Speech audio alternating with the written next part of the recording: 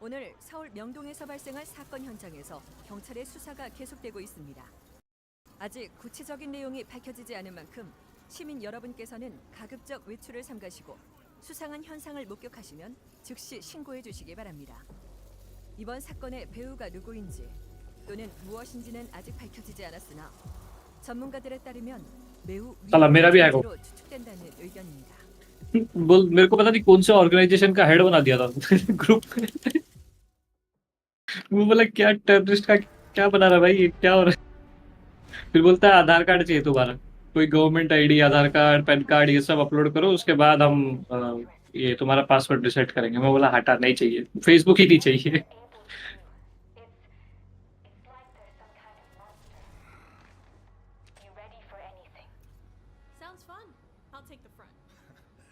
Of course. And I'll be right behind you. As if you could कौन सा keep up. Vote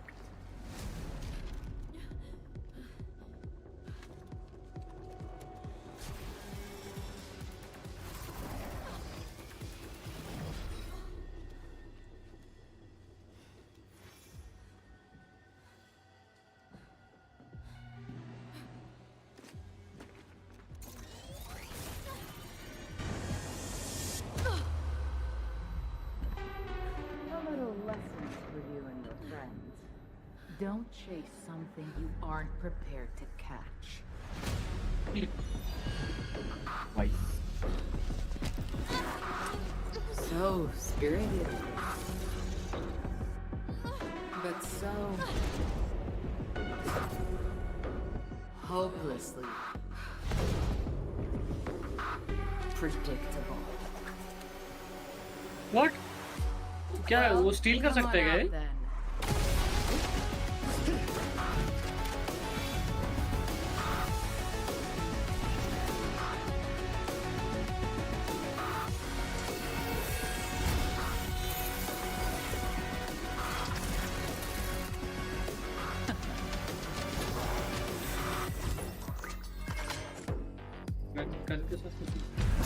कोई नहीं chamber अपना कट्टा निकाल लेगा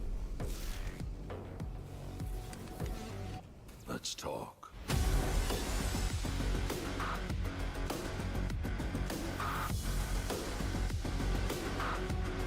आई थिंक उसका कुछ रेंज रहेगा उस रेंज में कुछ आएगा तो गन चला जाएगा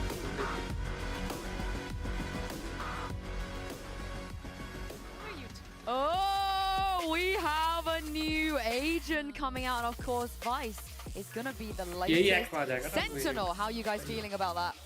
Is it wrong that I want to get wrapped up in vines? Is that too much? Is that? It is never wrong, John. No, I don't think I so. support you. I support Oh my god. Yeah, I support you. I mean, it looks really interesting to have another Sentinel in the game.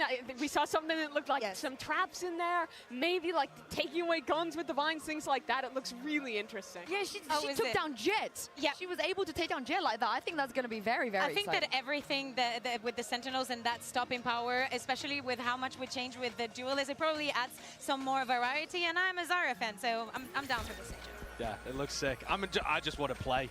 Can we just play? Well, you will get an opportunity Yeah. because it will be released, Episode 9, Act 2, on August 28th. And we're going to get some look at the actual gameplay as well in just a few hours on all of the official Val channels. And of course, we have a lot of influencers that will be on it. They're going to be streaming all the new content after the grand finals. I know you want to play, but I also like the little Omen interaction in there.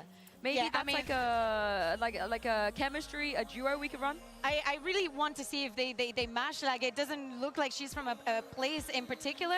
I like that boo moment of Omen TPing behind her, not knowing what's going to happen. Really excited for this one. All right, very quick. One pro player that you think is going to absolutely own on Vice. I'll start with you.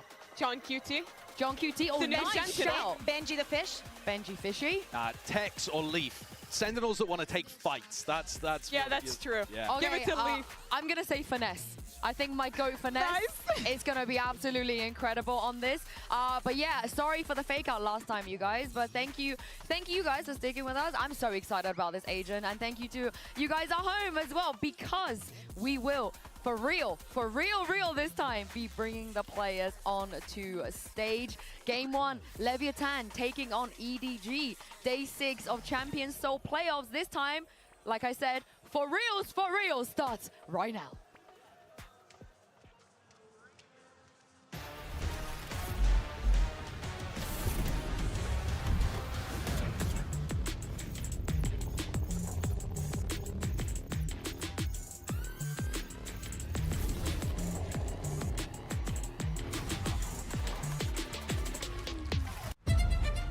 Each player has their own unique journey that's led them to this exact moment on this stage. And now, destiny is in their own hands. Living to see another day is everything in this tournament. The more you doubt them, the stronger they look. It's the best that they've ever done. They punch their ticket into the top 4. Champs is obviously the most prestigious tournament of the year. Every player's end goal is champions, to play at champions, to win at champions. You never know when anything in life is going to come to an end. So whether it's your last day, your first day, middles to the end, just give your all. Mini move coming up at 3. Kang Kang! It's galvanized. Oh, he's starting to conquer! Zelda's fight back! Let's f***ing go! Last thing you अरे want वो is वो to match be कितने going बजे home with regret. अरे वो नया agent का show match बोल रहा हूँ 13-11. हाँ लेकिन आज हाँ International VCT में debut. Heretics put up a fuck fabulous attempt. जा रहा It हूँ could not YouTube have पे been closer. We beat them back in Madrid when they had a sub, आएगा and I know they got finals in Shanghai with the sub as well. So them having their full roster here, I had a lot of expectations for them. We improved a lot, so did they, but we have Wood now, and I think we're gonna get our अच्छा ये तो revenge. Trailer है अरे मैं game play बोल रहा Being हूँ here in top 4 in our first year is just crazy, and it's just the beginning. With each game we played in अच्छा champions, हाँ we just got better. ये trailer ही देख लेंगे The goal for this tournament is first place and nothing less. We're not gonna stop. Team Heretics is a newer team within the scene.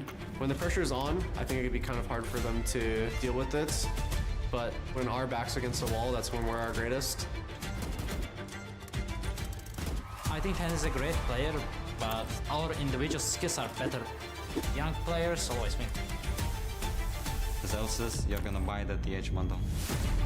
Team Heretics, I heard you guys like playing for fun. Which is gonna carry that momentum. 在前段时间的采访也有问过我怎么觉得现在谁是世界第一决斗，我说的也是。भाई उसके alt में वो लोग shoot नहीं कर सकते I think Kang Kang is a crazy player. I love how he plays. Kang Kang! Goodness me! I'm really happy to play against him again. नहीं I know कंकस that नहीं we are मैंने कहीं going पे to तो have a पढ़ा था really कि good shoot ही नहीं कर सकते भाई गोली नहीं चलाएगी चला सकता还要वो प्राइमरी渴गन望से胜利。I gonna destroy you guys. Hope you guys ready. पर क्या पता है मतलब जैसे चेम्बर है वो अपना नहीं चला सकता है वो भी नहीं चला क्योंकि अल्ट साइफर बोल रहा हूँ जेट का भी उसने वो लेके गई ना वो क्या बोलते हैं हाँ देखिए तो गई थी तो शायद चेम्बर का भी अपना कट्टा नहीं चलेगा फिर उसका लेके चलेगी तो ये कर चलेगा अरे लेकिन केओ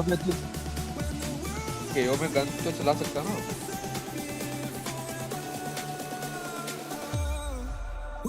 हाँ हाँ बाद में नर्फ कर देंगे तो करते ही स्टार्टिंग में हाइप बनाने के लिए ताकि लोग खरीदें भाई कोई अगर एजेंट ऐसा बनाएंगे लोग खरीदते भी तो है पैसा पैसा ही पैसा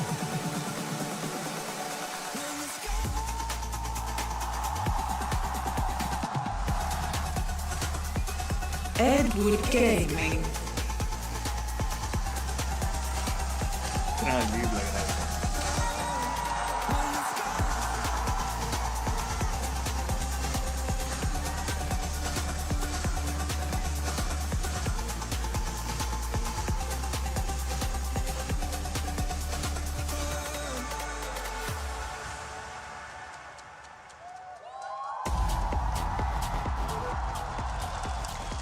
This is for a shot at the grand finals and of course the opportunity to make history. What an achievement it would be for Leviathan and EDG after the year they have had. Yeah, and for EDG, they have already made history just making it this far. But for them, it is not enough. You don't want to just go down in history. Oh my God, they're the ones that got the book. You want your name on the cover of that book. you don't just want to open the door, you want to be able to go through it yourself, right? That's what EDG, I think, are looking to do today. They've already got to this point, but now they're looking to go further. And how wide is this doorway now we're looking at the map pool? I think it's closing a little bit. I mean, you have a tough choice if you're EDG here. You're either going to have to play that Ascent or the Icebox, neither of which map EDG has loved all that much, and both of which have looked super strong for Leviathan. They're undefeated on that Icebox thus far here. EDG also banned Sunset second round, which is a map they love to play, and go towards Abyss, which they have not played at all in Champions. They did play a bit in China. I'm telling you, Josh, this 3 days have definitely meant something for both of these teams, and the preparation is deeper than we think. Yes, maybe they have won every Icebox that they played, and they picked it every single time that they had the chance to do so in playoffs. But they've always gotten to that overtime. They are fragile. They are human in this map, and there is something about the head-to-head that we've been talking about that is going to be delivered on map 1. Absolutely. I think for EDG, a lot comes down to this Lotus that they have looked good on, but the Lev has also been really competent at. They changed off of that Neon back on to the Race, still playing the Breach Fade look, and looked honestly quite stellar in that series. But Josh, like you were mentioning earlier, EDG plays a super unique style on Lotus, a very CN comp with both that Clove and the Omen in the mix. It's quite unusual for a team like LEV. It's absolutely true. I think that's going to be a lot of focus of LEV's prep coming into this, anticipating that selection. We're going to start though with EDG on the attack side. So I'm looking towards Leviathan and how they play the defense. You're looking at Aspas getting the op in his hands, because this is one of the maps that he actually pulls it out.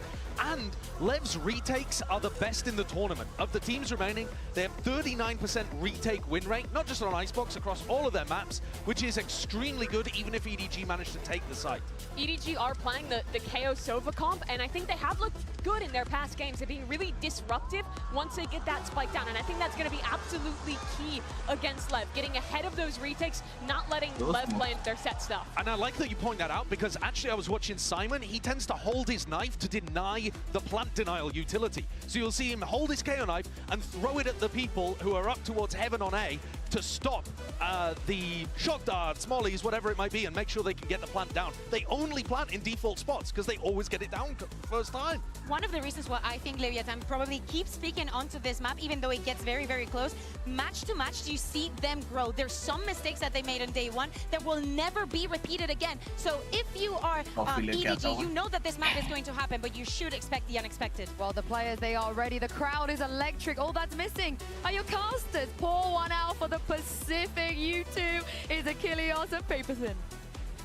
Thank you very much, Yinsu. And yes, what a stage is set and what a match we have to dive into. Pacific may not be here, but bangers are certainly still going to be found. I'm Achilles, that's Paper Thin, and we will be taking you through this upper final to figure out which one of these teams is going to take that first step into the grand final, which team is going to have that upper bracket advantage, that double map ban.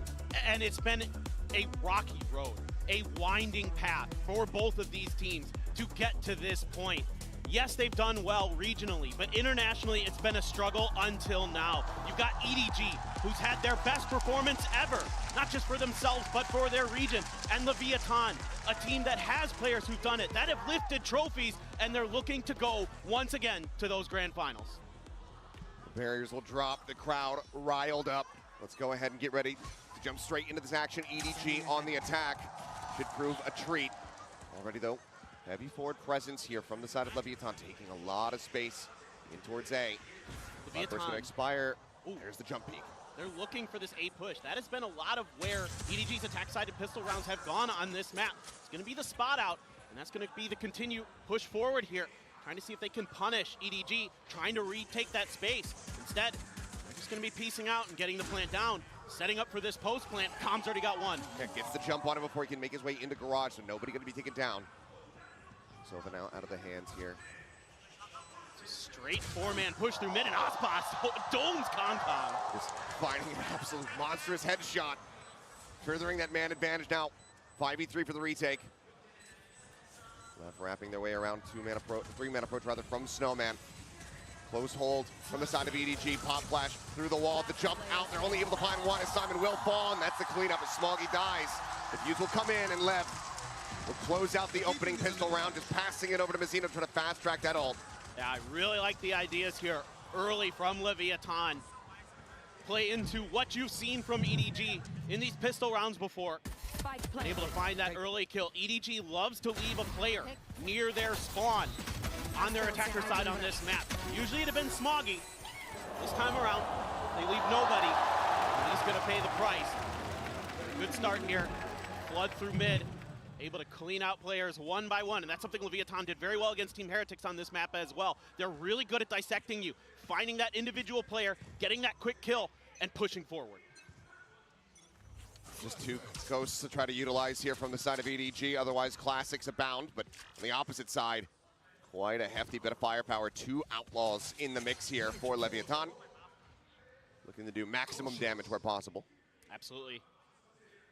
That outlaw, so powerful. So many teams leaning into it against these ecos, but Kong with that ghost in hand, looking to go on a bit of an explore up the mid tube. There's the first. Ospas up on top of yellow. Kong now storming his way up into kitchen. Does get pinged by that recon. The turret as well, noting him as Mazzino is able to drop nobody. Looks for another and will have it. Simon gonna be taken down now. He just won off the ult. He's got it online.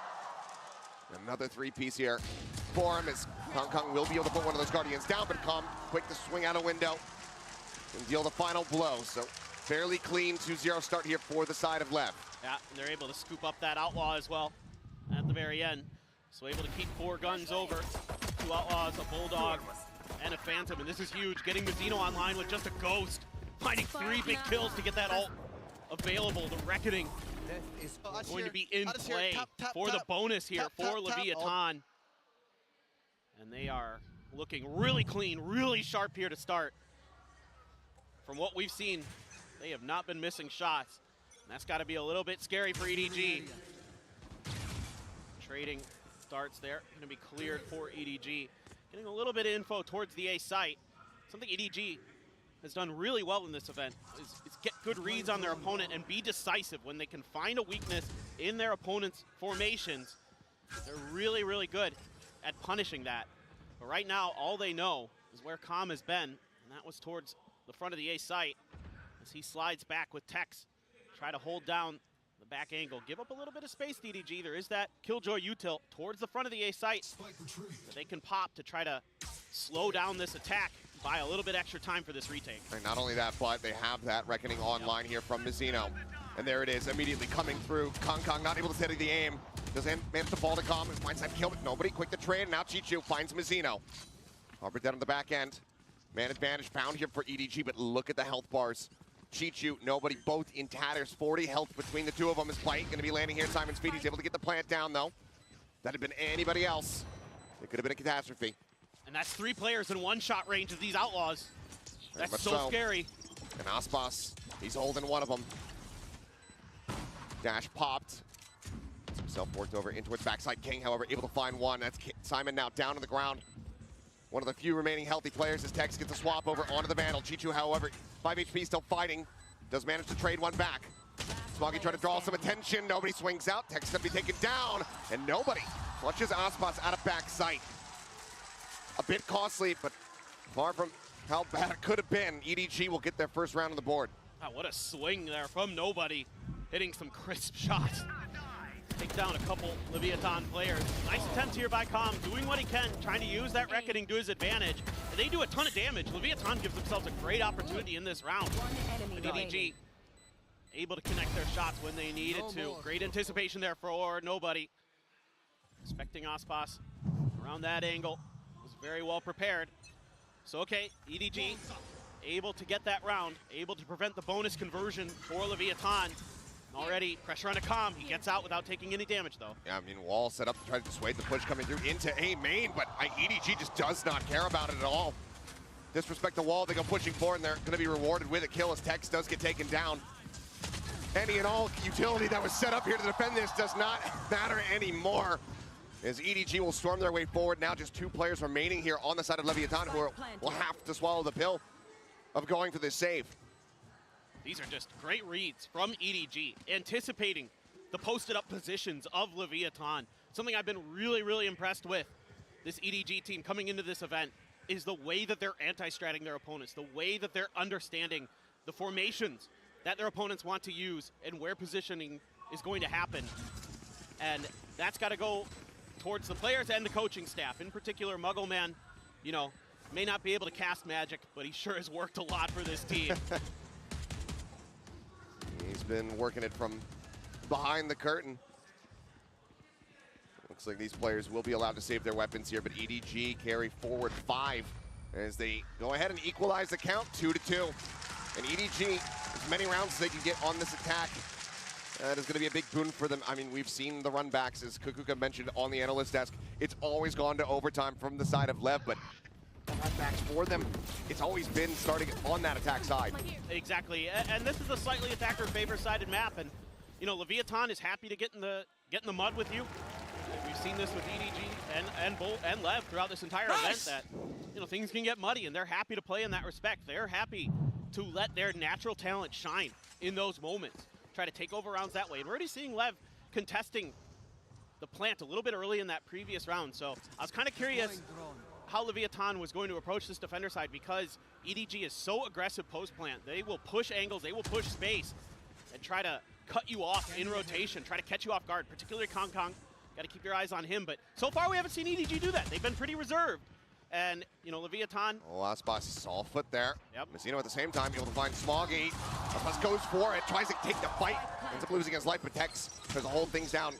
6 shooter in hand, comes up with 1. He and Messino, though, tagged up a bit. Spike now in play for the side of EDG. Is Chichu trying to go on this flank, but he's so very low. Oh, and a wall to cut off Simon. But they're not looking for him at the moment. Messino turns his sights back for a brief little moment. Tex able to find another with that Sheriff, and now Simon flashing in a hand, nowhere to go, but into the grave. Calm will take him down with the Hunter's Fury. And LEV will reestablish a 1-round lead. There's so many good things here going for LEV. The aggressive take of space early gives them a lot of information and allows Tex to play a lot safer, to play further back off of the site so he can find those great angles. Zeno here winning a lurk out towards mid as well. These individual picks, so crucial for Leviathan. That kill right there for Tex. Fantastic work with the Sheriff. And then they're able to use that Harbor utility to cut off Simon, to isolate players. I can't stress this enough. That's something they are very, very good at. And that is why they give teams a lot of problems and why they love Harbor. Using that high tide to your advantage, to be able to control the battle space in your favor. Something they do better than anybody else in the world right now. Look at the gamble stack, though, here from the side of LEV. 4 players set up on A, just Tex alone at B for the moment. Double lurk, still over towards this A site, so EDG call with an audible pivot back over towards that site, depending on what kind of opposition they find. For now, it's just going to be a tap on the plant to see what they can draw out. But nobody is able to find one. Messino going to be taken down. Oh, and Calm. Outlurked. Cheating forward. Eyes just turned over towards main. Chichu up onto the rafters, able to take him down. What a pause called by EDG here. That high tide noise. Yeah. And here comes the strike. Plant now coming back. There's Aspas and Tex can turn their sights over to here. Bite gonna go, oh, not deep enough, but King makes up for that. Hunter's Fury now, trying to flush him out of Snowman, but Kong, he's the one out into the open. Immediately gets punished, and suddenly there's a man advantage here for the side of LEV. As nobody will get taken down, it is nothing but Chichu left. Nanoswarm's not even set up. And he won't have the opportunity, I don't think, but he finds a solid first opening kill. Spamming for it, but the counter spam it out. For now, he's just trying to keep them off with this one. The Nanoswarm, it does not ricochet the way that he wanted. He's trying to isolate and conquer, but King just continues to cheat out wider and wider. Finds the kill, and LEV get up to 4. I mean, I thought this was going to be a good round here for EDG. Winning out on the lurk battle, getting that opening pick, and Leviathan is still able to turn that round on its head with some incredible shooting from King. Absolutely ridiculous stuff from Snowman. Those walls come up, and I mean, I like the way EDG plays this. They're like, we're going to call a pause, we're going to wait for this high tide to go down, then we're going to go for the plant. Try to set up for our post plant, but Kong Kong trying to get a little bit aggressive, gets caught out, and then King just starts hitting some nasty shots to take down the rest of EDG. Timeout is going to be called as well by the Chinese team. Let's see if they can figure out how to correct this. One of the things that you need to do, one of the things that Team Heretics learned and was able to adjust with against Leviathan, play a bit more together. I'm seeing a lot of isolated fights here for EDG, and that's where Leviathan thrives. So you've got to make sure that those trades are available for the EDG team. But that's credit to LEV as well. They're really good with their timings. They're really good at understanding the map. Sure. And using those controllers to kind of keep you off balance, to keep you guessing where the players are going to be. Yeah, I mean, this map has always been scrappy for them throughout this tournament run. I mean, they haven't had a clean one since Crew back in Americas, but it's been 3 times played here at Champs, and it has always resulted in victory for the side of LEV. Seeing them already at 4 on the defending side, that is scary if you are EDG. No doubt, and certainly with some ults available, you know, it is a bit of an eco. You have to buy down to 3 Sheriffs for EDG, but you've got some huge ults. Maybe you can swing this round into your favor. Maybe you can turn the tide against Leviathan. See what they want to do off the back of that timeout, or if they're just going to hold on to those ults for the next gun round. Spot on the Chichu, but not much that Leviathan can do off the back of it. Meanwhile, the other 3 members seemingly, this is the default that EDG wanted to run with on this map coming into it. It's going to be a tough map pool for EDG, no matter how you sliced it. They're going to have to play Leviathan on Icebox or Ascent or some other map early. And big change up though on the setup here from Tex. He's got the alarm bot and a nanoswarm set up in case EDG decides to go for that really deep sight control over towards Snowman. And that's understanding of the way that EDG likes to play, the way that they're going to get aggressive typically on post plane. We haven't really seen it much so far this map, but I like that you pointed that out. That's very good. A very good read here by Leviathan. Like spotted, Aspas just going to be dropping down off the top of screens. Not looking to give over any kind of easy kill here. Footsteps going to be heard. Aspas still sticking around. Double lurk forward. Just the Sheriffs in hand here for Chichu and Smoggy. There's Recon. Push up Calm. They know that there's going to be someone forward there in mid.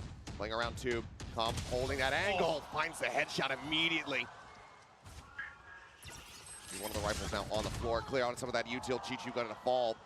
Aspas shutting it down, and now Simon rushing his way over towards his A side. Just 13 seconds remaining as Kong is trying to draw some attention, trying to open something up on the opposite side of the map, but Aspas, he'll be good to basically bring this round to a conclusion. Takes out Simon. Smoggy will get one, but ultimately, Leviathan not falling to the Thrifty. They move up now by 3. And the measured approach to this round by Leviathan, the bend but don't break attitude that they took. Giving up a little bit of extra space, but allowing for quicker rotations. As soon as there was any contact over on the A side, I saw a couple players hightailing it over to bail out Aspas. And then EDG trying to play the map, trying to work it a little bit, sending players all over the place, but every step of the way, Leviathan able to handle it, able to account for EDG's movements. It helps when Aspas starting to heat up a bit as well. No doubt that he is going to be a force to be reckoned with throughout this event, but who is going to be the one that could step up if EDG is going to have a chance? Is it going to be Smoggy? Is it going to be Kong? Simon, nobody, Chichu, everybody's had their moments for them. Look at that drone tells all. Lev very convinced that this is going to be B, and they would be correct about that. Shots through the screen, and Kong does come away with a headshot there on the Tex. Doesn't need any damage himself as well. Now the man advantage set up here. Chichu still, however, still lurking over towards A, suspecting that there's going to be that forward push, that flank coming through. They're trying to pressure out over towards Garage. Reckoning now, second one of the half. Trigger gets pulled there by Mazzino. Sun starting to fly. Aspas up in hand, seeking a target so far. Smokes are keeping them all obfuscated. Kong able to find a second, but Mazzino takes out nobody. Mazzino takes out everyone. As Simon and Smoggy all fall to the wayside. Now it's just Chichu left, and not for very long. Had the nano gone off, maybe it could result in a round victory here, but ultimately, Lev, this is an explosion of death into the kill feed as they move up now by 4. Yeah, the confidence is flying for Leviathan. And I can see it not just in their shooting, but in the way that they're approaching the map all around. I mean, that's just absolutely dirty, Mazzino. But the whole round, I'm so excited to watch, bro. I've never been so excited. I was pretty excited to watch too, Tom. That was quite good. But really, when I'm looking at the map, I'm seeing all the players watching for that lurk from Chichu the whole time. Like, there's always somebody, whether it's Tom or Mazzino or whoever, that's checking towards mid, checking towards tube to find where that lurking player may be. pressure you're on to Aspas, though. Setting up the options, trying to clear that. Recon dart does get pinged now, content locked के लिए down, भाई gonna ये be beach in में नीचे play. कूदना पड़ता है भाई, ऐसा ऐसा नहीं चलेगा. Force position, only one safe spot within the side itself. Aspas going to be revealed once again, just backpedaling, getting his way out, not wanting to be detained. No one caught. Attempted the retake can now begin here. This bite opens things up. Kong Kong sending out a couple blades, but ultimately not making contact there. As Aspas up on top of the railing. Takes one into the shoulder. Nobody deciding to stick around here. Pit now in play as the lockdown gets ready to tick down.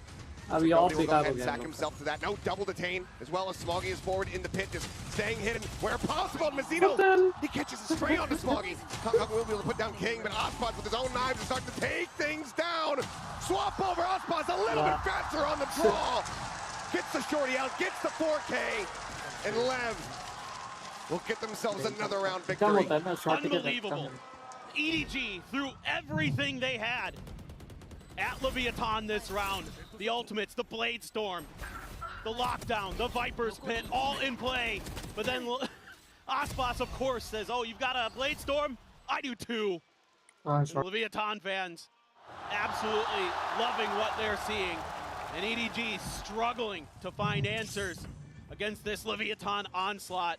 These retakes have been so good. And looking for an answer in the way of Kong Kong bringing an operator now into this attacking side. Trying to fight fire with fire. He's going to get pinged out, but the weapon for now not going to be revealed. And this is something the desk was highlighting, that Kong Kong in particular, one of the rare players who prefers an attacker-sided op over defender-sided. I know. Yeah, can't clear the drone, but looking for that duel potentially with Aspas. Aspas has been so good at repositioning. That little micro adjustment he had in the previous round to get up on top of the railing in the back stairs. So good. Threw off Kong Kong's aim enough. He wasn't able to connect with that Blade Storm. Now a readjust here for EDG. Reading that the A side not to their liking. And again, this is something they've been very good throughout this tournament, finding the weak side, getting that plant down, and they've been really good in post plants. Oftentimes getting ahead of the curve, but this time around, again, they're taking just a little bit too long, and Leviathan is rotating in. They're going to be right here to try to contest. Aspas already with the op, up close and personal. And there's that deep util coming into play. Chichu going to be taking out Smoggy as well as nobody. Traded out, and only Calm is found so far. Just Kong Kong with that operator, an all-in bid. And he's just been out in the open again, taken down Simon. Last man standing, completely surrounded. No hope in hell as LEV are just running away with this half, running away with this map, 8-2. They're just so ahead of the curve. अभी They're break doing होएगा a ना इन great लोग job उसके of बाद understanding ये the momentum way भी हो that सकता EDG likes to rotate. They're so on pace. Seems like they've got clocks in their head to read the timing. है momentum पकड़ लेते हैं And ना they're लोग so तो ready फिर for these मारते हैं aggressive सब. pushes as well. You've got the high-low set up there on the bridge in the back by Snowman. Able to shut that down, and Aspas, again, already on point. I killed that guy and I pressed tab. Not public bet तुम्हारा. Well, Aspas, a little bit of a slow start, was 4-4 at one point, but now it's just been 7 kills stacked up on top of that. No deaths to be found. He's coming alive. Here. We might be pressing F on this map here. ये Pretty अच्छा soon with smoke the है way यार, it's कितना going. देख. Leviathan is so on वो बढ़िया point. smoke है, तो mid में तो देख ही नहीं पाएगा वो Cannot find बंदा. the shoulder. Ash gets himself behind 410. He's gonna reposition, continuing to try to go aggressive. Blackin does not catch him. Aspas getting tagged up a little bit, but still staying alive. The movement absolutely electric to watch. He's out to safety, and EDG still no closer to putting this spike on the floor. Mazzino instantly has the reckoning to cover his comrade. Aspas is back on a hard angle, and Kong Kong is dead. Everything that they try is struck down. One after the other, they fall. As Chichu up on top of pipes, now going to be revealed. Just get a nice headshot there on the अबे text. क्या There's still so पहले much क्या work to be कीजिए done. ये text भाई उसको दिखा था One बंदा shot potential on Mazzino onto Aspas. फिर भी दूसरी बार भी Get दिखा into तब भी इग्नोर कर position. दिया. For now, they're just locked in place, waiting out this util. The jiggle peek attempt. Pichu swings out. It's a little bit wider. Aspas not going to be fast enough to pull the trigger. Does not shut him out.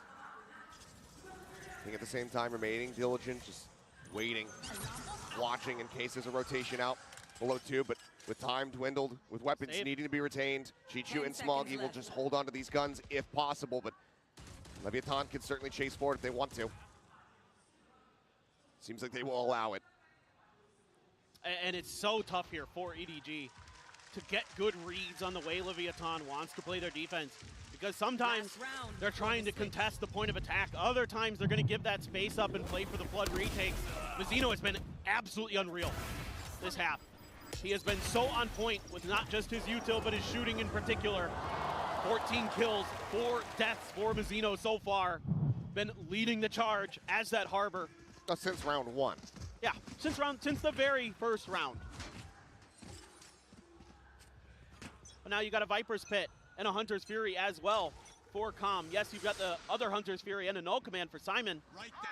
But look how far back Calm is, and he's already going for that pick. There it is, opening it up. Knows that he's not in range of any kind of null command denies. He's looking for a tag, and will be rewarded with one on the very end as Smoggy gets taken low. Kong trying to take some space. Mazzino dancing around the box. First shot here from Ospot's going to be going wide. Damage going to be eaten there, but still alive for now. Mazzino, however, going to be taken out. Simon able to find a stray headshot through the wall. Opens things up a little bit more here for EDG.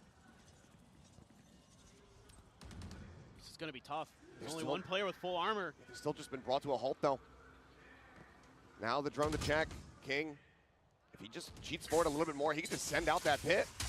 Oh, completely shut this down. Looks like they'll save it for a retake attempt. Kong able to find one. Push up into the smoke. Calm going to be eliminated. Spots, however, still standing.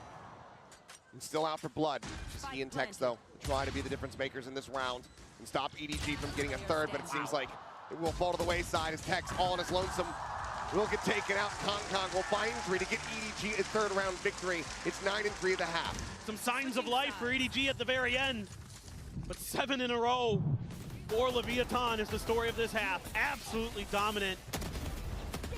It's going to be difficult now, switching over to the harder side of the map for EDG to try to come back in this one. It's going to have to be a hell of a defense for EDG, for the EDG faithful here in the audience. They are praying the curses are in fact real. But right now, LEV, they look absolutely impeccable. As we give the players a moment, let's go ahead and get ready to send it down to Jen, who's going to be standing by for a halftime interview. Hello everyone, Jen Lee down here with Coach Zeish of Carmine Corp. 카민 코프의 제이시 코치 만나보도록 하겠습니다. 먼저 인스파이어 아레나에서 오늘 함께하게 됐는데요. 현장 분위기를 어떻게 느끼고 있는지부터 물어보도록 할게요. Welcome to Inspire Arena, Zeish. What did you think of the atmosphere here? I mean, it's insane. I already lived something like similar with KCX, with our own event, but seeing all of this type of people like in the stadium, I would have loved to qualify already, actually. 먼저 분위기가 너무 미쳤어가지고 지난번에 오프시즌 대회 때 프랑스에서 또 KC와 이런 대회를 했었는데 그때 분위기가 느껴지고 이런 분위기를 느끼니까 진짜 KC도 챔피언스에 왔어야 되는데 라는 생각이 들 정도라고 얘기를 하는데요. 이렇게 현장 분위기가 너무 뜨겁기 때문에 훨씬 선수들도 부담감을 크게 느낄 것 같습니다. 뭐 EDG 같은 경우에는 이렇게 높이 올라온 게 처음이고 또 레비아탄도 그동안 좀 흔들렸던 모습도 있었잖아요. 두 팀이 모두 여기까지 올 수 있던 건 아무래도 뒷심 그리고 버티는 힘이 아닐까 싶은데 좀 이렇게 부담감이 클 때 이렇게 버티는 힘, 이겨내는 힘은 어떻게 유지하면 좋을지 또 코치님께 물어보도록 할게요. EDG, they've never placed this high before. Leviathan had their ups and downs along the way. Both teams are here because they displayed huge amount of resilience. So in such a high pressure moment like this, how do you create and maintain that type of resilience? So my team is not the best example this year for like high pressure moment, but I would say that I think it's more on like the momentum that you have in the tournament. Like you can work as much as you want during the year, but if you lose the momentum that you have in the tournament, you won't make it. So like I feel this team's like, this is why I said to you earlier, I feel like EDG might win it, even though like right now it's really tough for them. But like they have an aura around them, like really good momentum. So I feel that they're gonna make it. KC를 좀 참고할 수는 없겠지만 그래도 아무래도 이렇게 좀 큰 대회에서는 그동안 1년간의 흐름이 아니라 그때그때 흐름을 놓지 않는 게 중요하기 때문에 또 코치님께서도 EDG가 좀 이번 우승을 할 수 있을 것 같다고 얘기를 했는데 이런 흐름을 그때그때 놓지 않고 계속해서 이어가는 게 굉장히 중요하다고 얘기를 했습니다. 이렇게 해서 제이시 코치 만나봤습니다. Thank you, Zeish. And Thank you for having me. back to the game. Thank you very much. Some wise words there. We as Pacific casters, of course, know a thing or two about teams losing momentum in the tournament. It's all about maintaining it. Let's see though, if LEV can maintain the momentum from the first half. 9-3 as they now switch over onto the attacking side. The stage is set for this to be an absolute explosive closeout for them. And so far, you can see the experience advantage that Leviathan has. The pressure hasn't gotten to them. They're playing up to their full potential. Now we need to see if EDG can bounce back, can fight back. A lot of noise being made here by LEV, and EDG right around this corner. Nobody trying to hold the line here. A couple shots going to be going wide. He dances around that sheriff, but Auspas eventually on the repeat is able to find his mark. Simon similarly taken down. HP going to be low on a couple players here on the side of Leviathan, so some damage opportunity still can be dealt here by EDG. Doctor to the back of sight. Take Chichu down to 22. Classic में लोग pistol में switch हो गया ना. Chichu now trying to desperately hold as Smoggy swoops in behind, comes to the rescue, finds him. Chichu now with 3, and Smoggy gets the follow-up. And Smoggy's arrival could not have been timed better. He saves his comrade, keeps him in that round, as EDG will equalize the pistol round count. Unbelievable, just when it looked like it may be curtains for EDG. Chichu is right there to stand up and open things up for the side of EDG. Oh my god. 22 health. And he's able to get it done. He's gonna slam that desk. Celebration. Muggle's like, what? Shouldn't have got there. Well, you might not have the answer to that question, but for your EDG right now, you absolutely take those. Just a little bit of... Nobody got to be careful here, though. Oh, there's an hand, and they lined up for him. Basically a collapse with that Spectre Kong on the peek out, able to shut down King. Quick movements here from the side of EDG. Wanting as clean of a start to this half as possible. Right now, it's looking like it may be better not flawless. make her LGBTQ this time. Of course, with that sheriff in hand, does have to be respected. It's for reasons like that. Shock Dart going wide. Looking to try to flush him out into the open. Chichu will peek right as the reload comes through. It's just going to be a Marshall left on the floor, but Smog can take that up as EDG. They start closing the gap, but now moving to the bonus here for them. Can they get that conversion? Well, they're Bro, this is initiator, not sentinel. Sentinel होगा, पर वो initiator के काम करता है इसलिए. Has to go big now. You can tell that they're feeling the pressure, but with some hot starts to this half, maybe, just maybe, EDG can turn things around. They're able to get a mishmash of guns into their hands, but can definitely do some damage. Some util dumped near the orb. But nobody very cognizant of it. Just immediately going forward, just stayed back, waiting to hear if that util was going to be coming his way. Doesn't get caught by anything. 0 point, however. Caught everybody. Yeah, catching damn near everyone on the side of Leviathan.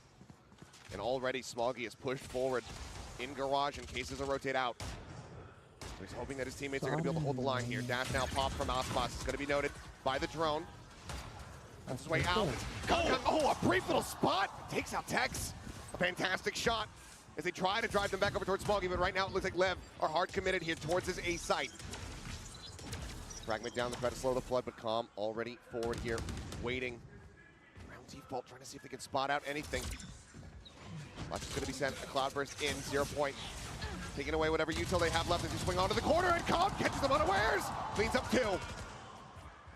Now suddenly, Spike can be planted. Or going to be grabbed, but Smoggy strikes from behind. Interrupts the plant. Now 30 seconds left. They have to be pivoting back and forth. 180. Watching every single angle. They know that Smoggy is in behind them. Calm down to 7. The one to try to hold the line first, but Smoggy catches King out into the open. Like to try to flush out that back sight.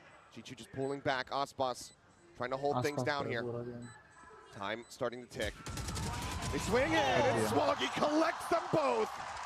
The 4K to defuse, the bonus conversion, the operator to be saved. EDG are on the right path to try to bring this map back to parity.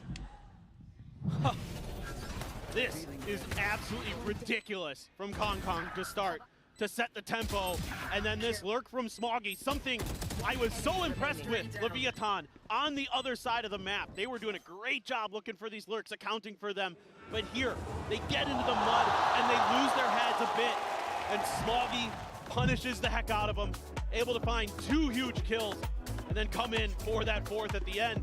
Unbelievable round there for him. And EDG, who would have thought a bonus conversion on their defender side. ने तो flank किया ना, LR क्यों बोल रहा है? This map might be delivering more than we had anticipated after that first half. LEV now going to be pumping the brakes, calling that first timeout for themselves.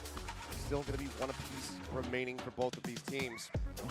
But one of the things that we weren't seeing in that first half on the attacking side was that impact from Smog. He just was consistently being shut down. Came into this half, just, what, 4 kills.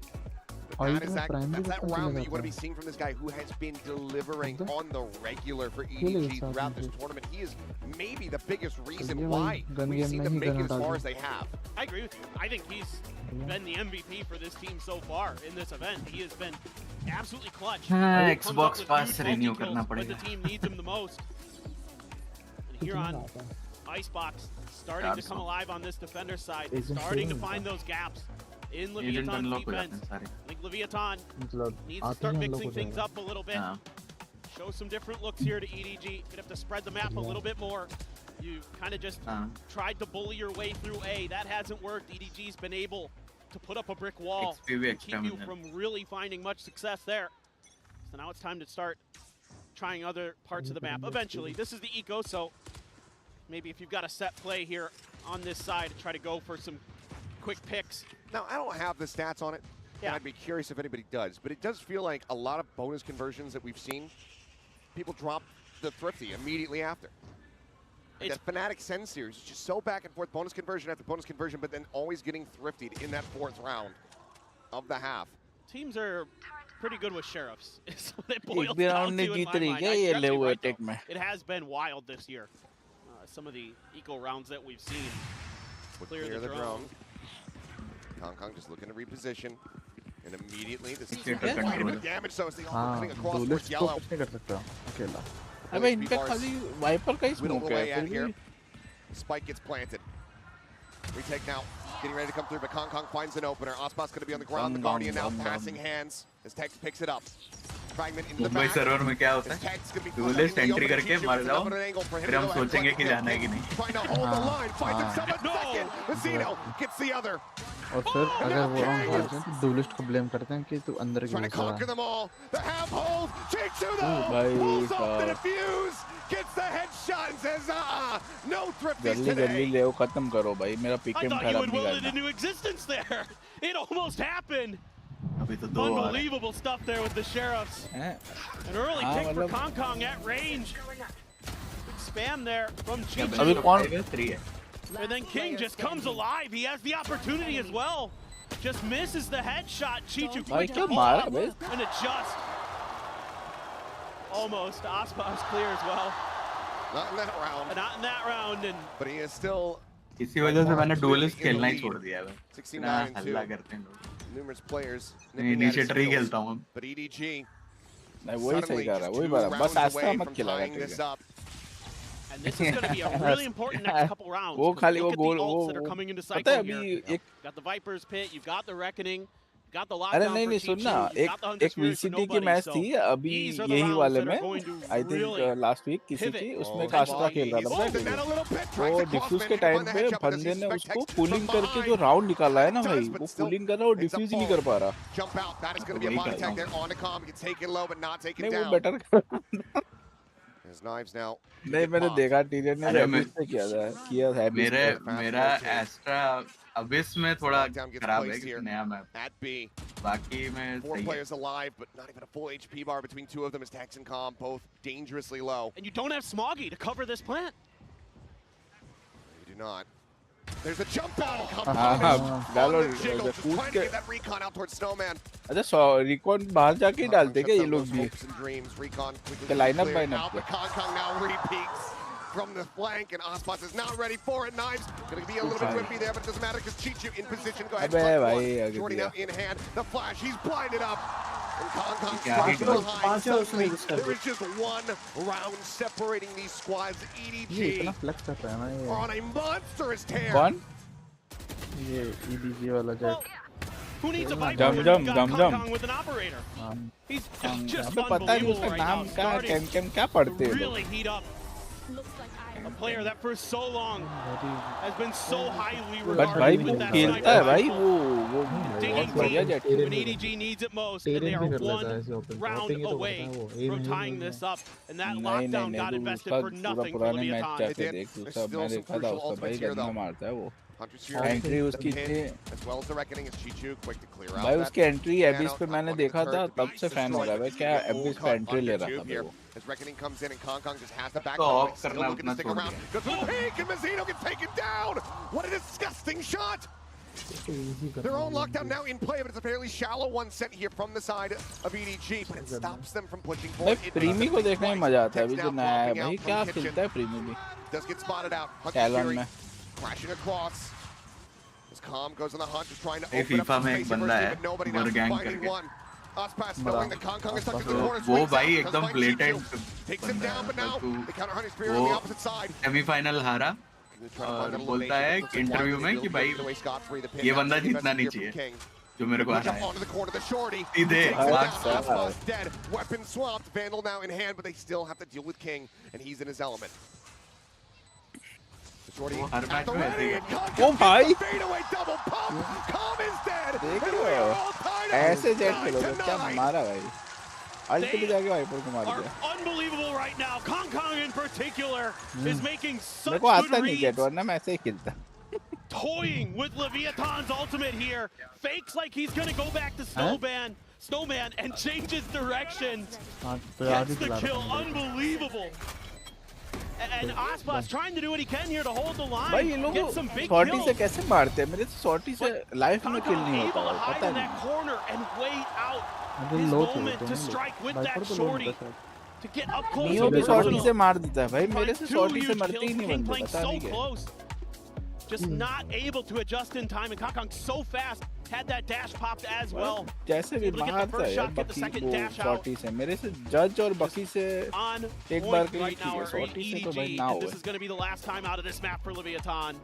Second one having to be used.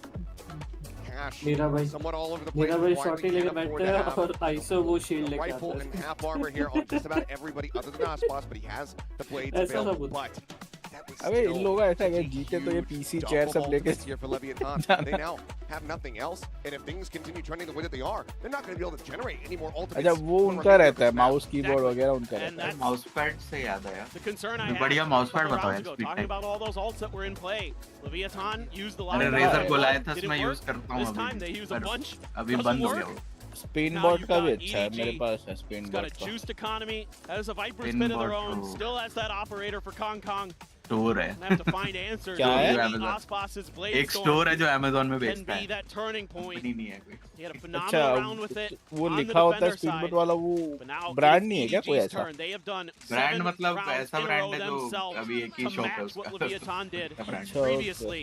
Can they keep this momentum up? मैंने पहला वही लिया Really था has to be put अभी away. पढ़ा है मैं बढ़िया स्पिन बॉट के वो सब आते हैं ना मोबाइल के There's trigger not really any ambiguity जो here. पबजी मोबाइल खेलने वालों के लिए Thrown. हाँ Might get the spot there on यार the याद small आया game. Maybe it turns back. By the याद way, आया he's still stagnant now. Strike, but oh my अरे god! वो That flick from भाई Ospas is absolutely disgusting. Brand वगैरह का रिसर्च कर रहा Smoggy now dead. The potential for that pin. Take it away, Ospas. हूँ ऐसे ही वो भी है कॉस्मिक Resurrected फाइट for भी a है moment.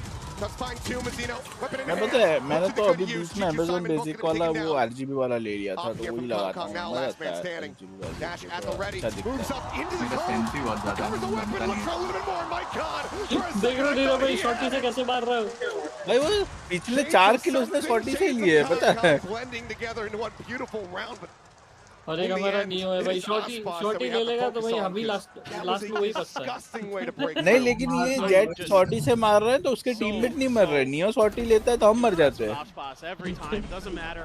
I don't care how many times you've seen him do stuff like this. It never gets old.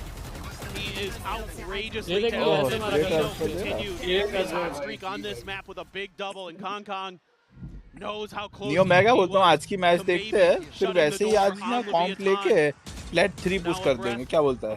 Diamond भी चले जाए। They try once again. देखो तो एक ही चाहिए, मेरे को 2 लगेगी। Immediately रैंक रीसेट हो रहा है। Simon and nobody. अभी थोड़ा अभी टाइम कब होगा? आ गया ना कॉम्पिटिटिव क्यू वो कर रखा है ना, अभी बंद कर रखा है। अभी नहीं बंद है नोटिफिकेशन। अरे वो बंद लेकिन अभी नया एपिसोड हो रहा है एक्टर है तो वही चलेगा ना। हाँ अभी रैंक तो एक मैच में खुल जाएगा। नहीं डायमंड नियो डायमंड पुश करेंगे इस बार, फिर एसेंडेंट, फिर इमॉर्टल। रेडिएंट नहीं है बे। Does not force him out and given अच्छा funding right now. नीरव भाई ऐसा आपने बोल दिया नियो की शॉट याद रख लो। Go for a save, but for now they're just going to push around, see if shot का नाम दूसरा आईडी से आना पड़ेगा। Back outside the garage though. This is great understanding now from मेरा भाई ब्लैक ट्री पुश करके smart से earlier in this half. एक सेकंड साले तू तो अभी भी स्मार्ट से ही खेलता है। मतलब पैसे में नहीं लेकिन That's a great decision by Smoggy. ये भी बात हुई ना, लेकिन भाई पुलकित ऐसा ना हो कि वो जैसे प्लेट 3 पुश हो रहा था आईडी से पासवर्ड चेंज हो जाए। पुलकित से दोस्ती इसलिए तो बना रखी है भाई 5 साल से दोस्त है, ब्लैक ट्री पुश नहीं चाहिए भाई। He might just be able to get both though. They're rushing forward. They think that he's gone ahead and evacuated now. भाई ये लोग तो हमसे गंदा खेलते, चेक ही नहीं करा ये लोग हमारी जैसे। हम लोग के लॉबी में अच्छे बंदे हैं। Tex will find a final shot, but EDG will find themselves tied up once more. It's hard to play हमारे लॉबी better में than ऐसे जटा Smoggy ये did right there. कुत्ते सारे कॉर्नर चेक करके मार के Gains a ton of space, gains a भाई ton of इनका ये info. झाम झाम बम जम ये आसपास बात तो हमारी लॉबी में आ गए तो 50-60 किल तो अकेला मार देगा। Falls back. अरे मार देंगे Yellow just neatly ring around the हम लोग road. थोड़ा अजीब खेलते हैं यार। Completely off guard. वो लोग को लगेगा कि हम रोटेट करेंगे ये करेंगे, हम तो सारे एक ही साइड पे। 15 सेकंड के अंदर गेम खत्म, प्लांट हो गया। अटैक में 3 स्मोक डालकर टीम करके खत्म भाई एंट्री। Guardian का स्प्रे चालू करेंगे हवा में ही मर जाएगा वो। 15 सेकंड के अंदर प्लांट हो जाता है बताओ। भाई बहुत फास्ट एंट्री रहती है भाई अपनी। From a fallen opponent. Kong immediately rotating, getting himself towards that back rafter, but Smoggy's been taken down, dealt with over here on B, but now Ozpot's traded out. And that is the tip of the spear, cut off. And just a little bit of an adjustment here from Leviathan. You're going to send Tex out on a जीत रहे हैं। अरे वो lobby वो अलग lobby में खेलता है, bronze lobby में खेलता है। तो वो उसका गेम प्ले अभी ब्रॉन्ज जैसा ही है, पहले फिर भी ठीक था, अभी तो ऐसा ही है। पता नहीं मैं एक्चुअली में नशे में खेलता हूँ लेकिन 1v1 भी हार जाता है वो, लगता है नशे में बहुत बुरी तरीके से मारता है।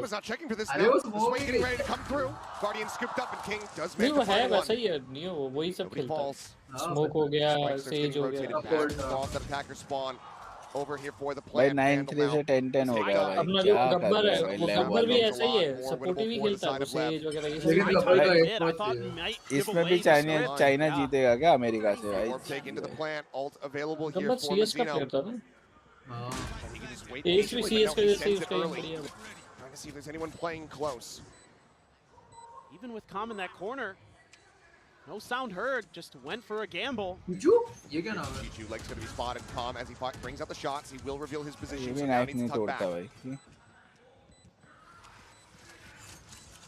Hong Kong is in. Nice pull. Gets a spot. The King gets the shot. Takes him down. Chichu pushing forward.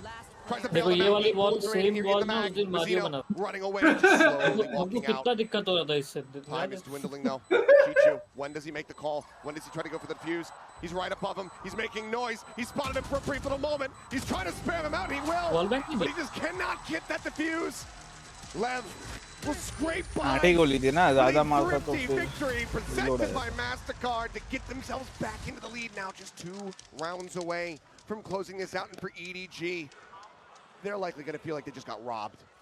Yeah. अबे इनके कितने हर्ट्स का मॉनिटर रहता है? Leviathan makes in this round, sending Tex out early onto Smoggy. Wait, that's what I want to do. Great punish, even though Kong was able to find that kill the whole time. भाई वो silver ही है फिर तो। Great awareness again that somebody could have gotten into their spawn. Not sure if Palm barely heard nobody's footsteps or what. AP का भी 180 है, पता है 180 हर्ट्ज का। Able to find their way over to the site and hold on by just enough time. क्या ये monitor? opener here HyperX for Armada. Leviathan. Cascade with the snake bite. A lot of times they've been sending the drone out बहुत महंगा रहेगा right फिर away तो off the back of Armada that का Cascade, review but किया this था time मैंने। around, देख रहे हो just Stack yet. set up. They're pushing forward, taking even more space here, Kong and Smoggy. HyperX के Insta पे होगा देख। Fairly aggressive positions. Of course, the dash can get Kong out to safety, but there's the drone. Spam through, smattering of damage going to be found onto Ospas and Calm. Here. Cascade to try to dissuade them. Smoggy now going to be noted in this forward position. He pulls back. Kong wanting to stick around, see if he can get a little punish here. Taking shots, but that shot will not connect. He's still looking for more. But now he's in a very committed position. Ospas gets up over the top. Going to be spotted out. Cloud bursts the recon. Looks to re-aggress. Kong is playing this on a knife's edge. Not spotting anything. Shock dart lobbed over towards him. Just cannot make those shots connect. But he's bought time. 30 seconds left. He's waited out the smokes. He's got the rest of his team here. At what point do they just call an audible to try to rotate out? Is it off the back of this pit? The answer's Cat going to को be no. मरना तो Because था the swings in. Blind spray across, and Smoggy is found. Fragment. Oh my God, King! Takes his head clean off. Plan now being used in a deeper position, and Chichu cannot line up the shots. Takes is going to be noted in two, but it doesn't matter because nobody. लड़क कर रहा है भाई वहाँ इतने बंदे मर गए They know where the last player is. They know that he's not in a position to do a damn thing about this in EDG. भाई ये भी nobody भी भाई इतना ट्राई करना हम तो जाके एस ले लेते हैं भाई Leviathan will get themselves up the map point. And Leviathan able to pause just enough there. उसके ऊपर नहीं रहता ना Get नीरव भाई themselves situated. अगर उसको बोलेगा कि सेव करना है तो सेव करना ही पड़ेगा उसको नहीं तो अगली बार खेलेगा नहीं Really understands. अगली बार बंदा change EDG is trying to put pressure at. EDG loves nobody become legit nobody. They're going to try to find those वो कॉपी किताब लेके बैठा रहता है ना opportunities उधर पे एक बंदा to strike when you least expect it. But Leviathan gets ahead of the game in this round. Find some big kills. भाई हाँ बे वो तो literally बोला था उसको. One round away from taking their map pick. Fnatic तो out हो गई ना. What a comeback here. तो होना ही था Fnatic को तो out ही होना था. वैसे मैं पिकअप में नहीं रखा था ना तो जानी थी. ये कुछ भी मार रहे बता. अरे वो obvious spam तो मारेगा ना. लेकिन हमको उल्टा रिवर्स spam लग जाता है क्यों? For LEV, it has always gone to overtime. ये तो पीछे बैठा रहता है ना वो जज या बाकी Finally, लेके. the moment when they get a clean नरक को victory देखने का भाई on नरक their को ice कट्टा खोल के बस box. देखता रहता है. Longer to find out as EDG हाँ वो called भाई that गोली last नहीं time चला out. था रिएक्शन टाइम उसका एक साल लेट है. Going to be very, very interesting. देखता रहता बस इधर उधर कोई बंदा उसकी तरफ आ जाए तब वो मारेगा. Maybe play a little bit more for the retakes. Panda. Getting shut down when you're trying to contest these plans so far. Time to show a bit of a different look. भाई trigger discipline इतना घटिया है. भाई उसका इतना trigger discipline है हम trigger हो जाते हैं. नहीं मतलब इतना वीक है कि वो उसको स्पाइक दे देगा ना पूरा बॉक्स ला जाता है. हाँ वो रैंडम बंदों के साथ लड़ रहा था पता है स्पाइक क्यों फेंक रहे और वो स्मोकर है भाई ऊपर से. डुअलिस्ट भी नहीं है मतलब डुअलिस्ट लेके बोल रहा हो तो शायद एक बार समझ में आए स्पाइक मतलब. It has been muddy, it has been fast, it has been aggressive, but so far Leviathan is हमारे लॉबी पे थोड़ा बड़ा मार देता है क्योंकि उसका गेम प्ले थोड़ा सा अलग है. यार एक बात बताओ ये मेको मतलब अपने वैलो खेल रहे हैं इसलिए अपने ज्यादा ये VCT और ये सब मैच नोटिस कर रहे हैं कि वैलो में ही हो रहा है CS में कुछ नहीं हो रहा मतलब उसमें नहीं भी होती होगी ना टूर्नामेंट. तो मतलब हम नहीं खेलते इसलिए अपने को नहीं पता ऐसा है क्या? Let's see as Kong मैं वही सोच रहा हूँ वैलो में ना होती रहती है मैच हर बार.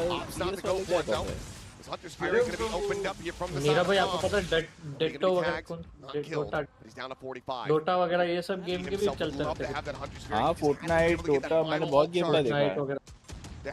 बस वही है कि गूगल को पता है हमको क्या Nobody, wow, playing with fire around that corner. It's always been an absolute lunatic. That has not changed. आज बस ना फोन पे ऐसा बोल दो कि मुझे नया जूता चाहिए मतलब फोन ऑन भी मत करो. It would be a huge boon. Phone on भी मत करो वो आपको ऑलवेज लिसन करता ही रहता है. Taken down on top of 410. अरे तो बोलता ना ऑपरेटर नहीं है तो उसमें कुछ नहीं कर सकता वो. एम ही नहीं है. Smoggy now going to start to rotate over to try desperately stop this push, but Chichu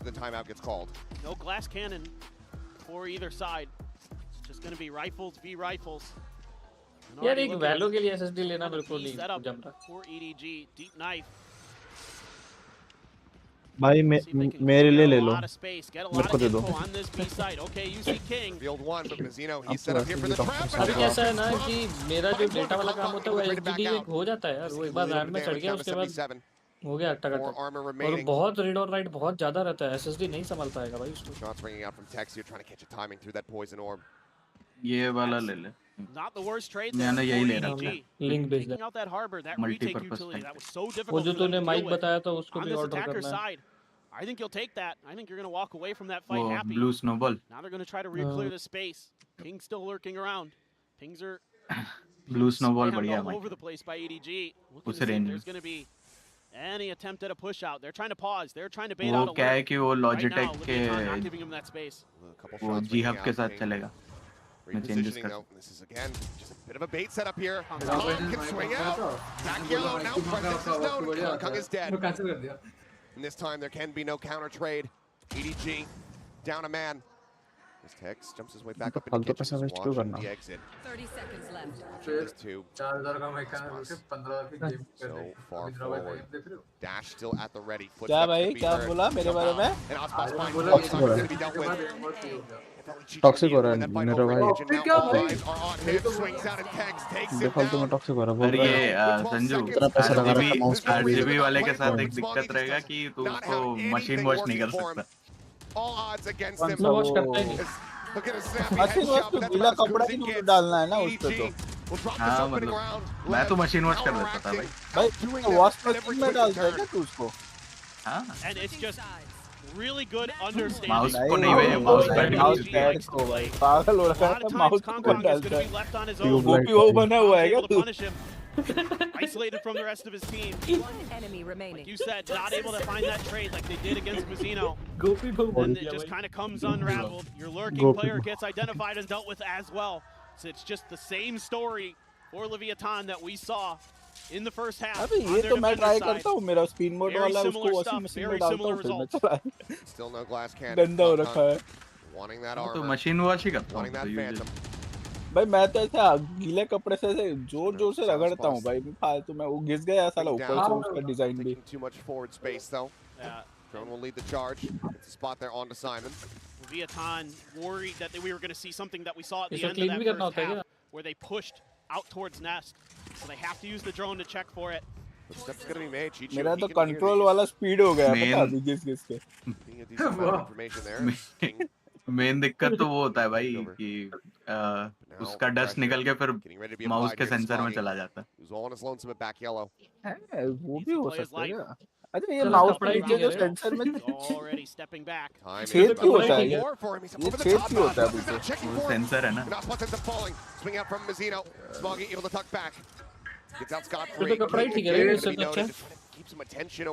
अरे लेकिन मैं एक चीज मेरे को पसंद आई भाई, 2 साल 3 साल की वारंटी वाली चीजें लो भाई, एटलीस्ट कुछ भी जो होगा ना रिप्लेस मारो भाई फिर।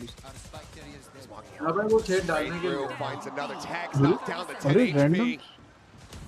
And it seems like we're not going to be getting away with a clean victory in overtime for LEV. EDG looked to reset as it's just King and Calm left standing. भाई खेलना है क्या किसी को? Down one, but Calm now dealt with. King finds the first, cannot get the second, cannot get the spike. 13-13, we go again. And that round rank push थोड़ी खेलने की बात। What happens with Smoggy there? If the timing is just a little bit different, if खेल रहा है। Aspas sees him before he sees Aspas, could be a very different round. But he's able to get that kill, able to back out, able to stand down as they try to get the spike planter into place. Sanju बोल रहा मेरे से किल नहीं That leaves this snowman हो रहे हैं, मतलब ऐसा बहुत बुरा नहीं, लॉन्ग रेंज बहुत अच्छे से हो रहे हैं। नहीं लॉन्ग रेंज में बहुत बढ़िया किल हो रहे हैं, शॉर्ट रेंज में वही have life. They have a chance again. This feels like if EDG can find that attacker's round win, maybe, just maybe, they can stop Leviathan on Icebox, something nobody has been able to do at this event. I do get the ping out there on the Chichu, but he gets the nano across, claims the turret, and ultimately that was his goal. ये match खत्म होकर के खेलते हैं ना भाई, ये match हो जाने दो। It's just going to be silent. मैं इसी मैच की बात कर रहा हूँ। Very different formation now for Leviathan. हाँ मैं वही बोल रहा हूँ, ये 13-13 हो गया, अभी खत्म ही हो जाएगा आधे घंटे में। King is going to be sliding forward to the front of A with Aspas and Tex to set up this crossfire.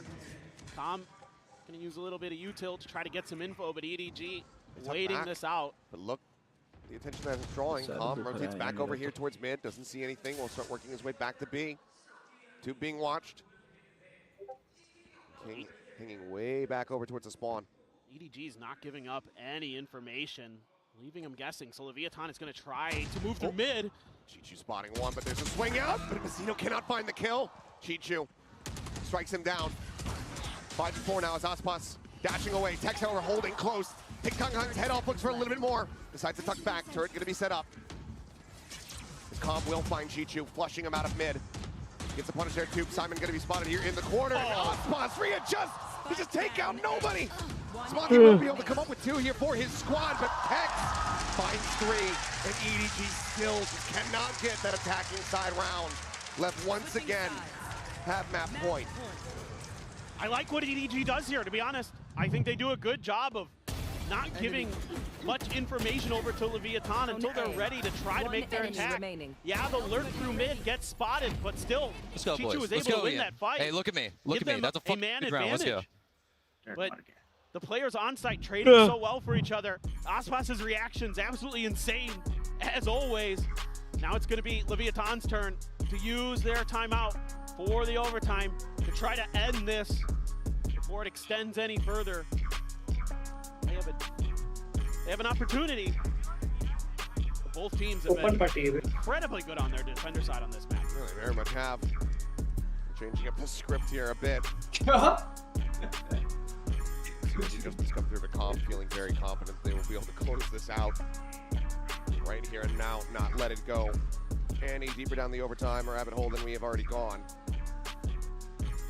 So far, आमने सामने से दिखाते हैं ना, कहीं से वो मारता होगा तो उसके से देखता होगा नहीं नहीं वो टेबल के आगे है ना लाइट्स लगी होती हैं तो फेस फ्लैश हो जाता है, दिखता नहीं है कि फेस पे क्या एक्सप्रेशन है। ये CS:GO में होता था पहले लाइट वाला ऐसे, पता नहीं इस Valorant में क्या है। जो मॉनिटर होता है ना, मॉनिटर के जस्ट पीछे नीचे लाइट्स लगा देते हैं ताकि उनको सिर्फ लाइट दिखे, फेस ना दिखे। तो आई गेस ये तो नहीं हो पाता होगा।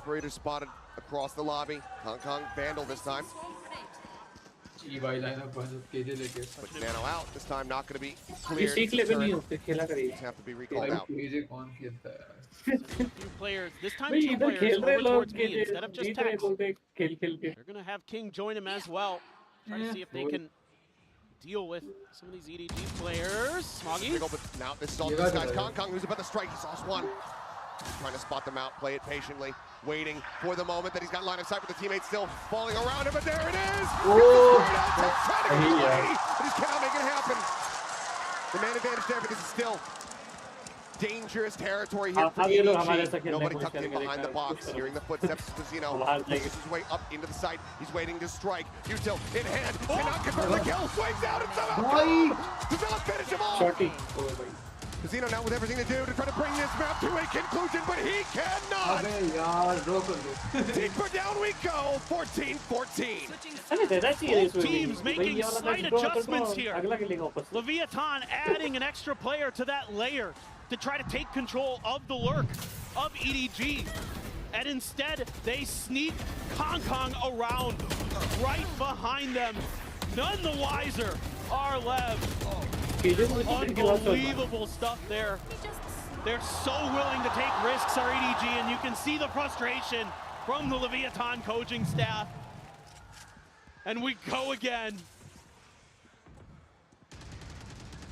Some spam down the middle. Calm just anticipating this push, sees a bunch of EDG. And he does. Dockyard going to be sent. Does he realize it? Well, now he will. And Kong has made his way up over the top.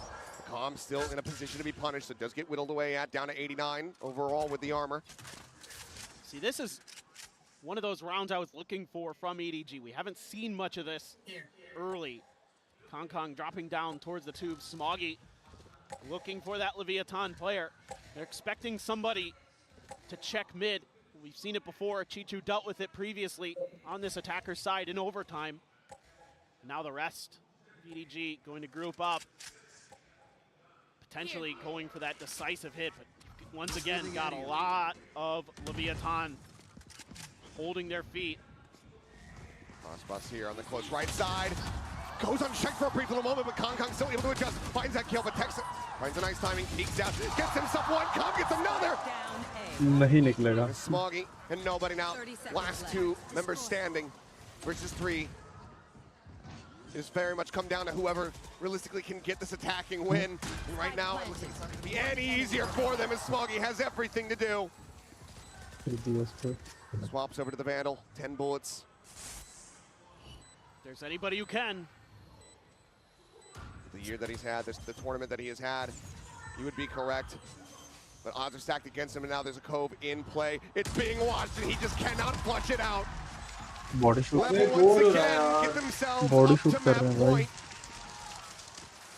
Is EDG, do they have the drive, the tenacity, the will to keep this going? And I mean, you take down Oxbox, you gotta be thinking is EDG, all right, final boss is dead. Let's storm on in. But Tex plays this so well. Just let's go. You like that? You like that, Ian? Yeah. Okay. Tom, he's been there. He's done that. He's lifted a trophy, and he gets a huge 2K in that round for Leviathan. Unbelievable stuff there. But just the way that Leviathan staggers their defenses so effectively. EDG does it great too, though. Both teams. EDG. Losing out on an opening player. Osboss wise to it. Deals with nobody. Thrown to lead forward here. Simon nearly punished. They force the dash back. This A site is being conquered. Smoggy just disrespecting the nano. Slides across. Tries to get himself tucked here. Kong approaching from behind, but this time it's being watched. The turret is set up there to go ahead and reinforce Texas' position. Smoggy flushed out. Lev have been adapting on the fly. The pop flash sent Simon only going to be good for 1. And Chichu has been taken out. 10 HP from Kong with not a hope in hell. 4 players to try to work through, and he cannot get the first. 16-14 once again. Lev pushed to the limit on Icebox, but once again, they get the win. The script is written in stone for Leviathan here at Champions 2024. Every time on Icebox, it's overtime, and every time, it's Leviathan. 4 for 4 on the map for the series. Far from over. EDG, they have their map pick of Lotus coming up next. We'll see if they can tie up this set, take us the distance, give us that map 3, or if Lev will be gliding their way forward into the grand final.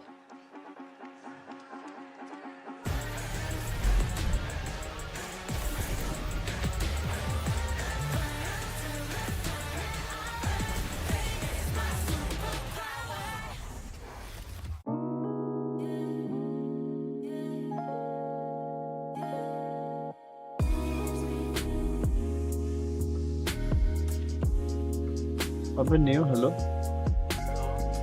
Kingsman का third part क्या है किसका Kingsman का 2 ही देखे तूने golden circle और वो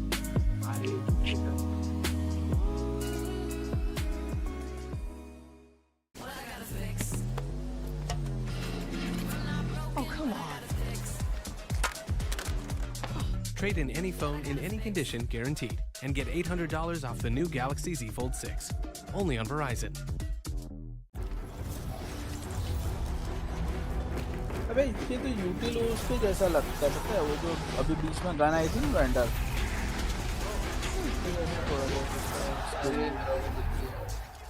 कहाँ क्या वैलो चले गए क्या तुम लोग अरे नहीं वो जो अबे वो फुल पत्ते वाली स्किन नहीं थी जिसमें रोज बन के आता था बीच में अच्छा वो हाँ लोटस पूरा बन जाता था वो अबे कौन सा आईडी से है भाई न्यू मेन से है क्या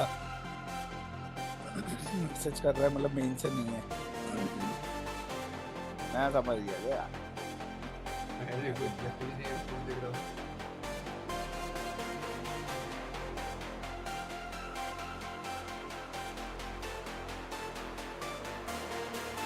वॉल बंदा है वॉल मतलब कंट्रोलर सेंटिनल है क्या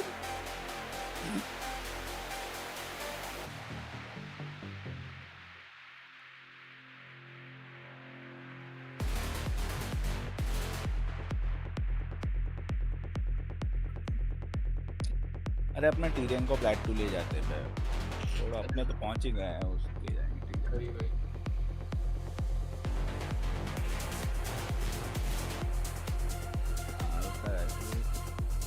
अभी अरे मेरा कब आया गोल मेरा तो फ्लैट अच्छा ये भाई कौन है पांचवा कौन है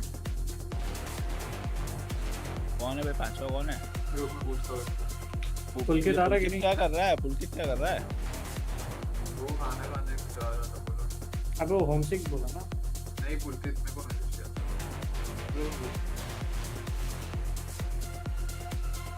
ये सरदर्द है यार ये 5वां चलने के लिए भाई पहले इतने होते थे भाई अभी मिलता ही नहीं है यार तो कोई एक बंदा चला जाओ 2-3 साल के लिए या तो कोई आ जाए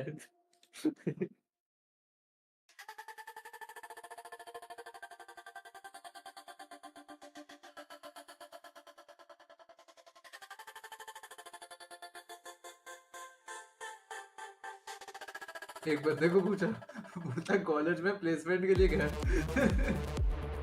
और मैं यहाँ पे वैल्यू बुला रहा हूँ वाह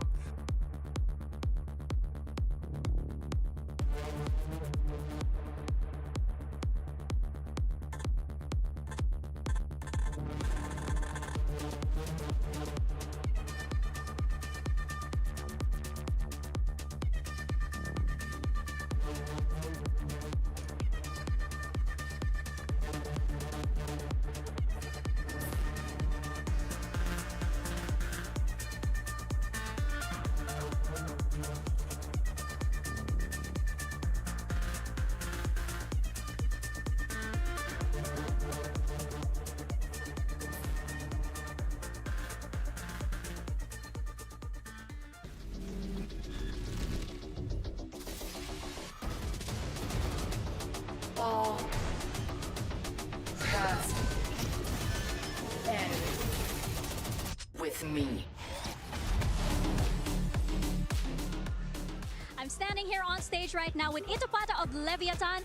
We मिला gotta क्या talk पांचवा about those बंदा overtimes. Oh my goodness, map number 1. Let me know how what the energy levels like with the boys. Was it going up and down? It looked like it was two different sides of the coin every single time the side switched. Yeah, अबे I think ऐसा the एक boys movie भी kept uh their रहा है ना composure वो throughout the plane whole वाला time, and it was nice to see because obviously Netflix with this big stage, some mistakes are bound to happen, but I kind of have a feeling they have like a secret pack and they're trying to see what my blood pressure is going to be at the end of the tournament with those overtimes.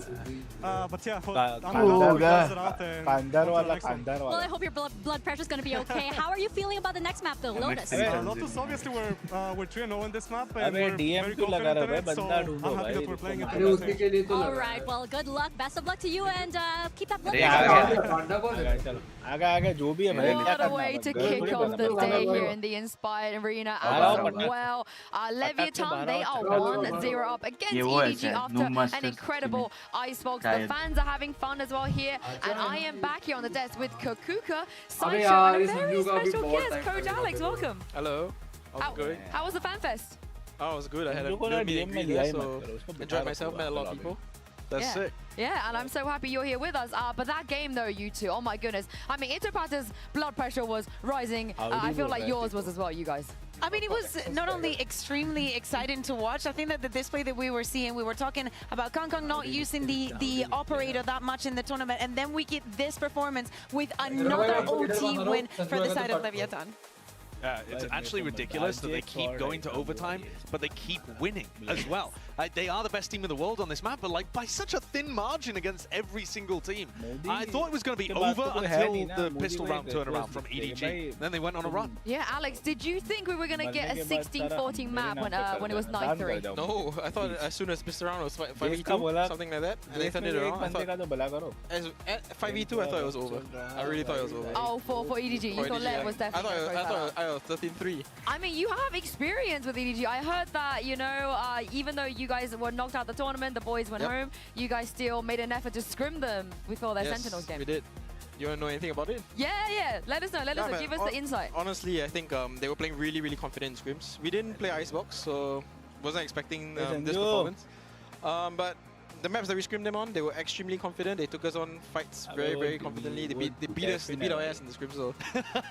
How would you compare this version of EDG to the previous versions? In sense of the roster? Yeah, well, in terms of like their performance recently, like, do you think their form is better? Oh, for sure. I think, I don't know why, but when Simon came in, activated Kangkang, it seems like what Simon does is he just protects Kangkang, make sure that he has all the utility going towards him, and because of that, you know, the guy is confident. He's taking fights like super confidently, as you can see. Honestly, I thought in Icebox, you know, it's hard to op against Harbor Viper. And he was finding little angles to kill people. We didn't see that like for the whole year. Yeah, Kangkang, he really put the performance of his life into that one. But it's time for our Verizon high-speed moment from Leviathan in round 8. I mean, basically one of the keys of Leviathan having such a good first performance is this kind of this mischievous but perfectly planned at the same time retakes. We saw Mazzino that used 3 ultimates in the first half of the game, and breaking the tempo, not allowing EDG to even get ready to play this post-run was what enabled such a good first half for them.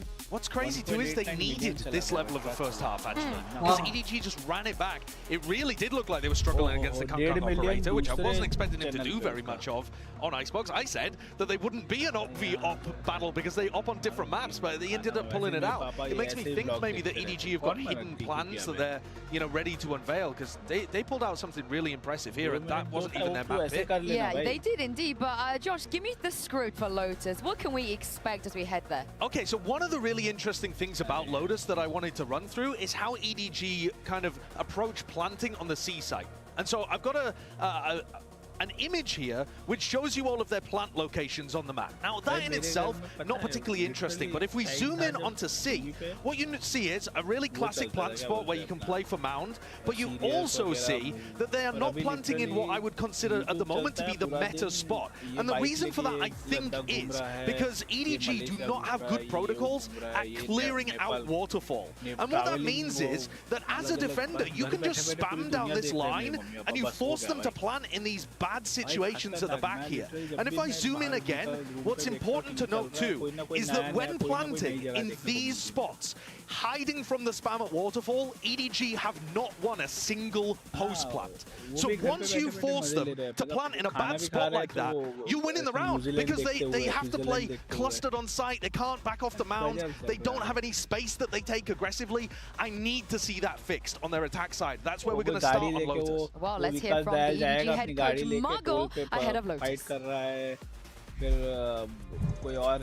guys, I'm here now on stage with EDG, Muggle, and Luna, of course, to help with some translation. Now, Muggle, I think a lot of eyebrows were raised when they saw that you guys let Leviathan pick Icebox, especially since they're known to dominate on that map. How did you guys prepare for this, especially with that showing?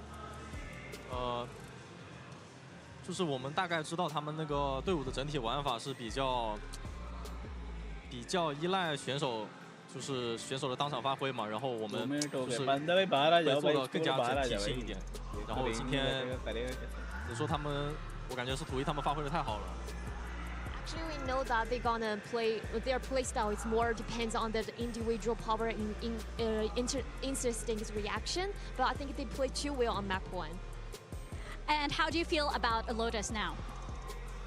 我觉得。 图2应该能赢，然后拖到图3的话，我们应该能碾压他们。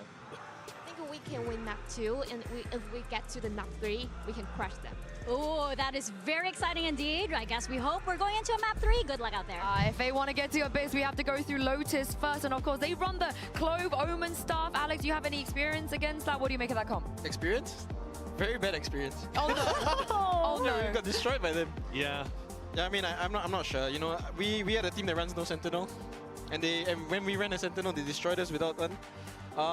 I think you're gonna see Smoggy take a lot of fights because it's hard to hold things with Clove. And what I think they do very well is with the way they defend C. They like to play with 2 people in C, and they make it very hard for you to enter by just holding the entrance. So if we see like I think Lev will be ready for that. You know what I mean? Yeah. So if you could teasing us, I love to reveal one by one. Yeah, one by one. What's he gonna play? It's Breach. I think everybody's just, but you can see the name at least, you know? You don't get the image, but right there, it is the name. So Alex, if you could give one piece of advice, something that you probably learned the hard way to Lev, to but win. He wants EDG to win. Yeah. Well, they're not listening, so. I mean, I think Leviathan have to play very aggressive. I think what they need to do is they need to push into the B main entrance. They need to cut Smoggy off from rotating, because all he's doing is watching the back. You know, if you irritate him a little bit, they can't actually like charge you full speed. I also think if they play retake on A a lot more, it should be a lot cleaner game for LEV. If they try to fight Mount, it might be very hard. I'm going to be looking at the pistol round here because, again, it made such a difference on Icebox, that turnaround in round 13. And for Smoggy, when he's playing Clove, he loves starting off with a Frenzy in most of their pistol round strats, and he has a pick-me-up. That's so dangerous. Well, I hope they don't do any of the things that you both just said, because I want to see a map 3. Am I right, Achilles, on paper thin? You absolutely are. Lotus here at the staging ground. To see whether or not EDG will be able to take us to that third and final map to still have that opportunity to go into the grand final as that favorited team, as that squad that has the map ban advantage, or if it's going to be Leviathan taking that next step towards getting another trophy for Calm, for Aspas. Absolutely. Feels like they could potentially be on their way once again. I really like the way the desk was talking about this, because the pressure that EDG creates with this comp, a little bit hard to understand in some ways, because they're very decisive, and this is one of those moments. A lot of times they're going to challenge A. Instead, this time it's just a quick C hit. One of the things I was curious about for Leviathan is how much util are you going to use to control A Rubble. This time around, don't need to use much, because EDG just sprinted for the C site. Are going to go for that mount off weird one. तेरा YouTube subscribe में बढ़ाऊं क्या उनसे इसके YouTube पे आ जा भाई उस पे से मैं लिंक मिल जाएगा सब्सक्राइब करते ही Same time, going to be finished off another Cypher. Not a worry. Chichu tucked away here on the corner. Blind comes through, but I don't think they've registered this position at all now. He will make his presence known as Aspas falls to the wayside. Paranoia across King. अबे neo says ले अच्छा says ले लेगा अबे neo KJ ले ले भाई cipher ले ले सपोर्ट ले ले भाई डोलेस मत ले नियो डोलेस मत ले योरू ले ले Yoru This is a great idea from EDG. Every step of the way, they're ahead of the curve. Alex was just talking about this on the desk. It didn't matter if they have a set or not versus EDG on this map. That classic Hong positioning loves to get deep towards spawn on this attacker's side, but it's the response that they have to the immediate pressure that Leviathan is creating through their spawn, through EDG's spawn. And they have setups there. They have Simon, kind of cover that position that they're waiting in. But एक चीज तो है HomeSick, मतलब ज़्यादातर viewers तो यहाँ पे ही ये गेम में खेल रहे हैं। सारे viewers तो मतलब गेम ही खेल रहे हैं। Great pistol और round dialed up by EDG. LEV ही जीतने वाली है। It's going to be an orb for Calm on the other side of the map. But quickly, Leviathan. उनकी मैच खत्म होने से पहले हमारी मैच खत्म हो गई। 4 other players towards C and B. EDG also going to be snagging an orb of their own, trying to get that rolling thunder closer. पटक से ट्रैप तोड़ मैं पटक से अंदर जाऊंगा एक begin to work their way towards site, but it is a marshal for Aspas. ये दोनों smoke दे दें. Deadly, and there it is. Strikes, finds the headshot. Kong now on the floor. Site well protected still, even with Aspas here. That's already quite a bit of power, power, but you've got 2 players in behind him. मार दिया side The scale up takes some space. Tech's going to be noted here in the corner. Gets the catch. The aftershock to try to take it down. अरे smoke में बैठा है भाई ये smoke मत करो भाई यहाँ पे किसने किया ये मत करो अरे मेरे को उसने बताया find the kill. वहाँ पे तो मैं चढ़ूंगा ना फाइट के नहीं मैं अपना पूछ रहा था कि कहाँ टीम में दूसरा स्मोक रहा था वो इसलिए इन गेम मत बोलो भाई कभी भाई ये गलत स्मोक मत करा करो भाई ये नियो बॉट यहाँ पे स्मोक मत कर अरे शांत रहो यहाँ मत कर मैं बोल रहा हूँ तेरे को सुन रहा है तू नियो नियो रुक जाओ भाई नियो क्या कर रहा है जाओ खेलने दो Kind of straight connection.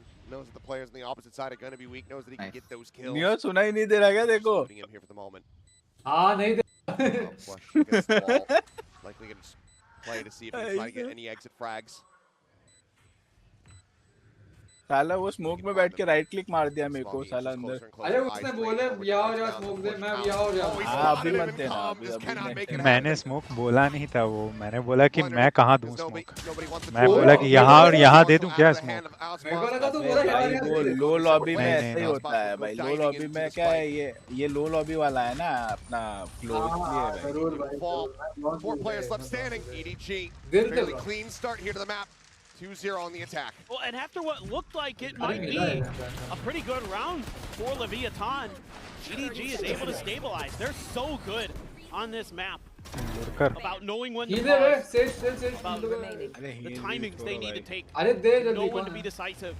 That's what was so impressive for me when I was watching the odds against Sentinels coming into this match. They just have tremendous understanding of their space, of how they can utilize the neon, how to wait out these util dumps at rubble.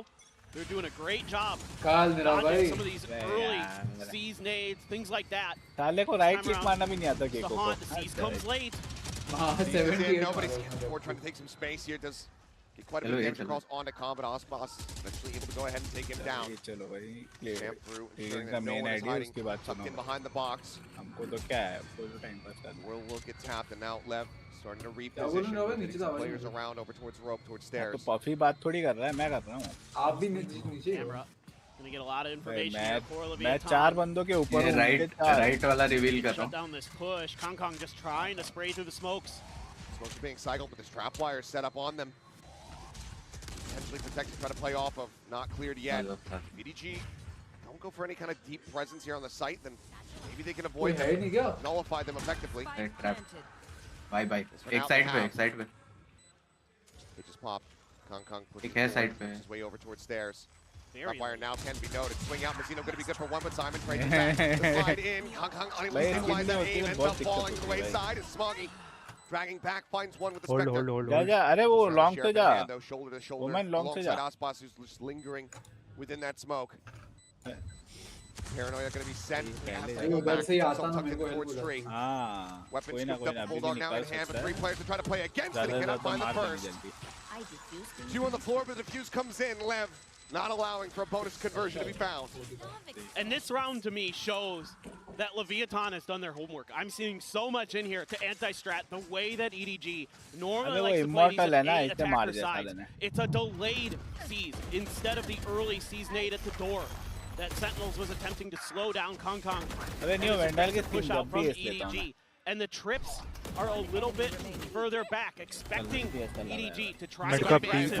Mid का pick मिला था तो घूम जाना चाहिए Wait, what do you mean you missed? अरे भाई तुझे लॉन्ग जाना था, तू लॉन्ग जाता ना वो तो हाँ वो बात की बात है, वो मैं गलत घूम गया वहाँ पे, मेरे को लगा कि है नीचे बंदे को। तो जब बोलते ही रहते पूरे मैच, अब मैं यही चीज बोलता रहूंगा।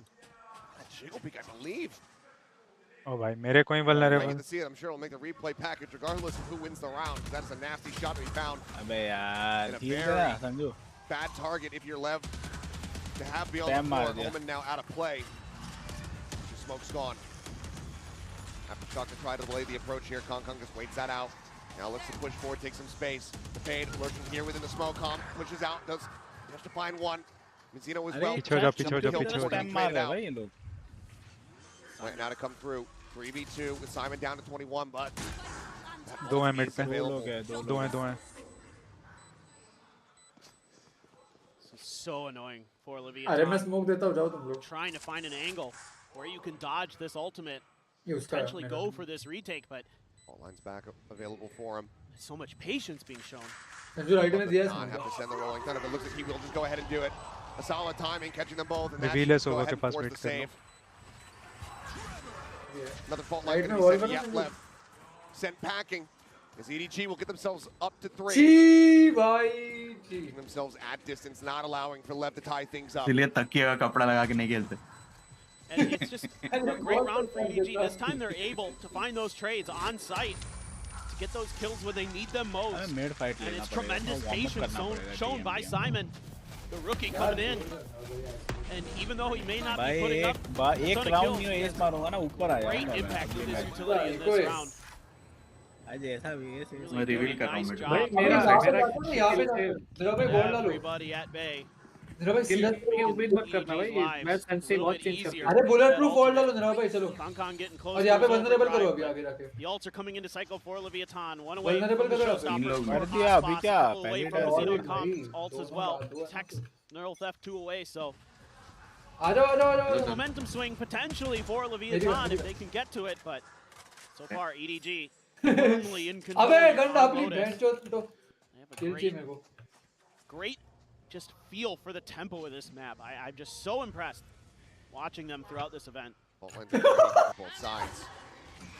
The run forward, King. Gonna be stunned up the slide in. Chichu finds the first, and Chichu finds the bomb. Xeno dead. Not before he takes out that. Echo break के लिए क्यों जा रहा है नहीं हो? इको ब्रेक फैंटम है उस पे, दूसरे पे फैंटम है। Position with the man advantage. That plank gets ready to come through. Simon, go ahead. वो हाफ सील पे थे वो लोग। घंटा कुछ on the stairs, Paint Shell's gonna go in, bounces back, and smattering of damage, and flushes him forward. They're able to get a couple more tags onto him. Just managed to go ahead and disconnect. मैं smoke के अंदर मछली के ऊपर top of the site. और किसी और को बेचारा संजू सोचा पहले न्यू को पकड़ेगा, उसको इग्नोर मार के संजू को पकड़ लिया। Save them off over here in Waterfall. दिखाई नहीं ना उसने मेरे को, देखा नहीं। Chichu now setting up the smoke. Toilet man. Watches the angle, Calm taking a bit of damage. Hits him out in reply, but nobody eventually finishes the job. यहाँ पे बंदे बंदे ना भाई। More takes quite a bit down to 32. Takes strikes across the भाई fight. मेरा वही था। It's just Ospas on his lone self. अरे man, Nothing more to be done as EDG continue to fight back, looking alive and well, not allowing पहली match तो for the finish of that icebox ये लोग भी हारे to ना। dwell on their minds. They're now up 4-1. This is just phenomenal from EDG. They do such a good job of reacting. Leviathan tries to set up at Mound. Glow 89 है। King's in an off angle. Jet है। He's dealt with quickly. Reveals his presence, and Chichu just having none of it. And they're able to hold these deeper post plants quite nicely. And you don't even give an orb over to Ospas. He's still one away from the showstopper. Yeah, you got the neural theft and the rolling thunder.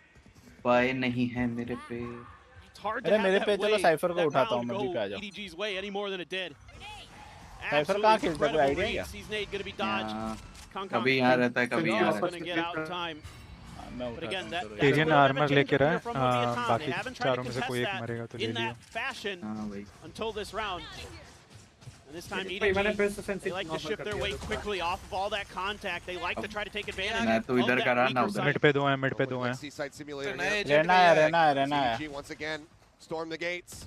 मार दिया रहना ने मेरे को। Line ready to try to intercept these players over in Waterfall. They know that there's going to be a couple as they push down off the back of the stun. Ospas cannot get out the safety. Chichu will go unpunished. Valorant Another Instagram। concise strike. Football में वो है, देखना भाई ball में। Valorant Instagram पे वो EDG are ability looking to डाला। run away with this. नहीं ट्रेलर आ गया इसका। What Lev did to them. हाँ आया। मैं ये पूछ रहा था कि उसका क्या Tex बोलते now हैं। felled and it's just Calm left standing. Game play कभी होगा Death, मैच the जो kill. We'll have the होता है ना। nightfall for the next round. 20th को मैच। मेन से आ रहा है Acceptable cipher. here. Simon draws down, delivers the headshot immediately. 5-1. EDG. भाग जाओ मर जाएगा वो। Haltering. अरे attacks. And this is just quintessential तो EDG आ on this जाता ना map. वहाँ। Sometimes, if you give them that early season aid, that util dump towards rubble, they'll immediately shift over to the other side because they know that you've probably got at least 3 players on that A site and that they have C site relatively free, especially with the speed of that neon. They can get over there faster than you. They can out-rotate you. Try to take advantage of their numbers. Or sometimes they'll pause. Sometimes they'll wait you out. Sometimes Kong gets ahead of it, gets to the other side of rubble. And early on, Leviathan, I thought had good answers for that, but that round just fell right into EDG's hands. Oh, well, Chichu going to be taken down off the rip. Showstopper, oh, the slide back from Kong. Reestablishes his aim. He's able to take out Mazzino as well. The key ultimate dodge there, but Kong does still eat quite a bit of damage. Advantage in theory for now here on the side of Lev. Ospas pushing up past Mound. Not spotting much. EDG needs to break out and re-clear some of that space. Kong going to be the one to do so, to check behind. See if there's any quick lurks. Seen Calm go for them. Ospas flirted with it, but holding his ground. Carly hits the trap. Tex finding one. Smoggy not dead yet. Pops the ultimate to get himself back in, but Tex is just unassailing.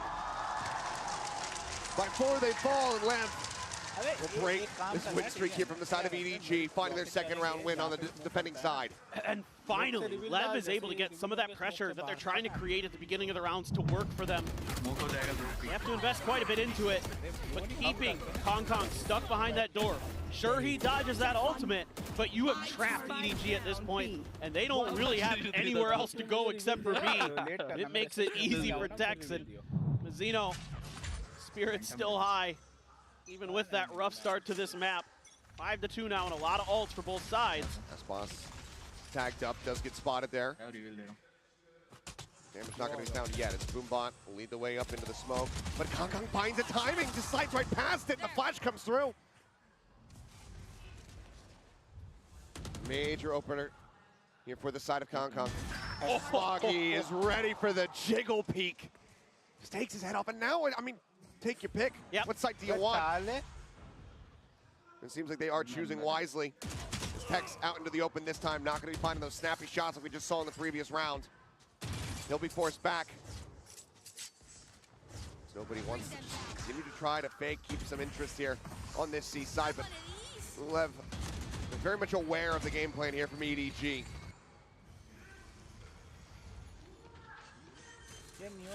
Have that rolling thunder. You can maybe just find that one pick of Leviathan. You might be able to get that ult to go.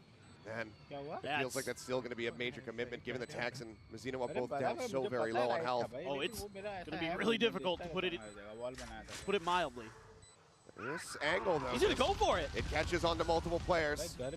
Go away. Managed to find the avoid here onto one. The fault line, the counteract. They managed to find the stun. And Chichu trades him back. Tex now going to be dealt with.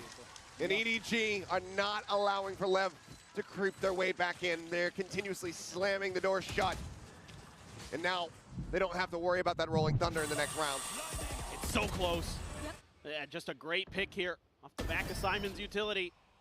And another thing Alex was talking about. You saw that eyebrow raise. He's got to respect you. Like, damn. Yeah. Clean shot. No doubt.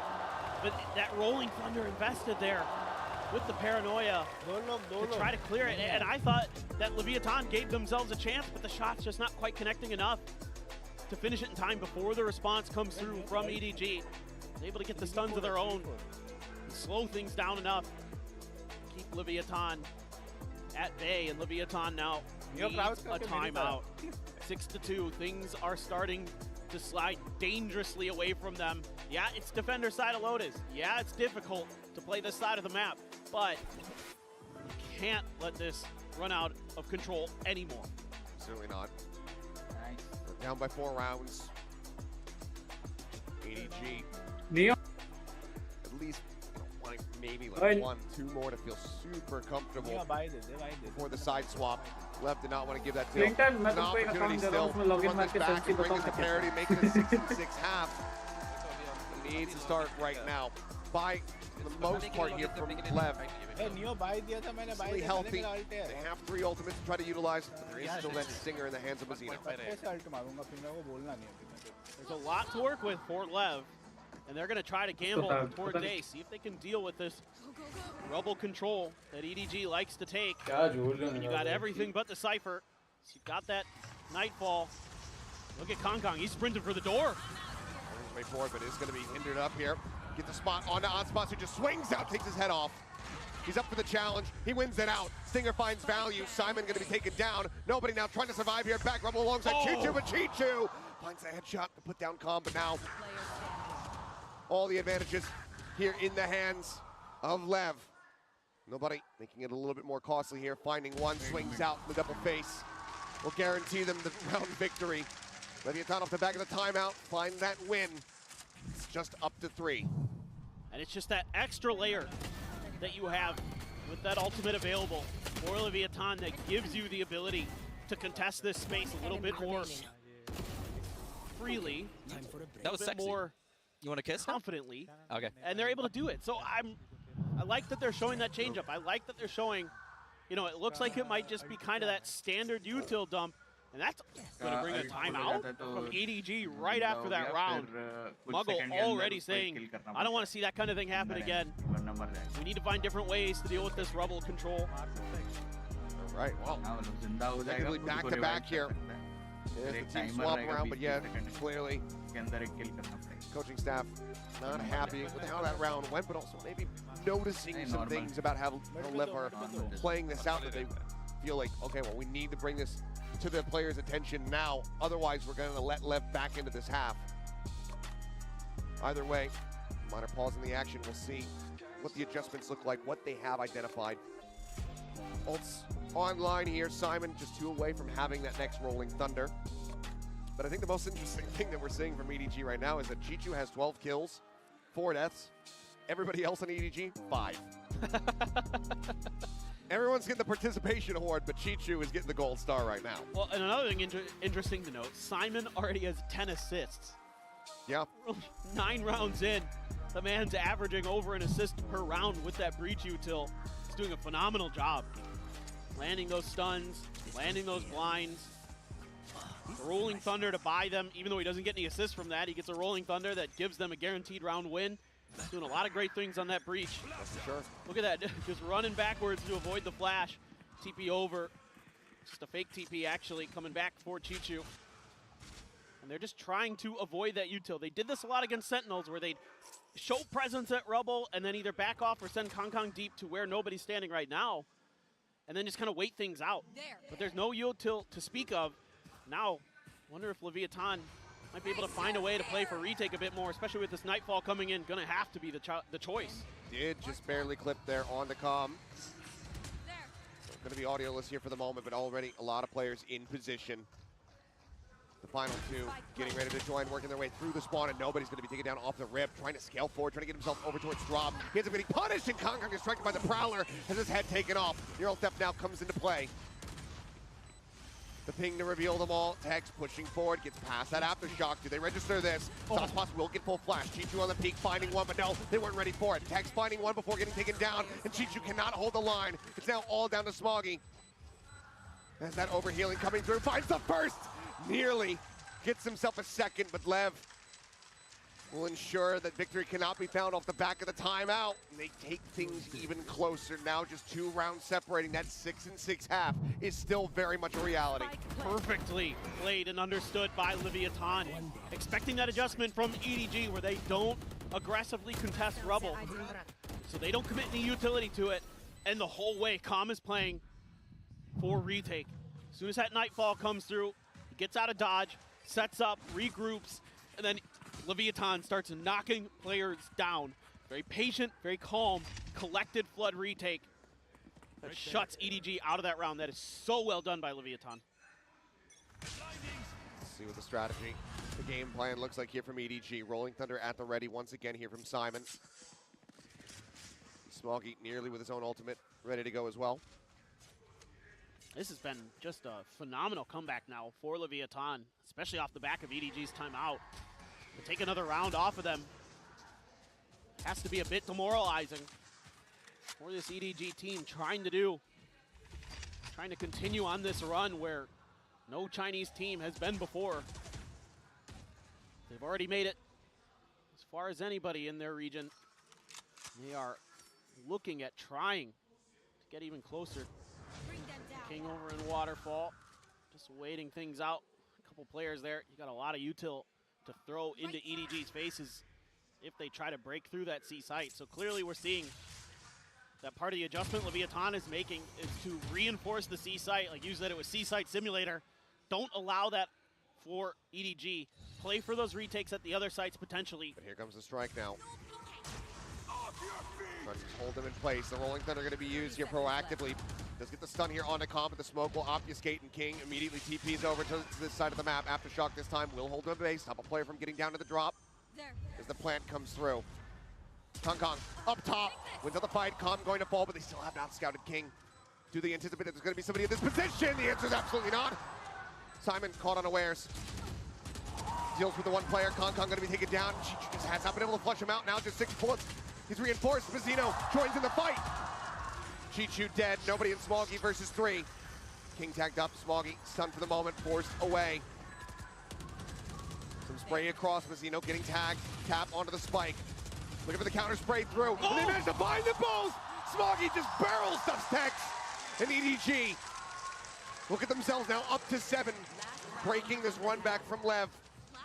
But still, 7-5. LEV will take that, considering how this map started. What an absolutely wild round for both teams. I mean, the fact that Kong gets so deep there and gets a kill leads to King's position not being anticipated by the side of Simon. He dies. They're able to reinforce his position, give themselves a numbers advantage, but just spraying through the smoke. I thought Leviathan had it, and I think the coaches did too. You see both of those bullet tracers coming out of that smoke. You know where they are, and yet still somehow EDG is able to get those shots to land. Unbelievable. A Judge, a Spectre in hand here for Leviathan as we go into the final round of this half. EDG looking for that 8th round victory. Only 2 ultimates in play are on EDG side. Chichu with the TP. Smoggy with the not dead yet. Paint shells from hotspots will try to slow things up as the Suns come through. Kong having to reroute. Slides around, but now comes over here towards water. Cannot transition over onto that second player. Mazzino scoops up the Vandal. Immediately finds value, but cannot get that Rolling Thunder through. But look at the HP bars. Damage has been dealt. Cobb spotted on the swing out. Goes for the fight, but Smoggy wins it out. Ult is online and out as Tex all on his lonesome. They're all so very low. Can he divide and conquer? Dodges the smokes. Smoggy dead. Ult now going to be popped. He slides back. He's just keeping him inside. Tex deals with the other, but Smoggy swings back out from the same angle. Finds the third, and EDG will finish the opening half 8-4. What a play here for Kong. Just times the end of that stun so nicely. Yeah, Mazzino able to answer back quite nicely. But EDG plays with such ferocity on these executes. They're so well coordinated, just in lockstep with each other.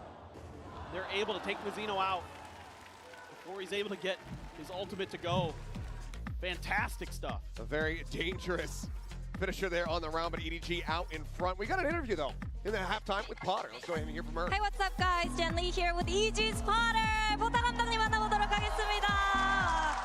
감독님 먼저 유일한 디펜딩 챔피언인 콤 선수에 대해서 여쭤보고 싶습니다. 아무래도 잘 알고 계실 것 같은데 콤 선수가 이렇게 중요한 경기에서 팀에게 어떤 역할을 해주고 또 어떻게 도움이 되는지부터 여쭤보고 싶네요. Potter, hello. Now I want to ask you about Kom, the sole defending champion here in Champions Seoul. What does he bring to the table when it comes to big matches like this? You know, he just really controls the awareness and the tone in the team. You know, communication is such a huge part of the pace and just understanding when you're gonna fight and things like this. But Corbin's awareness is just next level, and you know, he just pulls his teammates up to where he's at, and so it helps with the flow state for all the players. 확실히 좀 상황을 인지하는 걸 많이 도와주면서 리더십을 보여준다고 하는데요. 왜냐면 이런 경기에 있어서 좀 흐름을 읽고 페이스를 조절하는 데 있어서 좀 팀원 간의 커뮤니케이션이 굉장히 중요한데 콤 선수가 그걸 잘 픽업을 해내가지고 잘 팀원을 이끌어가고 또 팀이 어떤 게 부족한지에 대해서 제깍제깍 말을 해주면서 스스로 인지하면서 팀을 리드해가는 그런 능력이 굉장히 출중하다고 얘기를 합니다. 그러면 또 포터 감독님 한국에 오랜만이라고 얘기를 하셨는데 여기 포터 감독님 팬들이 진짜 많거든요. 한국 팬들에게 한마디 부탁해보도록 하겠습니다. You have a huge Korean fan base here, super Potter fans everywhere. So anything you'd like to say to our Korean fans in Korean? 안녕하세요. 소주 너무 맛있어요. 소주 indeed, very good. Okay. Well, thank you, Potter, and back to Lotus we go. Back to Lotus we go, indeed. Lovely to hear from Potter. Lovely to see the fans show that love as well. Let's go ahead, though. Focus back into the game. Sheriff in hand for Osbos and Tex. Looking like some frenzies here from Smoggy and Kong, so maybe a bit of a pacey hit as they start off this defense. But EDG for now, up by 4 rounds. And this is the exact same scoreline that Leviathan faced the last time they played this map. It was a 4-8 on their defender side. They switched to attackers. They went 9-2 against Heretics. Absolutely closing the door on them. Are they going to be able to do the same here against EDG and close the door on this match? Or will it be a continuation? Are we going to be able to see that Abyss? I really want to see that Abyss. I'm not going to lie. I want to see that double duelist comp from EDG. It's fun as heck to watch, but... It is. I'm right there with you, but let's see. Just for now, LEV just cutting some noise, playing out patiently. Nobody going for a bit of a jiggle peek. Now spotting him. Tucks back away before Osbos is able to line up the shot. A couple wall bangs. Kong gets himself situated here over by Tree. Break of the door. Pivot comes through. At the moment, it's only Simon who's playing this position. There's a flash and a fault line to try to slow him up. But a lot of the relay tools have already been burned here from the side of EDG. No relay bolt, no C's. Kong playing forward, sees the reveal, but doesn't swing fast enough to actually find the punish. 30 seconds Sticks left. around, doesn't really notice much. Now the pivot comes through. Tex taking some space, pushing his way through upper. See if EDG read this one, because Chi-Chi's going to be the first one to try to clash against him, and Kong sliding forward. He's able to find one. Smoggy similarly finding value off the frenzy. Kong kneeling with a third. Smoggy cleans it up, and Simon swoops in. The defuse will come in, and EDG. He will find both pistols here on Lotus. And these are these decisive timing hits that EDG is so good at. Once the button to go is pressed, everybody is on board. And Kong comes flying in on the Neon. Poor Kong just trying to do what he can. He's sort of ready for it, but it's so hard to adjust for that Neon. And then everybody's swooping in from every angle. They've got Leviathan contained. In his best Neon impersonation. He's like, well, that's his job. You run. Yeah. You just Forrest Gump cosplay, you run everywhere. Well, Sheriff investment here from LEV. 3 players picking these up. Tap the orb to try to see if they get anything to peek out. So now Mazzino on decent pace to try to get that Rolling Thunder online, but Simon, situated behind the box, has that fault line ready to go. Any noise, any contact, he's going to be sending it. Prowler comes through. The swing onto the corner. A bit of damage is going to be done, and now Smoggy able to isolate and just pick them all apart. The aftershock to flush them right back out into the open as well. Now Tex just sat here, wondering what the hell happened on the other side of the door. The slide through the side back. It's fancy footwork, and Kong will collect. EDG flawlessly close out the anti-econ. They get themselves up to 10. Man, Kong is so good on Neon. The way that he's able to utilize that movement and speed, time and time again. He does a lot of little things where he gets out of the way of utility. Moonwalking on him. Yep. The man just is unstoppable, like he's gliding on water with Neon. Just ridiculous. But he's so good at all the little things too, really. Sure. Certainly has mastered this. Heavy stack though. As Tex, right now, lone player on this side. Slide forward though, and Kong once again putting that stinger right to his temple. Takes him down. Simon playing limit testing here within the smoke. Seeking a timing. They have no idea. The plant's coming through, silently creeping across the plant, interrupted. His presence made known. Swaps over to the Sheriff. Down to 87. And he will eventually fall. Spike can now be planted, but he ensures the man advantage. As EDG will look to retake, look to win out, and convert this bonus. Paranoia across the slide in, the haunt revealed, and Kong does get taken down. Kong with a solid headshot. Is able to go ahead and bring numbers back to parity. Tries to get up onto the box. Has managed to find Smoggy before being taken down. But now it's nobody. Could recover a weapon if he wants to make some noise. For now, it's just the Spectre in hand. He's reading it decently well. Snappy with it. Readjusts. And the defuse will come through. EDG up to 11. They convert the bonus. And are just 2 rounds away from taking us to Abyss. They are so good at playing in and around smokes. The way that Simon hides himself, he has just enough room on the ground to keep his feet obscured. And he just waits Leviathan out. Unbelievable patience. It's so close. The coaching staff for EDG could barely believe it. Going up against Ospas. Nobody with a Spectre. Sits him down. And we may be looking at a map 3 relatively quickly. And look at Kong, outlaw in hand. He knows the situation on the other side. He knows that the economy is in tatters and that they're all going to be having these half armors. And he wants to take advantage. They're on the Prowler for now. Simon again pushing his way forward here into the smoke. Paranoid crashes across, but already Smoggy finding one. Pushes out, looks for a little bit more, but he's got the ultimate to play off of. A peek in from Simon, a spray across, he finds one, but Aspas quick to trade it back. Aspas is trading up. As now Chichu will be eliminated. While that outlaw is in play, suddenly it is not the weapon that Kong wishes that he had. He's trying to take some space, pushing forward, taking out a blind shot. Ultimately, comes up short. Can't get the swap, Vandal in hand. If he can deal with Tex, he's gonna be in a good position. Some wild spray, a reveal off the haunt, and Aspas getting ready to strike from behind, the slow creep up.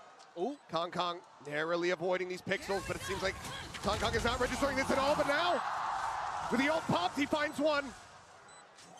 Paint shells coming through. Kong, he knows where he's at. He holds at the half, eats a little bit more damage. But his teammates can realize this, and there's nothing more that Aspas can do. He's out of line of sight. He's outdone him in every possible way. The Red Bull clutch as EDG get to map point. What decisiveness that Kong has. Pops the ultimate when it looks like Leviathan may have finally stabilized, may have found a round when they needed it most. It's a scrappy play off the rip. Leviathan able to just barely get over with a couple big kills from Aspas to get to the site. But then this man comes through with the lightning fingers, and King is not happy. Complete inversion of emotion across the stage. As Leviathan are being pushed to the limits here on Lotus. EDG now here at map point, one more to send us to Abyss. And it seems nigh impossible for Lev to turn this around, even with this last timeout being called. Yeah, I just love the confidence that Kong has in moments like that. He's just making all the noise in the world. The haunt comes through. There's zero ambiguity about where he is. And he goes, nah, it's my time. And just goes for it. Gets the spam through the wall, the ult. He's unbelievable. Truly one of a kind. This has been the last time that Lev get to talk to their players on their own terms here in this map. Nearly four ultimates to try to utilize to start getting themselves back into this game. But if they have to dump everything just to be able to win, to break that win streak here from EDG, to get themselves to 5. Well, they might just be screwed in the follow-up. Once again, going to be half armors abound here across the board for Lev. 2 Guardians in play, and an Odin from nobody. And he's pushing out towards Mount. Showstopper pops here from Aspas. Holds them back for now, gets himself up over the top, sends it out blind. A little bit of damage going to be taken as a Prowler. Scout Simon over here towards the door. Does he just send him out? Simons doesn't need audio. Snaps in, finds 2, looks for a little bit more. They line up for him, but he cannot take the shot. But still, damage is done. Parity is found, a 3v3. And health, the advantage here for the side of EDG. Zero Theft gets a second ping, fast lane to try to slow them up, but they're just going to disrespect that, go gliding across. No way! Kong has spotted him out, but he runs out of bullets, and Tex swings the corner, finds that kill, but Smoggy shuts him down. And now, it is Mazzino with no util, just a rolling thunder and a fault line to somehow try to turn this round on its head. A 1v2 versus Smoggy and Chichu. The 2 lobby leaders. He knows that this is not a great position, and he will fall. Smoggy gets the final kill. 13-4, EDG answer back in a monstrous way. Not dissuaded by losing out in overtime. They come back in fully confident, fully geared. And now we go to Abyss. Not missing a step the whole way through. I am so ready for this third map. It is going to be incredible. कुछ भी लग गया, कुछ भी नहीं reveal हुआ था, बढ़िया रिवील था। अरे अंदर आ गया वो, अंदर आ गया, फ्रेम अंदर आ गया।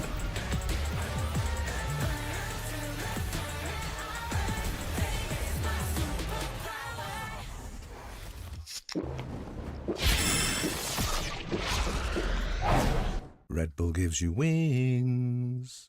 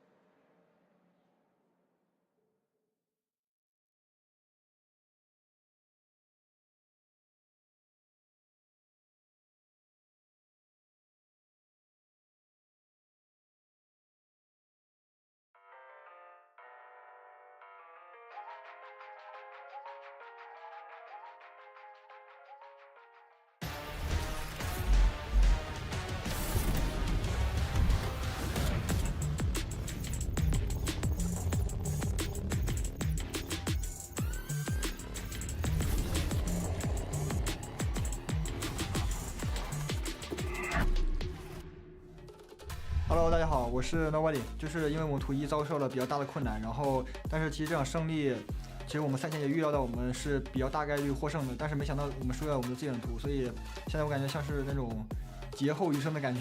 那我觉得给所有来自 CN 的队伍做个表率吧。我觉得意义非凡吧，我只能说，因为我们也是首次就是经历这个我们能够进入到下一个场馆比赛的这种事情，因为之前从来没有过。然后现在感觉像做梦一样。Down to Smoggy, he's holding it down towards the back! Beaming him down! Still got the ult as well, it's not dead yet, nobody up and over the top, punish onto tens. Nana swarms, shredding them to pieces onto the back of the side here, but as the smokes dissipate, Smoggy! 我觉得利维坦现在是一个个人实力非常强劲的队伍，因为他们刚刚在美洲拿下的冠军，说实话是比较出乎意料的，因为他在之前的成绩并不好，所以我觉得现在虽然说利维坦输给了 TE， 但我觉得当时他们可能状态不是特别满吧，我觉得非常值得人尊重的一支队伍。我想对利维坦说，上一次在 LA 我们输得很可惜，但是这一次我们要像在东京击败 S-Pass 一样再击败你们。That is my IGL EDG. They hit back hard on Lotus, which means we're definitely going to get a map 3. I've got Sideshow, Kakuka, and Mimi here with me. It's happening. Yeah, it certainly looks happening. like it. I mean, they just broke a 7-map win streak for Leviathan, and they beat them harder than Trace beat them, which was the last loss that they had. They're kind of bookending both losses to a Chinese squad. I mean, I think it's also the fact that we could predict how they were going to play, how they were facing all of the issues that they had on this map, and they just took it to a different level. Yeah, this was a ridiculous game from EDG, and that first half in particular was incredible. They got the plant down 10 out of 12 rounds and were converting the lion's share of those. And I think the biggest reason because of that is that LEV was just having to give so much respect to these executes with the Neon from Kong Kong. And once they got in the post-plant positions, they did such a good job of disrupting the Leviathan retakes and closing out those rounds. And the momentum was going in for them. Even when it got to those clutches, to those 1v1, they felt like they could win them. And time again, they were doing it. We know that Leviathan, on a map like Icebox, they're super good on the retakes, but they did not have a plan B for this one. A couple of rounds, they tried to confront it, but EDG was ready for it. And I think one of the problems for LEV is that they took too many early round fights that they were losing.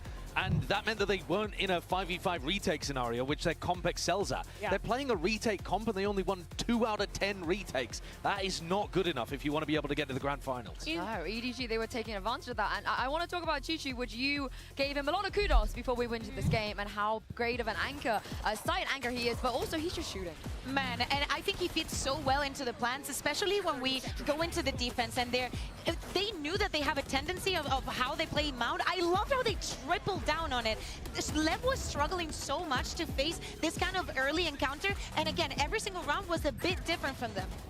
This guy so often is asked a lot on these attacking sides, where Chichu is put alone when the team is playing a 4-1 setup, and he has these opportunities to lurk up, to create space. It happens on a lot of their different maps, and he's so successful in those positions. But on a map like Lotus, some of the time he is playing more with the pack, going for these faster execute rounds, and he's just finding the same value there as well. Chichu has kind of had a sleeper, outstanding tournament for EDG. Yeah, you want to know a bonkers stat? On the attack side, Chichu wins 73% of his first duels. That is ridiculous. What is he doing? That is just ridiculous. You're either going By the way, the 4-1. Kong Kong is on the team and he goes for like every single first kill, but he is still that successful. Yeah, literally, you have to pick your poison. Do you go into the heavier side and fight Kong Kong on the Neon, or do you go and try and take a peek elsewhere and you're going up against Chichu? They're just so good at getting these first kills. Leviathan did not win a single 4v5 this map. Yeah, they were just shooting back. It's time, though, for the HyperX reflex moment of the match, and this came from EDG in their pistol round. Yeah, exactly. We were given props to them and what they were doing, how they were able to stay in the map. But what they did here with this Francis made no sense. So disruptive, so quick, and of course a beautiful win for them. They're converting, I think, 3 out of 4 of the pistols that we're having so far in this match. And that's even better than their average, which is 65%, right? And I think so much of this is coming down to... Yeah, pretty much. So it's a lot of it's coming down to Smoggy. Smoggy on Lotus, on Clove, one of the best players that we have at the tournament, and put him with a frenzy and an overheal in his hand. It's ridiculous. It is ridiculous indeed, but let's talk about this elephant in the room. EDG, they could have gone to Sunset. They was their choice, and they chose Mimi to go to Abyss. What do you make of this decision? I think it's really interesting, and it makes me think they have something cooked up. They've shown this map twice, playing back in SEN. They were running a double duelist Jet Yoru with no Sentinel on the map, and I think the biggest question now is, do they go back to the same ideas, or with the 5 days off from the group stage, do they have something new planned? Even if they do have something new planned, when you opt into a map that you're not sure that you've got like good match results on, I think that's a tacit admittal that you're the underdog in the game. I think they've deliberately gone for a gamble map 3 to try to knock Leviathan off. And LEV are sneaky good here. They're 2-0 on the map. They've got some very big wins against other teams that are good here, like G2. It's going to be very tough for EDG to close out when they could have 2-0'd today. Exactly. Just think about the momentum. Everything is back on their face, but we need to see, is the double duelist going to be back? And it's not. Chichu Astra. Yeah. Okay, so this is a little bit more similar to the comp that they were just playing on map 2 with this double smoke idea, this time with that Astra instead. Now, surely they didn't see the DRX beating everybody with a very similar comp and just steal the comp and the ideas. Surely not. I cannot wait for the Chichu highlights, but definitely something that they've seen here. But Leviathan has to be incredibly comfortable with this composition. Mazino is probably the best harbor that there is in the world. We saw it on map number 1. LEV's protocols on the retake with these harbor comps are killer. Teams rely a lot on the post plants here, and LEV are one of the best in the world at winning these late round retakes. The Smoggy Omen has not been as successful as the Smoggy Clove. He gets almost half the kills per round that he does on Clove, so I'm going to need to see Smoggy step up. Yeah, on the other side, Lev, they didn't change anything here. How do we feel about that Harbor? I mean, I like it. I think that if there is a team that is going to be running it, Leviathan has the easy one right now. If we think about the faces and the reactions that we were seeing during that map too, things were not going well. People were trying things and nothing was working out. But for this one in particular, everybody's playing a little bit of like best in slots. When things are going wrong, you should be able to step up. But if you think about what EDG is doing, they played with their minds. They were not expecting this map and not this Abyss. Yeah, we're just experiencing some in-ear issues right now on stage with a very small delay. But yes, Mimi, what did you think about Lev's comp? I think it's really Leviathan, to be quite honest. They're the only team that is playing Harbor, and only other Americas teams have even experimented with this agent at this point in time. And like you're saying, Mizzino absolutely world-class here. I think besides just those retakes we've already talked about, their protocols to deal with mid with this Harbor are really good. They have a lot of different walls to condition and threaten a walk down in that area. And I think it makes it really hard for attack side teams to mid-round past that utility. I totally agree with you. I think it's going to be really important for EDG to fight over that space. Another thing to take a look at is that this is one of the maps where you see Aspas play with the op on both sides. He loves playing with the operator at backside towards A, on top of the box on B as well, but he will sometimes take it on the attack to try to find entries into B too, which is a little Kong Kong-esque. So that's certainly something that both teams could rely on. Thus far today, I feel like Kong Kong's had the better form with the operator. Exactly. Let's take a little bit of look at the numbers. At the beginning of the day, we were thinking and speaking about this head-to-head between Kankan and Aspas. Right now, kills is 11 to Kankan, 8 to Aspas. 2-2 in op kills, just in the head-to-head, okay? Just in the head-to-head. And in the first kill, first death department, still Kankan is winning 4-3. But still, is a very, very small margin. Yeah, Kankan was excellent on that map number 2. If EDG is going to make their first ever final, this performance from Kankan would be the way to do it. It would be indeed, because of course whoever wins this map, may it be EDG or Leviathan, will go straight to Sunday's grand finals. Kilios and Paper, then I cannot wait to see who makes it. I don't think any of us can, but we will, as we wait to see what the conclusion of this map of Abyss looks like. New agent revealed there, but it all comes down to this. This map determines whether or not you go straight into the grand final, gain that map draft advantage, being able to ban out two that you do not want to play, or if you're going to have to make the run through that lower bracket and risk elimination. So much pressure here onto EDG. Trying out a new comp, adding in that Astra like we've seen with Fnatic and Heretics. But to some limited success, teams have done a good job adjusting to it. Leviathan using that high tide to gain a lot of space and information, but EDG wise to it, setting up some defenses of their own to try to counter that move, and it will be Leviathan who readjusts and moves back to their starting positions. King, though, going to be jiggling at that angle along with Calm, trying to watch mid, trying to take control of this. The smoke's going to come up for EDG to allow this cross, but it's pinged out. You don't have a ton of info, though, as Leviathan. Hard to get a read right now on where EDG is, what they're thinking. The only thing you can really see is that star that's right in front of Tex. Tex watching into main, not at window, as Kong Kong slowly creeps out, puts a shot across onto him. Can't confirm the kill, but certainly takes him lower. Camera around the corner. Start coming through, now will be cleared out and removed. Tex just tucking back here for the moment, expecting this push out, but he glides back into the smoke, breaks that line of sight for a moment. Meanwhile, Aspas over in mid, able to win out versus Chichu, taking down the enemy Astra. So now, don't have to worry about those grab pulls. Right here. Flash at the ready here from Simon. Swing onto the corner, sends it out. King not getting caught by that, but does catch a bullet. Shot through, reveal coming down, push onto the corner, and Mizzino clean the last two eliminations. Leviathan will go ahead and pick up their first pistol since Icebox. A huge pistol round win. And even though EDG able to keep themselves kind of obscured, able to deny some information about how that round was going to look, Leviathan has great protocols in place. The only thing I saw that was a little bit off, I think one of Com's shock darts went sailing off the map. But other than that, it was really, really good for the side of Leviathan. And they're able to get such valuable information. The spot makes it so easy for Mizzino on that Harbor. But early mid control with that Harbor is going to be something that the desk talked about and something that I'm very keen to keep my eyes on. How does EDG try to deal with that? You have this Astra in here. Try to give you a little bit of extra post plant utility. Oh, Kong? Kong takes out Tex. I mean, he had an outlaw on hand. Had the weaponry to be able to win out in that fight, but it's a quick peek in and the kill rewarded. It's a very solid start here for EDG. But all the pressure very much lies on Kong's shoulder, given that everybody else, likely just classics. Chichu with a ghost, maybe an opportunity to do some damage. Trying to see if Smoggy is going to attempt to make a push in towards the vents, but for now, EDG continues to take their time. Register. Only will now. Yep. And an immediate cascade in response, just in case there is a push off the back of that drone. Instead, more time being taken here by EDG. Trying to draw this attention towards that A site. Yep. See King starting to drift back, get himself into position for a fast rotate. I mean, they're using their Uto really nicely to keep Leviathan really off balance. Star's now going to be set. Nebula's going to come up. 30 seconds Recon left. reveals nothing. Ping coming down, suspecting somebody on the opposite side of that wall, and they would be correct.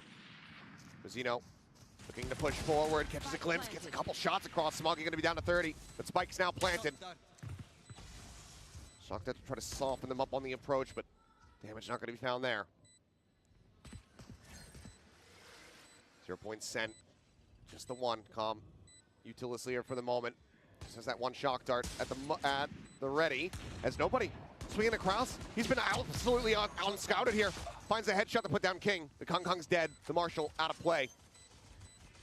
Code being spammed. Fragment comes in. They'll hold it at least for the half.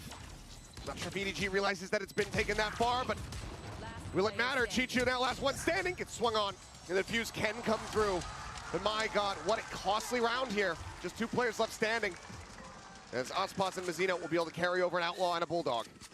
And this is where some of that effort that EDG puts into the beginning of the round to keep Leviathan off balance pays off. And they're able to get into those post-plant positions, able to sneak nobody underneath the nose of that recon dart, right behind the box on site. And that gives him a free kill. That gives that extra layer to this defense that makes it so difficult for Leviathan. Yes, they get the win, but it's a very costly one for sure. The bonus looking rather weak for the side of Leviathan, just that Outlaw and the Bulldog. Another Sheriff in there. They want to try to go a bit aggressive here. It's going to be Paranoia out, but Kong swung out ahead of it. Does not get caught. Puts quite a bit of damage down as Kong backpedaling, falls to 22. The opening fight very much goes the way of EDG. Nobody. Getting set up here for a lineup. Making sure that he's right on the edge. Just curious about Leviathan's answer to this. It's going to be that drone going around the edge of the map. Swung out wide, gets the tag on the one, looking for a concuss on the close left side. Trapwire going to be cleared out, but the reveal is good enough for Texas to go ahead and find the shots. He takes out Kong. One player dead, the first step taken. Calm. Recon right into the head of Smoggy, but Smoggy just turns his sights up towards heaven, managing to find that kill. Shot swinging out, Smoggy up over the top, collecting 3 and out. Just Ospots left standing.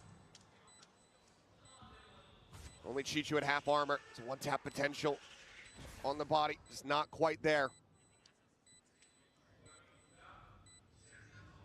See if Ospas can make this a little bit more painful here for the side of EDG. Seem like they're very well poised to get this round win in the anti-bonus. Yeah, just not much that he's going to be able to do at this point. EDG doing a great job here, anticipating the early pressure. Gun going to be snagged for Aspas on the way out. And will sprint over into mid. Gets himself out. Nobody counter-rotating over to try to get a punish there, so we'll hold on to the weapon. EDG finding their first round win here on Abyss. Yeah, just solid patience from an EDG, a team that just showed you on Lotus that they're all over the place, they're explosive, they're really taking their time on Abyss, really trying to work the map, trying to find the utility of Leviathan, trying to bait it out, trying to get an understanding of how they're posting up in their positions and working around it. In this round, though, Leviathan tries to turn up the tempo a little bit. Not much doing. Now we go over into the full rifle v rifle, and ult already though for Simon. He has that no command available. Mizzino close to a reckoning already, just like on Icebox. Cycling those really quickly for Leviathan. They love to play the retakes off the back of that Harbor util. Getting that in there early, such a huge advantage. Just a bit of a peek here from Kong Kong. Nobody wants to challenge that one right now. Oh, jiggle peek, but just a spot. And a change of direction for EDG, but mid-left, widely uncontested by both sides. And I think it's going to be more difficult for EDG in so many different ways to take that mid-control.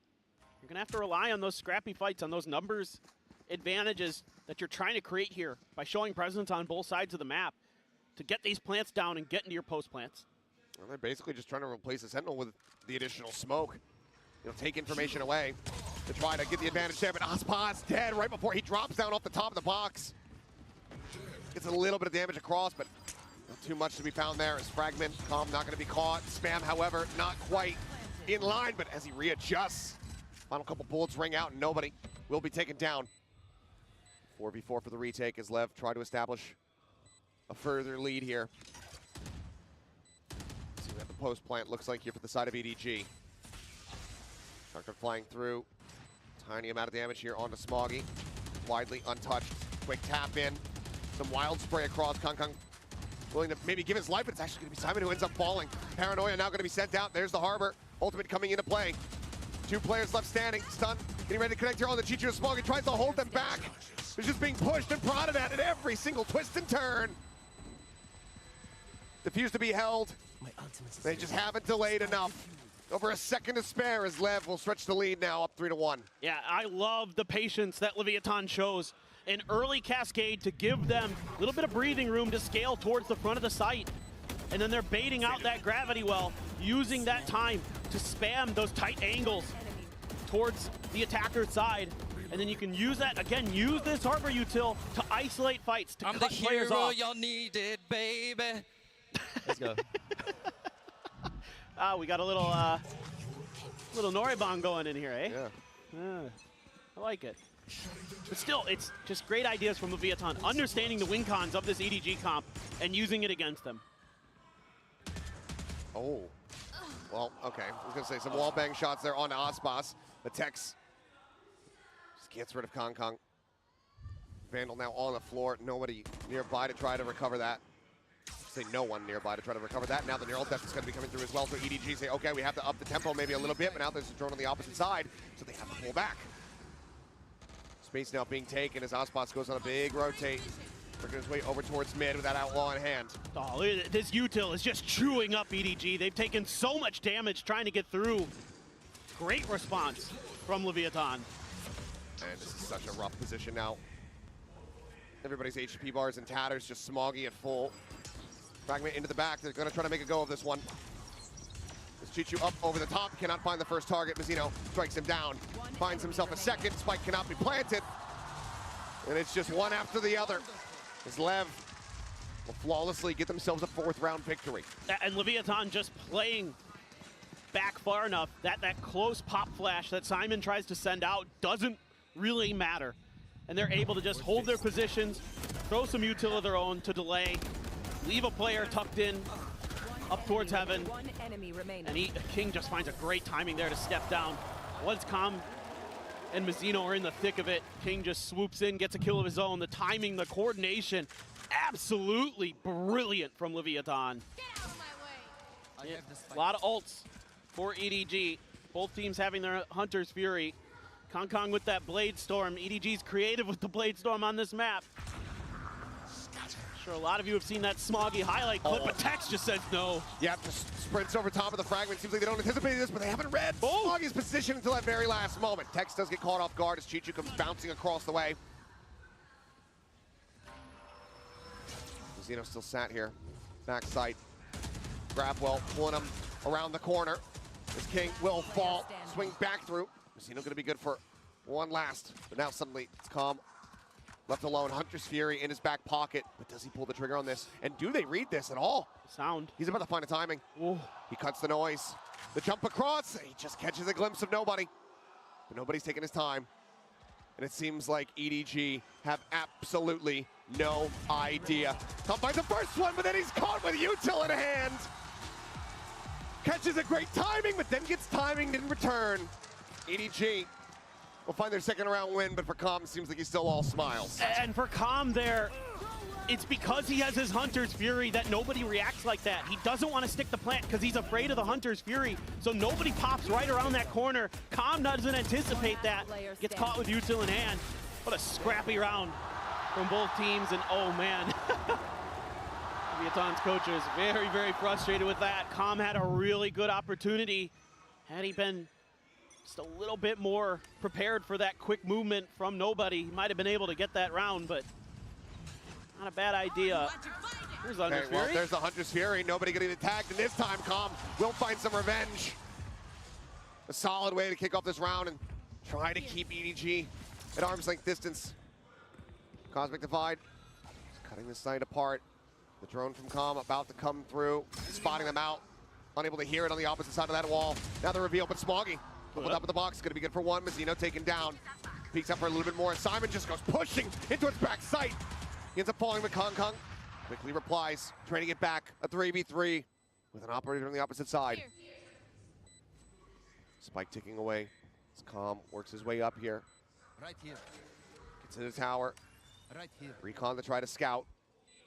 Ping's coming down, having a solid. Oh, he's got him again. Landed on him. Pinned him. That's the second time. Now they look for the clear up at Smoggy. Still finding one. Ospasto point blank range finds the other. Chichu last man standing, Guardian in hand. Gotta go. It's planted here on the bridge. The time, it's ticking. Stream or sets up to the cover, the grab, they're trying to deny it away. But the time is just ticking away. And Chichu will find the final 2 kills to get the Red Bull clutch EDG. All just 1 round away from tying us up. The economy. They've been losing so many players. आजा दोनों काम एक साथ कर लेना stream और game. But I think there's just a few moments here where Leviathan just oversteps Mazzino, tries to play off the back of his own cascade to see if he can find a timing or something. और वो पहले smoke पे lock करके रखा था ना वो मेरे को लगा नहीं खेल रहा हूँ smoke खेल रहा है इसलिए मैंने तो brimstone ले रहा in that post plan against Chichu's positioning when you only have 2. वो बोला flash up ले लो कोई. You don't have that extra smoke. The jet smoke is so short.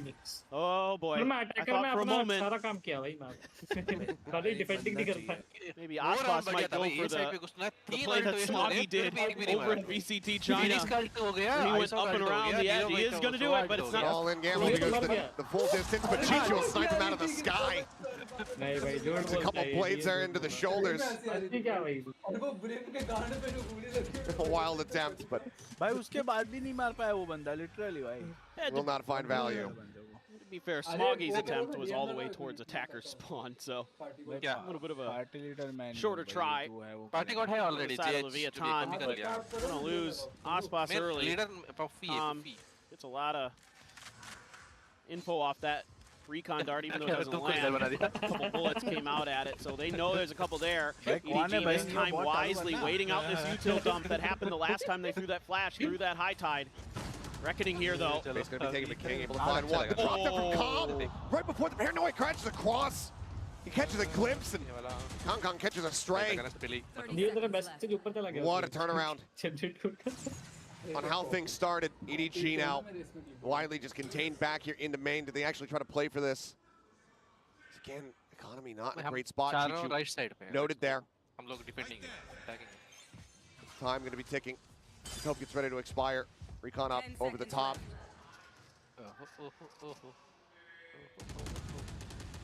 And yeah, they're just going to be sat here, waiting it out. LEV will find themselves a business. Mazzino finds Chichu at long last. Simon, the only one to retain a weapon. As we go forward now into round 9. This is so difficult for EDG to deal with. Okay, this doesn't work. They wait out the util, but there's that extra layer for the side of Leviathan this round because they have the Harbor ult. They can wait for this execute, use that, and then flood towards EDG's attempted site take and just shut it right down. Like you've been saying, the money's weak for EDG. Now it's reared its ugly head. And Ospas has an outlaw once again. See if you can find a little more damage this round. Kong with full armor. It's King getting a little bit of damage, but Kong quick to adjust over to the left side approach. Zeno taken out.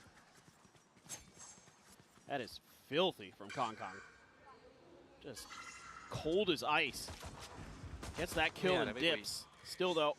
नहीं तो अब तक at least कोई मतलब random ऐसे भी मतलब message भेज देता कि नहीं आएंगे no I think that Kong push really had to call attention to this space, right? Where Kong is. Oh god. Well, anticipates it. Nobody wins it out with a classic. Some tags in there from Smoggy, but Kong now going to be taken out, dealt with. Looks like Smoggy just wanting to get towards that A side as fast as possible. Doesn't go for the recovery on the weapon. It will carry forward at least one vandal. That was Chichu. Grabs up Kings. Sat here. The recon coming through. Full flash into his face. Still manages to get the recon out. It's going to be cleared. Pushes forward. Now going to be concussed. Just staying sat here, hoping he doesn't get spammed down. Shock dart. We'll be able to find nobody, but not before the plant comes in. Calm alive means it's still going to be a 3v3. Can they flush him out again? अरे भाई क्या कर रहे हो? Previously it was the Reckoning, just keeping Stream करो भाई, stream करो. Here in Maine, this time they don't have that. आ रहा हूँ भाई. They don't have anything. Push up into the smoke, and Chichu comes to the rescue, keeps Simon alive and well. An attempt here at the no-scope, but they hound him down. And it's going to be a MasterCard thrifty for EDG to once again get within touching distance. One round away from tying us up. And all it takes is a push out from Kong. Gets that one kill and immediately ducks back. And everybody on Leviathan is super worried about some kind of fence hit. And then you lose this fight. King there, not able to get the aim down in time as two players staring him down with weaker weaponry. Kind of panics a little bit. The shot's just not landing. There's a little bunny rabbit in the smoke, Simon. Simon just frantically and feverishly jumping to just try to elude that spray. EDG though will be calling a timeout despite the thrifty coming through, wanting to apply an overall grander strategy here for the team. These last 3 rounds to be played out in this half. Well, I mean, if I'm Itopata, I think I'm just saying, like, look, you guys need to calm down. Like, don't overreact to some of their stuff. They're not being ultra aggressive for the most part. Wait their hits out. Set up those crossfires and those utility combos that have been shutting rounds out away from EDG. A little bit of patience. And then I think they're okay for the rest of this half. Still though, this has been a great back and forth between these two teams. So much fight. You also have to be concerned now about EDG having a couple huge ultimates available. That Cosmic Divide and the Hunter's Fury. Also Smoggy with his ult. Apparently saw that a while ago. Didn't really get to talk about it, but he just TP'd behind Leviathan and they had no idea. Things like that you have to be concerned about. AC mid-take coming through, but already some pings down from Kong. But now it's just playing Ring Around the Rosie with that drone, avoiding detection. Time to peek out. Not so cognizant of it after all, as King finds the timing to go ahead and take him down. Auspas now lurking forward as the drone will be sent. We'll find the jet. That was the same push out, more or less, that Leviathan did on their pistol round. And EDG was so ready for it. This time they're just kind of lost in the sauce. I'm a bit surprised that Kong didn't expect somebody to be coming through that angle. Gets caught completely off guard. It's painful for EDG to say the least. Absolutely is. Constantly been trying to tie things up here on this map, but just haven't been able to make it happen. Let's just continue. Just stay one step ahead. Hunter's Fury now going to be sent out. As nobody's just blind fishing. Green preferred, red nothing bites. 30 seconds left. Time dwindling for EDG. This has to be quick. And there can't be much resistance if they're going to get this plant down. 20 seconds, come, ready for it. Out of line of sight of that dart. It's a bit from the fragment to try to reposition the swing out. And Auspas not going to be good for it. Simon does manage to find the kill, but Calm still here. Spike now on the floor. off the side of the map for a brief little moment, but the round is already over. They need to do nothing more but sit back and stay alive. Some damage will be dealt. To stop the final messages of these rounds, the economy being built up for Leviathan, but that round win still eluding EDG. 6-6 now, the best that they can hope for, as they still have these ultimates to try to utilize, but Lev keeps himself out in front. They just felt very off balance the whole way through on that round. Every idea mostly got red. Beautiful, guys. Nice round. Absolutely beautiful. Aspas surprisingly at the bottom of the scoreboard, but Leviathan still ahead in the score line. So despite a little bit of struggle from their superstar, everybody else on Leviathan stepping up nicely. And it's a really great team effort.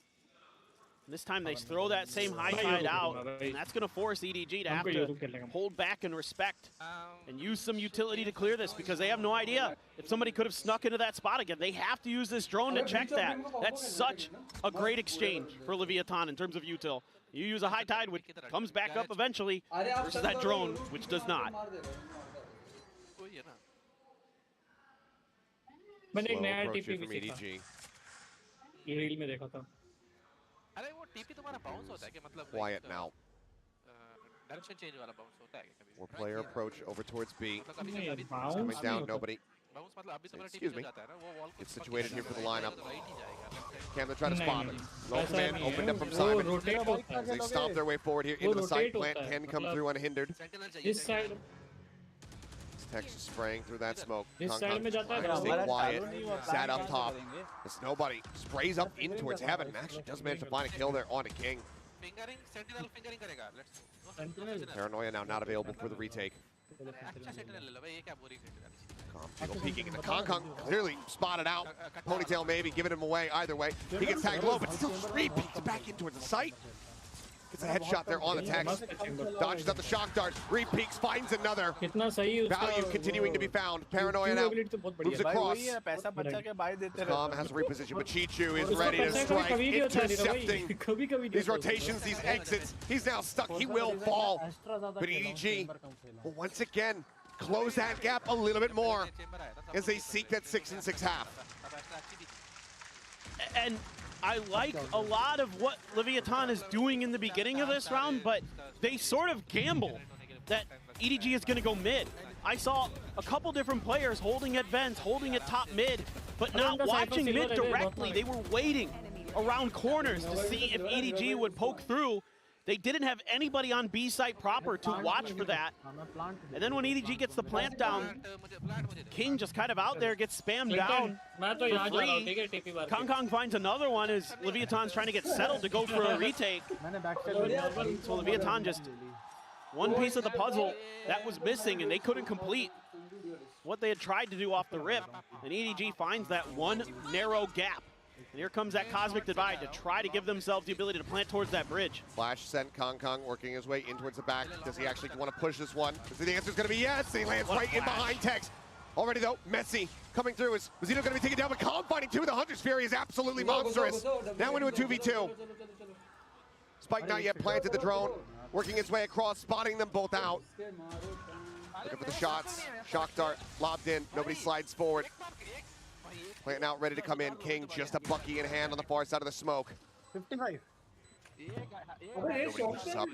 It'll almost certainly be a dead man. Recon comes in. The jump across, the spray down. Chichu, nobody together. We'll get EDG tied up at 6-6 at the half. What a series, what a map. Incredible back and forth. EDG able to stabilize and find 5 of the last 7 rounds. We would not want to see it any other way. Complete parity here at the half in this map 3. We're going to go to a halftime break. When we come back, we'll see which one of these teams goes to the grand final.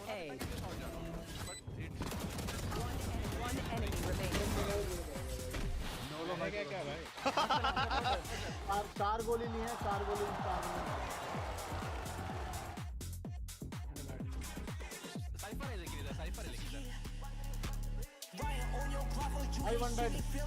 मेरे को ही कर दिया,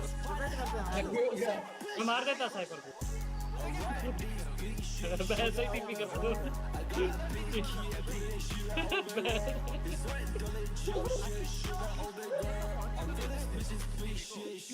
पहुंच गया था वो मार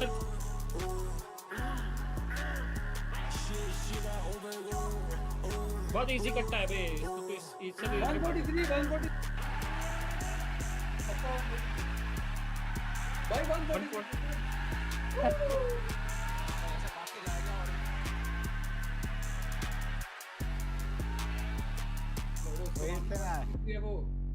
एक साथ आए थे भाई वो चलो कोई नहीं अभी अपना उनका गेको है ना यहाँ पे जाके उसने वेट करा स्पीड ली और तो भगता हुआ आ गया भाई के पास इको है ना नियो टाइप लोगे भाई इको फ्रैगर्स हां मेरे को ये देखो तो ये कौन है भाई मैं शॉर्ट से डॉग करता हूं आ जाओ Showstopper out in the crowd. Pumps some t-shirts up here for the awaiting fans, but what we're really awaiting is seeing which one of these teams is going to make it into that grand final. 6-6 at the half, anybody's game, anybody's match. Very well all come down to this next final pistol. And the first thing that comes to my mind on this half is that EDG is running a Sentinel-less comp. The defender's side is going to be very tricky. It's very difficult to keep information, to keep mid control, something that Leviathan's comp excels at. They have so much ability with the Sova, with the Cypher, and with the Harbor to make your life a nightmare for understanding where and how. There's going to be flank angles attempting to be created. And what is going to be the response from EDG? A lot of teams have struggled to adapt to teams that have good mid control, so their answer is to stack up players and just watch for it with pistols. The wall comes up. Shot's going to be exchanged here from the side of left. Yes, we are in fact here. They're all going to come their way towards this B side with just Simon here for the moment. It's just a classic in hand. Ball coming up, Recon going to be sent. Quickly cleared out, but Simon widely just has to backpedal now. Confirming that back sight is going to be cleared out. The plant can now be made. Tex, once again, Sheriff in hand. Good for one. This Aspas looks for a little bit more, but ultimately will be felt. Simon finding that kill. Traded back to interrupt. For now, the spike not in play quite just yet. 0 point connecting on the two. यार वो कंकस हुआ था लेकिन पता नहीं coming through Chichu rerouting in his way up towards blind इसका मेरे पे कैसे आ गया भाई आ जाओ मेरे साथ Star set up another wall coming through and Simon bumping over to the ghost is able to find one. King will clear out the last two and Lev will get themselves another pistol here on Abyss. I love the way that Leviathan shows you so much patience, taking their time before they get the spike down to make sure that EDG isn't going to try to find a timing while one player is busy trying to get the spike planted. They wait that out. They find their opportunity. This high tide is so good. यहाँ पे मेरे को cover दो, मैं यहाँ से drop करता हूँ, garage वाले को पकड़ूँगा. But really, it's the timing there from King. The whole time when it became 3v3, watching King to see what he does with that deep post-plant position, and they use that high tide to scale him up to find that angle that EDG is not ready for. Couple players spotted out there on the recon. Ultimately, nobody winning the fight to claim the orb as his own. Kong try to something up here with that Sheriff. Swings out and just narrowly misses the opportunity. Aspas gets away. Smoggy now. Clean up on top of the box here at the B site. All on his lonesome pings coming down. The jump across from Tex, the instant headshot. Smoggy though, we're seeing a bit there. Takes a bit of damage. Put King down to 53. Gives the team a fighting chance. Goodness, that is sick from backside. Oh man. Nasty, but still a hell of a lot more work to be done left. Very much in control of this site. Recon exchange. Cove now going to be sent to try to slow up the approach even more. Spectre to hold the line. The players on the opposite side of this very dangerously low. And he will be able to find those kills. Kong going to be good for one last elimination there. Ultimately, Lev losing out 2 players. They move forward here into the bonus. Still though, not a ton of weaponry recovered from their round, but looks like they are going to be purchasing up a little bit on the side of Leviathan. Up close and personal with those sprays with the SMGs.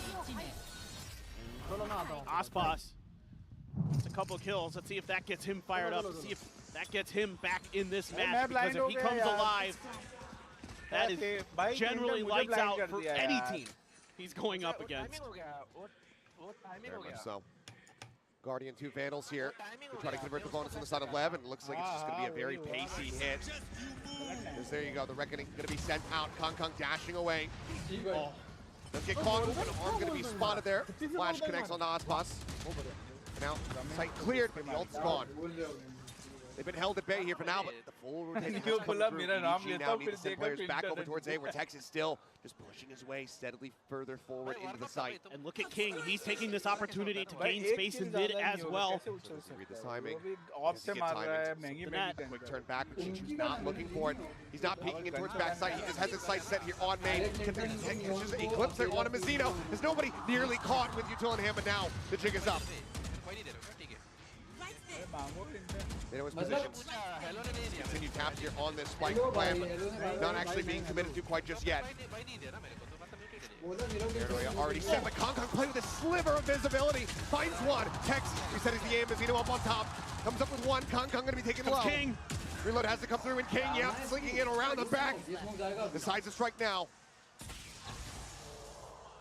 Shock dart avoided, head spotted. Calm is dead. The dash down, the drop. Mazzino low on HP, but the shot does not come through. Smoggy, however, catches it for a brief little moment, and he is cognizant about this flank. The seconds handling the wall to be broken. Tex some warning shots, but Smoggy's so wise to it, it would seem. Plant's coming in around the back. He's going to drop down. He finds the kill, but he cannot interrupt. And now it's a 1v1.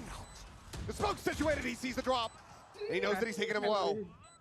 Shots have connected. King waiting it out. Right click spam. He goes for the push, and Smoggy wins it. The defuse can come through, but it is narrow margins and an immense amount of damage dealt. One weapon carried over. EDG, that is a rocky anti-bonus, but one that you will still be happy to win in the end. But I think Leviathan might be a little bit salty about this round. They did so many good things here, buying all this time with their utility to get King in position to backstab, but then they just can't quite displace Smoggy. But man, oh man, the EDG fans here on their feet. The hero for China once again. Just barely nobody. Oh boy. Woo. You can see that this map, this series, it is starting to take its toll. Emotions running high, whether it's elation or despair. Simon tagged up a bit. Pop flash sent out. Holding Aspas at bay for the moment. But here's this mid control. 0 point sent. Cleared. They have everything. The entire center of the map is theirs. Chichu, the one holding on the opposite side, over here towards A. Smoke now coming down. Makes a lot of plays. Seems like he may have. Nebula comes up, just cutting off that line of sight. Kong now creeping forward, finds Tex over outside of B in window.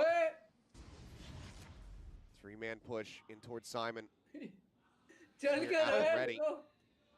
Aspas leading the charge. Outlaw scoped in. He sees one. Flash now sent. Forces out the dash. They're still here. Chicho around the back. Caught as Mazzino comes up with the kill. Kong now trying to sit, but Aspas will strike him down. Just peeking into the Outlaw. Finds its mark. Looks for another quick peek, quick shot, quick death. Smoggy eliminated now. It's nobody all on his lonesome.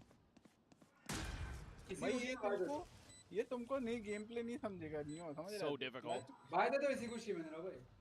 Just about the full kit here, but Calm the first that he has to clear, but now sights turned, and Aspas catches him right in the rear. A 4K is LEV. Stretch the lead now by 2 rounds. And this whole round set up to enable Aspas to do damage up close and personal with this Outlaw.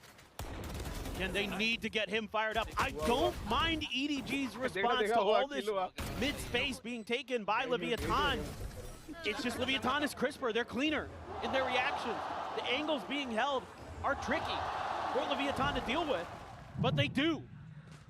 And it's because of players like Aspas that they're able to get away with that. Blade Storm popped by Kong Kong, and he's going right up mid. Aspas has his blades too, but hasn't popped them yet. Just the Outlaw in hand. Watching for top mid aggression. Making plenty of noise though.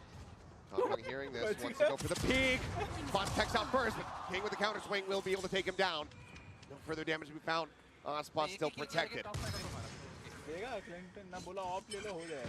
Great fundamental awareness of the map here by Leviathan.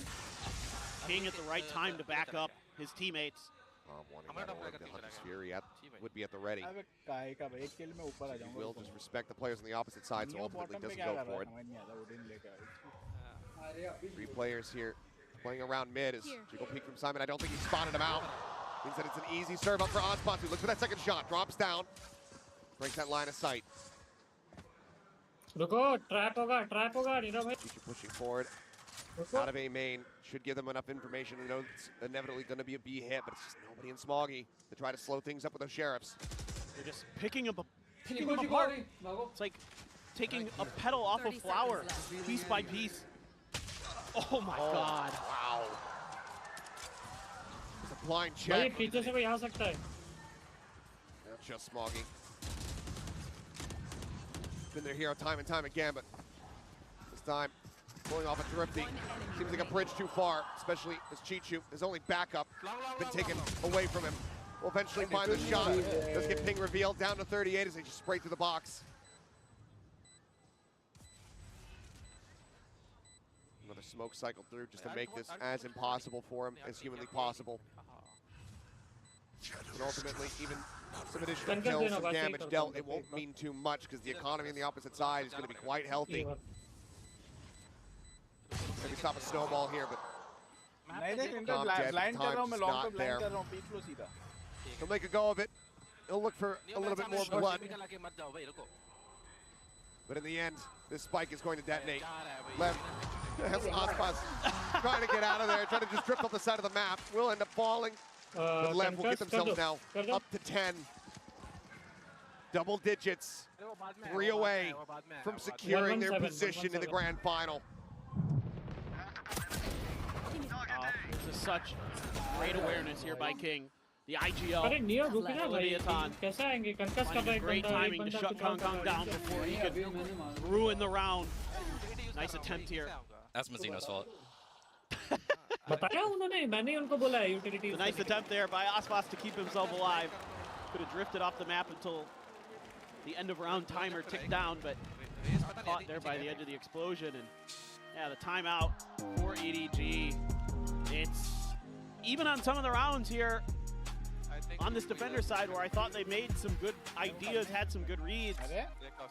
Aspas is Aspas, and now he is right back up there, up to 14 kills.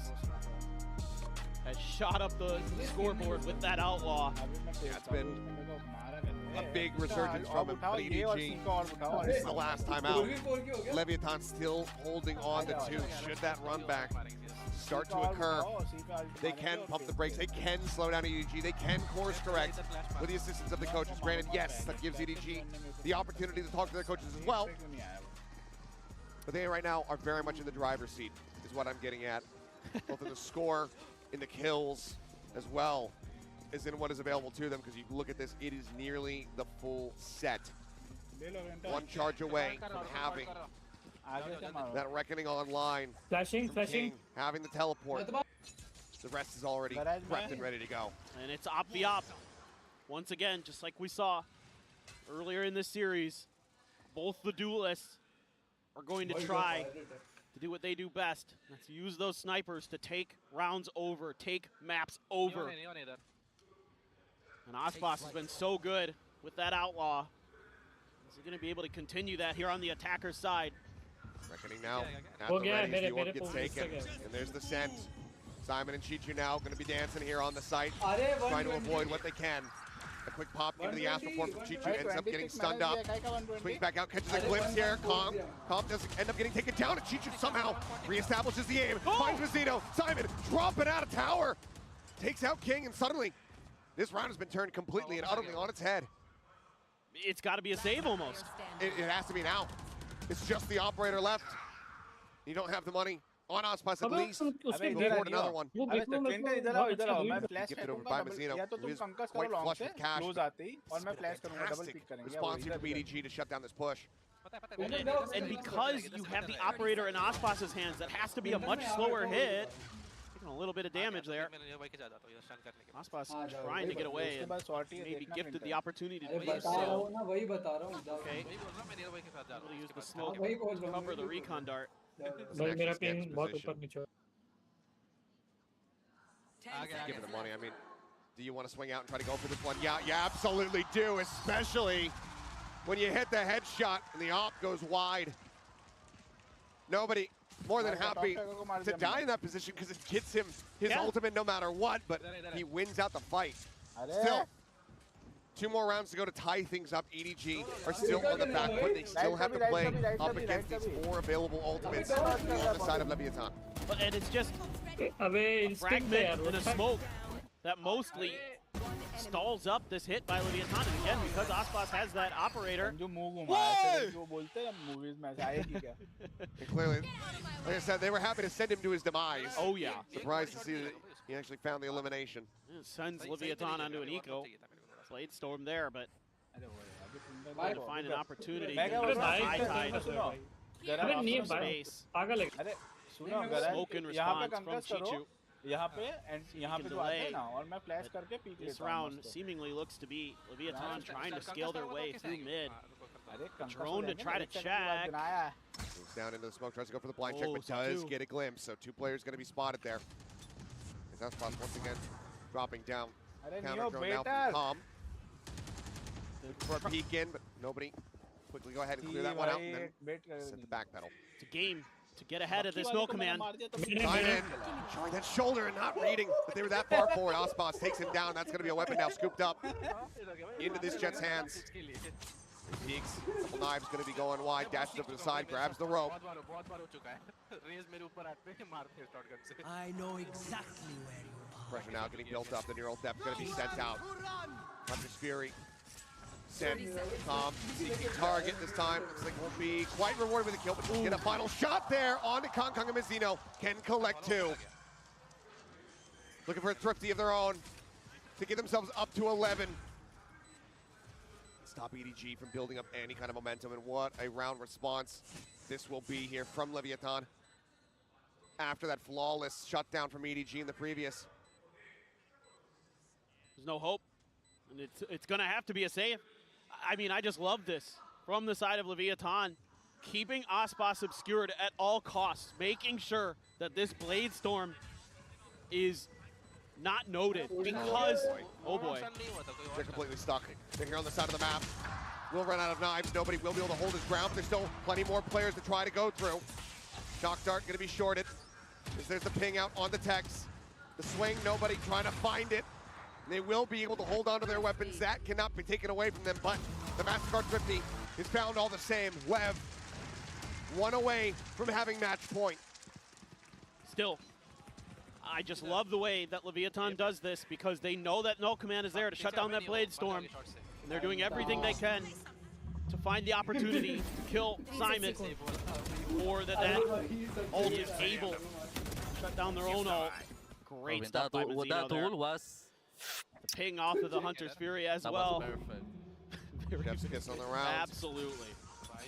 Hooked up with Thrifty, and now Ospas still has that operator in hand. Goes for the peak. Kong immediately sat down. What? You can tell he's now feeling it. It was a slow start, but it might just be an explosive finish here for Ospas on this map. भाई एक तो मैं मछली देख के मैं डर गया मैं को लगा काट लेगा no chance to find that punish. Drone now on the chase, on the hunt. भाई नियो से होल्ड ही नहीं होता भाई. Well, and you can see how badly EDG wants to try to find some semblance of mid-control for themselves because it's been killing them in this half. And Leviathan is just happy to just spray at it, take op shots to keep them from being able to challenge those sidelines, to be able to re-establish control of the map. Now, it's like maybe another A hit going to be set up. Can Chichu come up big again? 2-2 split. All going to be sent out. Orb scooped up. Chichu यार जज out in blind front, सब close डाल दिया left, साला holding it help from नहीं कर nobody. रहे तुम लोग यार The spike gets swapped over. Push up here from Bazino will get punished. They don't see anything else in the back of this one, so they relay that, and Smoggy starts rotating back over towards B. Smoke going to be set up here on main, trying to intercept the Nova. Start trying to creep in from behind, but there is a trap wire set up to intercept him. Oh, this cosmic divide right in front of both sites. ये लो under है वाला लो है अबे 15 कूदेगा seconds remaining, the कैसे spike still being brought forward. But is this all a bait? Is this a ruse? Seems like given the player count, the answer is going to be no, but King could just TP across the other side of the map. And Simon, only going to be good for one. Time still dwindling. Huntersberry opened up, looking for the interrupt here on the plant, but the plant still comes in. Chichu, however, blocks out the final player. He's already cleaned up 3. The re-swing, the re-snap! And Chichu will keep EDG in this. Stop Lev from getting up to map point. Credit where credit is due. Chichu has been a real nuisance on this Astra, especially on the A site. He's able to swing over, bail out his team in time. Needed him to come alive. Ooh, great reactions there. Oh my God. So good from Chichu. We're gonna need more of that. They've done a great job of making A very, very difficult for Leviathan to hit. Let's see if Leviathan can find some more answers. 3 players though for EDG and an operator right towards mid. They want to see if they can shut down operator of Aspas as well. They know it's going to be there. Duel again here in mid perhaps, but Aspas changing up the script, doesn't go for the upward approach. Tries to see if there's going to be a deep lurk forward that he can go ahead and get a punish on. Well, and they're leaning towards B because they've been so thorough about keeping Leviathan from getting into A. But Leviathan, if they're going to go A, needs to create an extra angle, needs to go through vents, do what they're doing right now. This is so much better. This is such a good adjustment here from King. A great call from the IGL of Leviathan. Drone to try to check and see if it spots out anything at all, but I don't believe anything was noted there. Calm makes his way through. Ready to strike. Another reckoning available here. SEN, Chichu once again in a similar position. Drops down off the top. Just trying to play evasive. अरे Clinton heal दे रहा था Nice मैं and यार safe. Nobody moves forward here onto the side to try to reinforce. Calm now going to be spotted, but Aspas starts going for the peek. Gotta have it. Tech spotted. Doesn't register that nobody's there. Does end up getting traded out as Bazino finds another kill. Kong now so far forward in a committed position. Takes the off shot. Cannot find it. Has to swap the weapons over. The backside is being filled up, but Smoggy cleans up 2. Simon gets calm, and in the blink of an eye, the round comes to an end.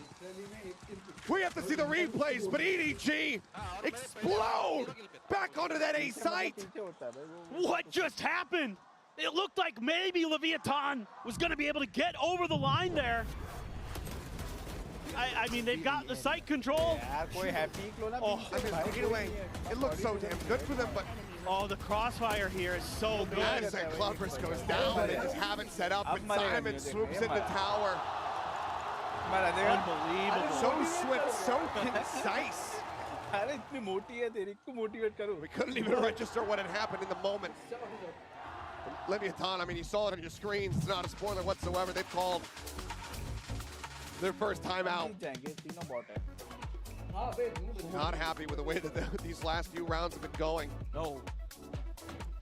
And every time they've tried to throw different looks at this A site, there's been an answer that EDG has been able to dial up. And credit where credit is due. I loved that idea from Leviathan. It's just EDG has a better response there. They've got the crossfire, they've got the better reaction. They are so good at understanding smoke timings and when they're going to be able to set up and go for those pushes, set up for the crossfires. They just dismantle Leviathan there in the blink of an eye. Now, a weaker buy has to be brought out by Leviathan. Couple sheriffs, hero vandal for Aspas. Just a few pieces of armor. King 0 armor. Early check for that positioning of Aspas. Recon as well sent out. Trying to scale Aspas ahead.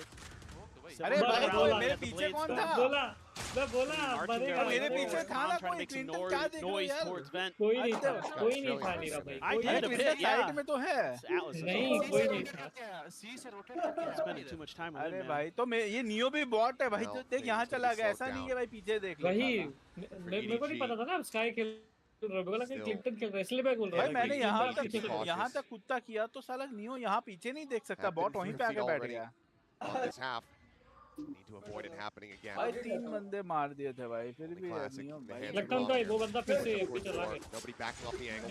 Door's been broken. Recon quickly dealt with. As Aspas and Tex go along the map, sliding around the back side of this. अरे तुम diffuse ही कर दो Wall diffuse he for कर now दो सीधा keeps him obfuscated. कर लो Nobody's reading this though. मैं तो बोल ही रहा था कर लो Reachade in, but now the smoke gonna be dropping, and they're both lined up. But Chichu answers one मार back. के कर लो मतलब मार के वरना मार के वो साइलेंट था Swooping around, but it loses the timing. He ends up falling, and now it is just calm. Jeff potentially collected. Now, panel on the floor, but time ticking. Simon is setting out the fragment to go ahead and ensure his demise. We are tied up. 11-11. EDG have been chasing after LEV this entire second half, and they may have just caught them. But that's a thrifty avoided. Now we go back into a full first round. Which squad is getting themselves up to match point? And they're so close there, Leviathan. If Aspas can find that transfer onto Chichu, maybe could have broken it open, but Chichu's just been too quick. This Astra has been ridiculous. Shutting Leviathan out of so many rounds with those tremendous individual plays, understanding the timing. And now they're really starting to understand this mid-control and how they can find some good counters to it. Kong misses the opportunity. Not a good damage found through the corner of the wall. Velvety does get a spot here on a Mazzino. Because once again, it's heavy presence here in mid. LEV wanting to conquer this side of the map. Peek out Kong and just hair off. Cannot quite land the shot. अबे neo तेरा ये और उठा alt आ जाएगा मैं alt मारूंगा दोनों alt मारेंगे मैं इधर पे जा रहा हूं अल्ट लेके Overstep from EDG. Soon neo इधर आते हैं ऑलवेज इधर आते हैं इधर willing to fight for that mid space once they've given it up. Then they start holding some angles, trying to cut off Leviathan. मैं फ्लैश करूं ना तब अल्ट मार दियो. Aspas basically leading the charge here with that operator in hand. Kong setting out a shot. The jiggle peek near form. Aspas brings it through. But on the repeat, Kong comes up with one. Calm now going to be taken down. The advantage for them is Kong repositioning. He's getting on a different angle and he hits the shot on the updraft! Sniping Aspas out of the sky! Texto barrels forward up through main. The jump out of the smoke though, and Kong takes his head off of the shorty. Goes for the peek, the updraft, the shot. Mazzino shuts it down. We're into a 2v2 as the spike gets planted. Some shots out. Chichu finding a first. He finds them both. EDG. They're running it back, and they're getting themselves up to match point. One round away from punching their ticket into the grand final. And are we finally going to see China making their way to a finals of VCT and a champions nonetheless? The 3K from Kong, absolutely ridiculous. Chichu, unstoppable. Unbelievable.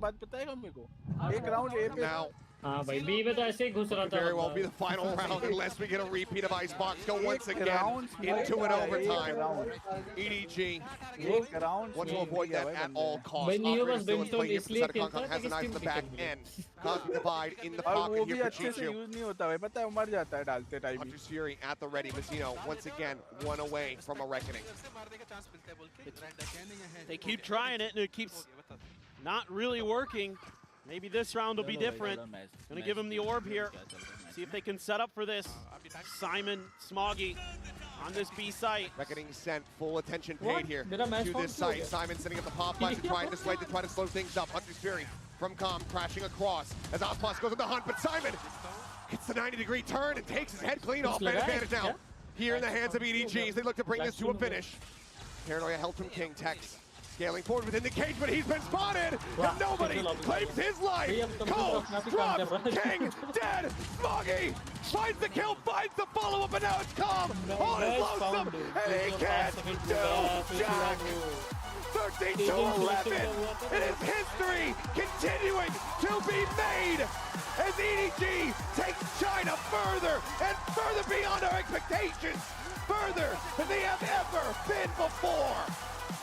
This is the EDG we have been waiting for years. This team has shown us glimpses of brilliance, but 2024 may very well be the year of this squad.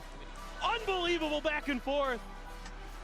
Overtime on Icebox, a dominant Lotus, and then just a grueling, grinding Abyss that EDG finds their composure, finds their form, finds that extra gear, and takes Leviathan down and sends them to the lower finals. That second trophy for Calm, for Aspas, a little bit further, out of reach, but still obtainable. That history can still be made. They could still lift it yet again, but it will once again for Calm have to be through that lower bracket. For EDG though, what a year. The up and downs for them, always at the top of the region, never finding success at the global tournaments until we get here to champions. And as the old adage goes, it is not about how you start, it is absolutely about how you finish. And already, the shortcomings on home soil at Madrid are wiped away. That slate is clean. Washed away. This team has defied expectations to get here, to be at this point. A change up, a change of coaches. Simon comes into the squad, and this is the best version of them we have ever seen. And it is every player stepping up from time to time for this squad. It's not just Kongong, you're seeing Smoggy, Chichu, Nobody, Simon, such a tremendous role player. Everybody on this squad has had their moments. And they could very well do it. They could very well be the champions here in 2024. They can. And with the form that they've been showing, the prep that they've been bringing into their matches to be able to get these counter strats done, and having that double ban advantage, we could very well be looking at this squad in 2 days' time, lifting the Champions Trophy here at the Inspire Arena. I'm thrilled with how this match played out. Just absolutely stunning. Both teams playing their hearts out. It just is, like you said, EDG, I think, has really good prep right now. I'm so impressed with Muggle. Like I said before, the man can't cast spells, but he can sure work magic. I mean, every single one of them across the board. Simon, across the series, sure. He might not be fragging as hard as some of the other players, but that util is always on point. He is always setting up the rest of his teammates for success, and he's always racking up just absurd numbers of assists. His breach is insane. His breach is insane. His KO on point. I mean, he gets 15 here on this map as well. But what an incredible ride here for EDG. As you can see, the coaching staff finally relieved, finally being able to believe that they were capable of it, that they were going to be able to get this done. Belief is reality now. What an absolutely insane set between these two squads. So grateful that this ended up going the distance. So grateful that we got to see that Abyss and that EDG are now in that grand final. It has been a wild ride, and I could not be happier to have guided you guys through this series and to have this man right here alongside me. Believe it or not, we do like each other. Believe it or not. A little bipolar in that regard. A little bit at times, yeah. No. I mean, truly a pleasure to be here. A pleasure to have this event in our home turf of Seoul, where Pacific is. Just absolutely stunning to be with you as always, my friend. You're tremendous to work with. This is just a treat to be here at this Inspire Arena in front of these fans. Yeah. Couldn't ask for more. Yep, could not ask for more. That's our final cast of this season. We'll see you guys in the analyst desk and whatnot throughout the weekend, but I'm just glad it got to 3. We got that crazy overtime on Icebox. It was a fantastic cherry on top to be able to round out being up here in the casting booth. But man, I cannot wait to see what happens in the rest of these sets in that grand final. Because, I mean, of course, this is just the start of the day. We still have a whole other series to get through, and that one has elimination on the line with Sentinels and Heretics getting ready to clash. The stakes are going to be even higher there to see who is going to be able to survive. Because, you know, it could just be the end of EMEA, or it could be half of the Americas teams going home. It's going to be crazy. I mean, can you imagine if it's Leviathan versus Sentinels, Americas versus Americas? But Heretics has been looking so good this event. They're so strong. They hit these strides. And they actually start running teams over. But Sentinels, man, 136 points, 35 points. They keep impressing me. They keep finding ways to dig deeper. When things look like they might be done, when Sentinels look like they might be out of it, they find another level. They find another gear, and they start taking teams down. So anything's possible. I think that's going to be another banger 3-map series. Oh, for sure. And I mean, of course, we talk about, you know, Calm and Aspas seeking that second trophy here from the side of LEV because they just played, but Sasi is very much in that same boat. He's looking for that second champs trophy. Sentinels, the only squad that could get that second trophy here within the 2024 season as well. And we'll see if they're going to be able to do that. But you saw the man himself running out onto the stage, getting ready for his interview. The fans, so emotional. So many fans came over from China today. It's got me a little choked up too, man. It's so awesome to see this team just continue to grind. So much adversity they've had to face. So many doubters they've had rear their ugly heads against them, and they have proved them wrong. They have shut them up, and they are in the finals. Finally, EDG has done it. Finally. It's just been consistently breaking and bending expectations. But that does it for myself and Paper Thin. Thank you guys so much. We're going to go ahead and sit down to the stage and hear from Concon. And we have our grand finalists. Give it up for EDG's Concon.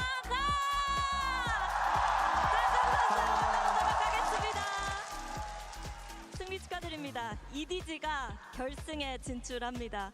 좀 믿기시는지부터 물어보고 싶어요. 지금 이 순간 믿기시나요? Now congratulations, Concon EDG in the grand finals. Can you believe it? Does it feel real to you? 现在 EDG 已经进入到了总决赛，这对你来说像真的吗？你觉得这一切？怎么说呢？就刚刚赢下的一瞬间，我人都是恍惚的，我感觉好像一切都是在做梦一样。但是事实就是我们进入了总决赛嘛，所以说我觉得我们值得。At the time we won, I was like, wow, it was like dreaming. But the fact is, we get into the grand final. This is the truth. We're worth it. 꿈을 꾸는 것 같고 여전히 믿기진 않지만 그래도 바뀌지 않는 사실은 우리가 정말 열심히 했고 우리가 결승에 진출할 충분한 가치가 있다는 사실이라는 거라고 얘기를 하는데요. 사실 작년에 마스터즈 조크에서 탑 6에 오르면서 정말 많은 사람들을 놀라게 했는데 1년 뒤인 올해 챔피언스에서 결승에 진출하게 됐습니다. 좀 이렇게 빨리 팀이 결승에 진출하고 트로피와 가까워질지 알고 있었는지 믿고 있었는지도 물어보고 싶네요. Just last year at Masters Tokyo, we really put SEN on the map by placing in top 6. A year later in Champion Seoul, you guys are in the grand finals. Did you know that your time was going to come this soon? 其实，在去年东京大师赛的时候，所有人都为你们的精彩表现所惊艳到了。那今年在冠军赛1年之后，你们现在进入到了总决赛，一直以来你坚信你们能够做到这么棒吗？那肯定是坚信的，就是真的很难得到这么好的团队，但是我们还需要更加努力吧，我觉得，因为。冠军这个东西对于我们来说，就算是我们进了决赛，还是很遥远的。但是我们一定会努力的。I mean, it's really, of course, we believe it deeply. It's really nice to have such a good team, and of course, we're gonna working hard to finally get to the grand final. We're definitely working hard. 당연히 믿고 있었고요. 또 이렇게 좋은 팀이 있기 때문에 계속해서 열심히 해서 결승전에서도 좋은 결과 있기를 바란다고 얘기를 합니다. 마지막으로 캉캉 선수가 정말 감격스러운 순간에 캉캉은 세계 챔피언이 되기까지 울지 않겠다라고 얘기를 했거든요. 그 순간이 정말 이제 코앞에 있습니다. 지금 어떤 기분인지 그리고 앞으로 각오가 또 남다를 것 같은데 각오 또 빨리 물어보도록 할게요. Just lastly, back in Tokyo, you said 캉캉 will never cry until he wins the world champions. You said that yourself.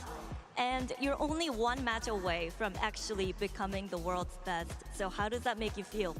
其实，在东京的时候，你说过不拿到冠军我是不会哭的。那现在我们距离拿到冠军只有一步之遥。那如果真拿到，现在会是什么样的？我现在什么感觉吗？我太帅了 ！I'm so feeling amazing right now, so dope right now. 기분이 진짜 너무너무 좋아서 날아갈 것 같다고 얘기를 했습니다. 이렇게 해서 결승에 진출하게 된 EDG 캉캉 선수 만나봤습니다. Thank you, 캉캉. Thank you. Good luck in the grand finals. I'm gonna.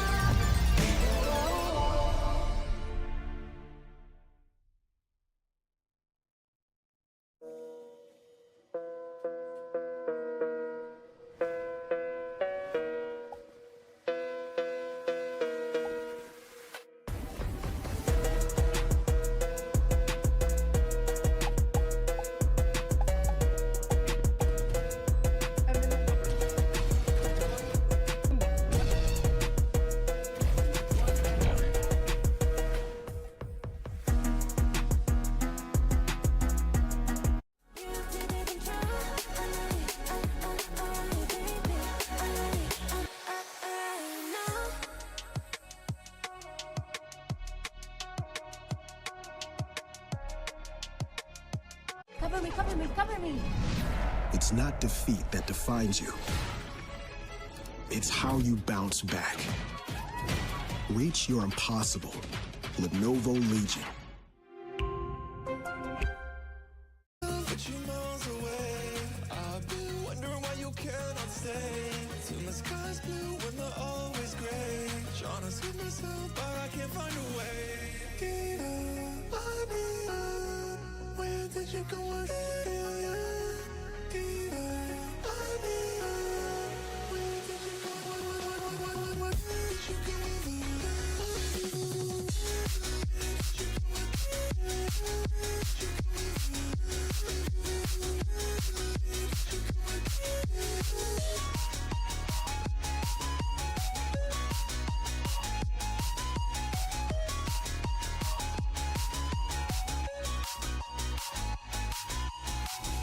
It's hard to feel myself with you miles away. I've been wondering why you cannot stay. Till my sky's blue when they're always gray. Trying to see myself, but I can't find a way. It's hard to feel myself with you miles away. I've been wondering why you cannot stay. Till my sky's blue when they're always gray. Trying to see myself, but I can't find a way. Diva, my diva, where did you go? I feel you. Diva, my diva, where did you go? Where did you go? Where did you go?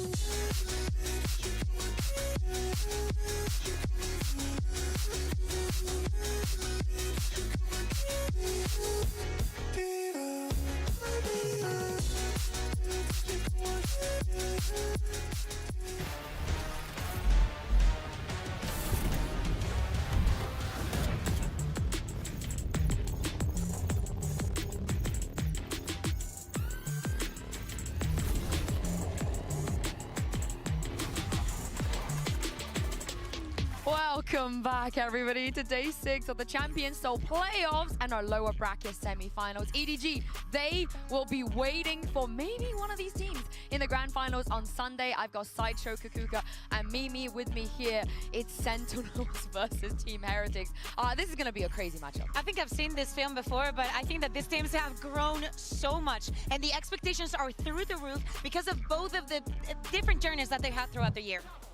Yeah, Heretics have been fantastic at taking what they did at the start of the year and building on it further and further. They've had their own wobbles in terms of not being able to use their full roster at an international event until champs. But the last time we saw these two teams face off, Sentinels did manage to take the win.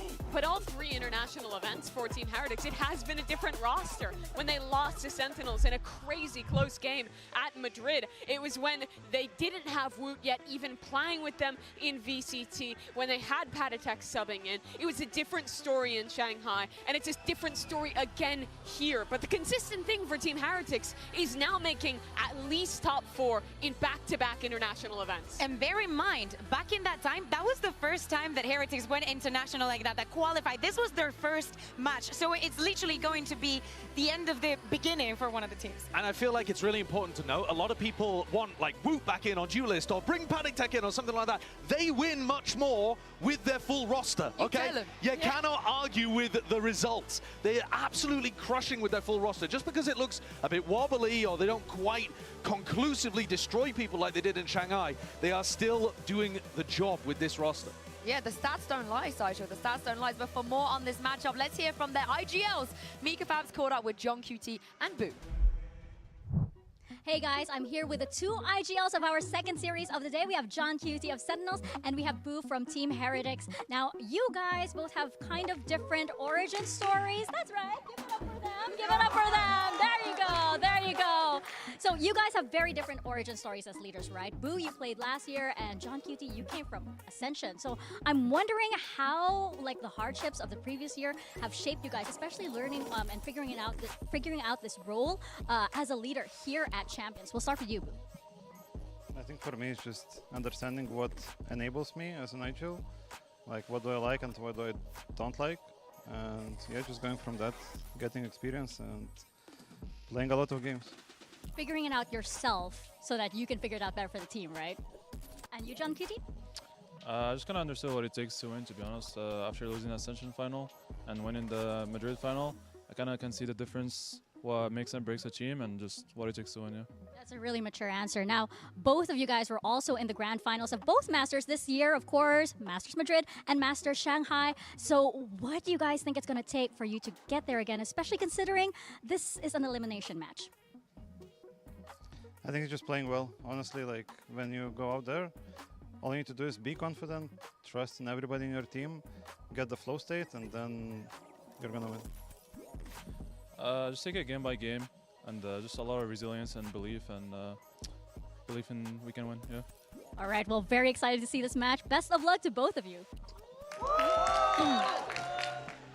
They are locked in, and they have been locked in this entire tournament because Kakuka, the group stage and their journeys to get here has not been easy. Yeah, exactly. I think that every single person, when they saw this group B, it wasn't the only one, but they said, oh my God, there was so much talent. It is crazy to think that the one that didn't make it out of here was Gen.G. And weirdly enough, they didn't fight each other in the group stage as well, because Gen.G took them around different routes. It's so interesting as well, the kind of looking at the different journeys and that they've been in different finals. It's super cool. You know, TenZ is the only player here that could match Chronicles' 3 trophies if he actually ends up winning. Isn't that nuts? It's crazy. It's absolutely It's insane that that's even possible. And also for these two teams, that they haven't matched since that first time that we saw them all the way back in Madrid. For SEN, this has been such a tumultuous year as a whole. While Team Heretics was dealing with roster swaps, Sentinels was dealing with the up and downs, finding the highest of highs, winning kickoff, winning Madrid, and then really falling apart in stage 1. Not even making playoffs in stage 2. getting here off of that early success, but now at Champions, proving why they're the team that won in Madrid and reclaiming their form again. Yeah, and people don't realize just how much it hurt Team Heretics to not win that trophy and the rest of their year as well. We don't want to see them being bridesmaids anymore, Kakuka. They end here. No, it has to. I think that the build-up throughout the entire year of this extremely young roster with a lot of promises from all across the region. Everybody, if you were watching Tier 2, you were watching the boys that are literally, los niños that are literally touching that stage right now. And I cannot blame them for wanting the best for them. And as you're saying, if they're able to make that lower bracket run, by the way, both of them got to that final, Sentinels in Madrid and Heretics in Shanghai, through the lower bracket. Yeah, they did indeed. And let's hear from Zelsis about this lower bracket run in the Omen player moment. Hello guys, I am Zelsis and I play Valorant for Sentinels. Like I'm just happy to win the series because bind was 13-9 and I know maybe if I got a couple extra more kills, maybe it would have changed some outcomes. It just felt pretty bad to have 5 kills to be honest and watching us slowly lose. Probably karma for me calling out Boaster saying he averages 5 kills, but I'm pretty excited that we got to stay alive to go to the new arena in front of everyone. So now we're in the pressure and Sentinels is usually good at doing the lower bracket runs. So yeah, we just have to keep going into every match with 110%. Zasi 64 still sitting better off. Did he get spotted? He did! Alpha finds him! Zekken though, can the man become a monster? It looks like he might be able to! 3 in this round, he needs 4! And where does he wait? Where does he guess? The gap closes 50 HP. Paint shell to the left. He looks. Oh! It's outstanding!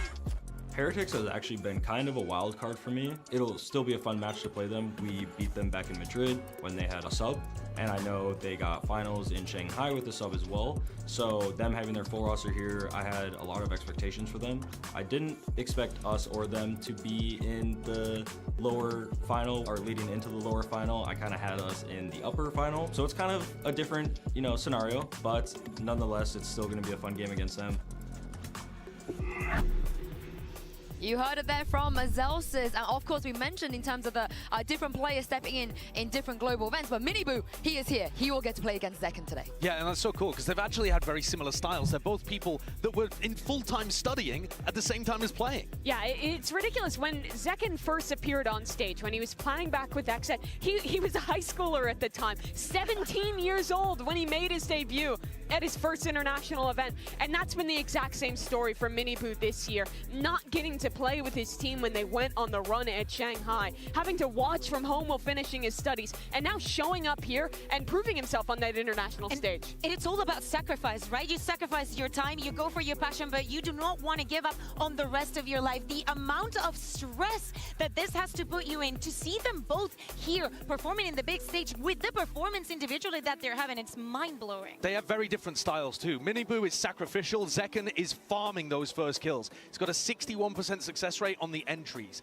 That has got to shift. They've got to shut down Zekken if Heretics want to win this game. Yeah, I think it's a similar story on the other side, right? If you shut down Miniboo after the performance he had last time, and you guys spoke about sacrifices, and I just love seeing all of the emotions in the crowds, the family members of all these players coming to support them. And we saw in the COEX arena with Heretics when they won, I don't think there was a dryer in the house. No, there absolutely wasn't, and because there's so many people who care so deeply about these players, their families showing up and showing what it means, really. But when you're talking about sacrifice in the server, I mean, Miniboo is so often dying first, being that team player, putting everything on the line, and not always putting up games like he did last time, but he's so committed to the system. I mean, his brother is the IGL of this team. I feel like we forget about that sometimes.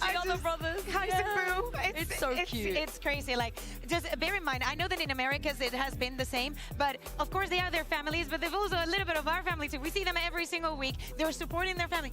Mama Fishy the other day told me, oh my God, it went to 9-3 and I thought it might be cursed. Was that your British accent? Sorry, that was terrible, but she is amazing. It is crazy to think that they are so young, and it's like going to watch your kids playing football in the weekend. And they are very young. I think that's another crucial point to bring up. It feels like they're somewhat experienced as a team, but they have a ton of rookies out there. But what's different is that, well, Zekken, while some of these Sentinels players are also young, they have a lot of experience. When Zekken was in Miniboo's position, that was 2 years ago at Champs 22 with Exet. It's been a very different story since then. And in a lot of ways, it feels like this Team Heretics squad is following in those footsteps of what some of these SEN players have done in the past, trying to achieve that first international trophy. I want to hit on Miniboo again, though, right? Because Team Heretics are the only team in the top 4 who have more first deaths than they have first kills. But they are so good at winning, even when Miniboo ends up dying first. They've got the highest 4v5 win rate, whereas Sentinels have the lowest 4v5 win rate. Part of the plan. So much comes down to these first kills, because you have to shut down Zekken, and if you're winning those opening duels, I don't think SEN are going to be able to hold on. I mean, this is a familiar matchup. We've seen this film before. I didn't like the ending, but are the expectations the same this time around? What's different? I mean, I don't know what the expectations were last time. I thought that Heretics were going to do well at Madrid, and then they didn't because they had so many rookies. I actually think Heretics are going to do well today. I'm in the, I'm in the minority here, but I also got the first match wrong as well. No one knows what's going on. I mean, it's a first, Josh, so I think you're all right, okay? So I think that it's just as the same as the first match that we saw. Everything is so evened out. My expectation for this one is the same as the match that we just witnessed. I want overtimes. I want upsets. I want things to go crazy. And I think for Team Heretics, if they're going to win today, Sentinels has been defined by a star player. Team Heretics has been like defined in the consistency, winning those 4v5s. Guys like Benji Fishy, guys like Boo, all stepping up and having incredible performances this tournament. And also having insanely good set ideas to start out these rounds. If it goes down to the mid-round though, John QT has been calling a masterclass at Champions thus far. Yeah, and I can't wait to see what the match we're going to get. It's going to be a very, very important map pool because this is an elimination match. We already have one team in the grand finals, and for both of these teams, everything is going to count today. It's time to bring Sentinels and Team Heretics onto the stage.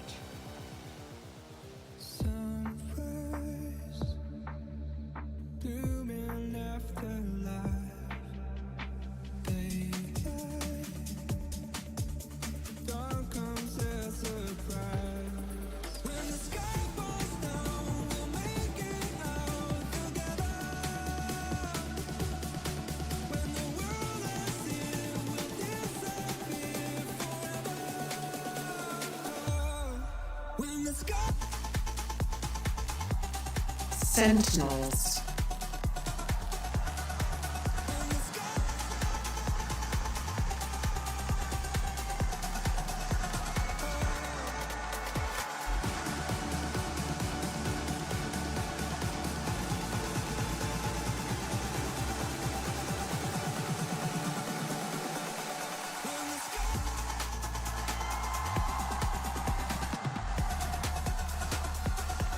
Team Heretics.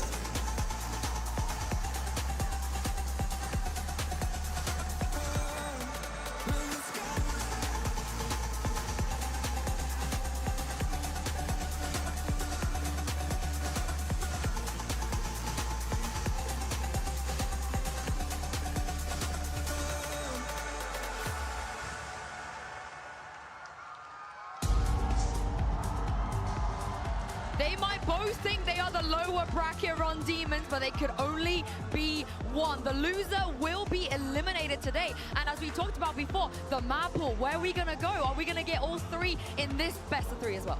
Oh, wow. This is very different than what we could have been expected. Two of the maps that we actually saw in this encounter at the beginning of the year are going to be the first bans. Yeah, it's really interesting, I think, especially to see that Abyss coming through as the final map. We're yet to see that one coming out from SEN, and for Team Heretics, even there, like, not showing that as a massive strength earlier in this series as well. Haven does feel like a big advantage for SEN. They love slowing these games down, playing into the mid-rounds, and I think they've looked right on that map. Yeah, I agree. I think that both of the vetoes, they've taken out maps that they can both play well. They're just trying to target their opponents. So it's left you with some unknowns here in Haven and Abyss. I think SEN could 2-0 this. At the same time, if Heretics come out and they've got a great game plan on the first couple of maps, I don't think it's They've got the hat buff. It's spreading. Benji Fishy is spreading. Benji's on his ultimate form right now. There's nothing that can stop it, and the rest of his team is just one up in him. I also to say, Haven, though, we're going from a Sentinels that decides to ban it against Fnatic, as to picking it right here. And that is also comes into the time that you had to prepare and how you want to play with your opponent's mindset. Is this a map that they would have expected to be playing at? Yeah, they're both very prep-heavy teams, and they finally had a little bit of time.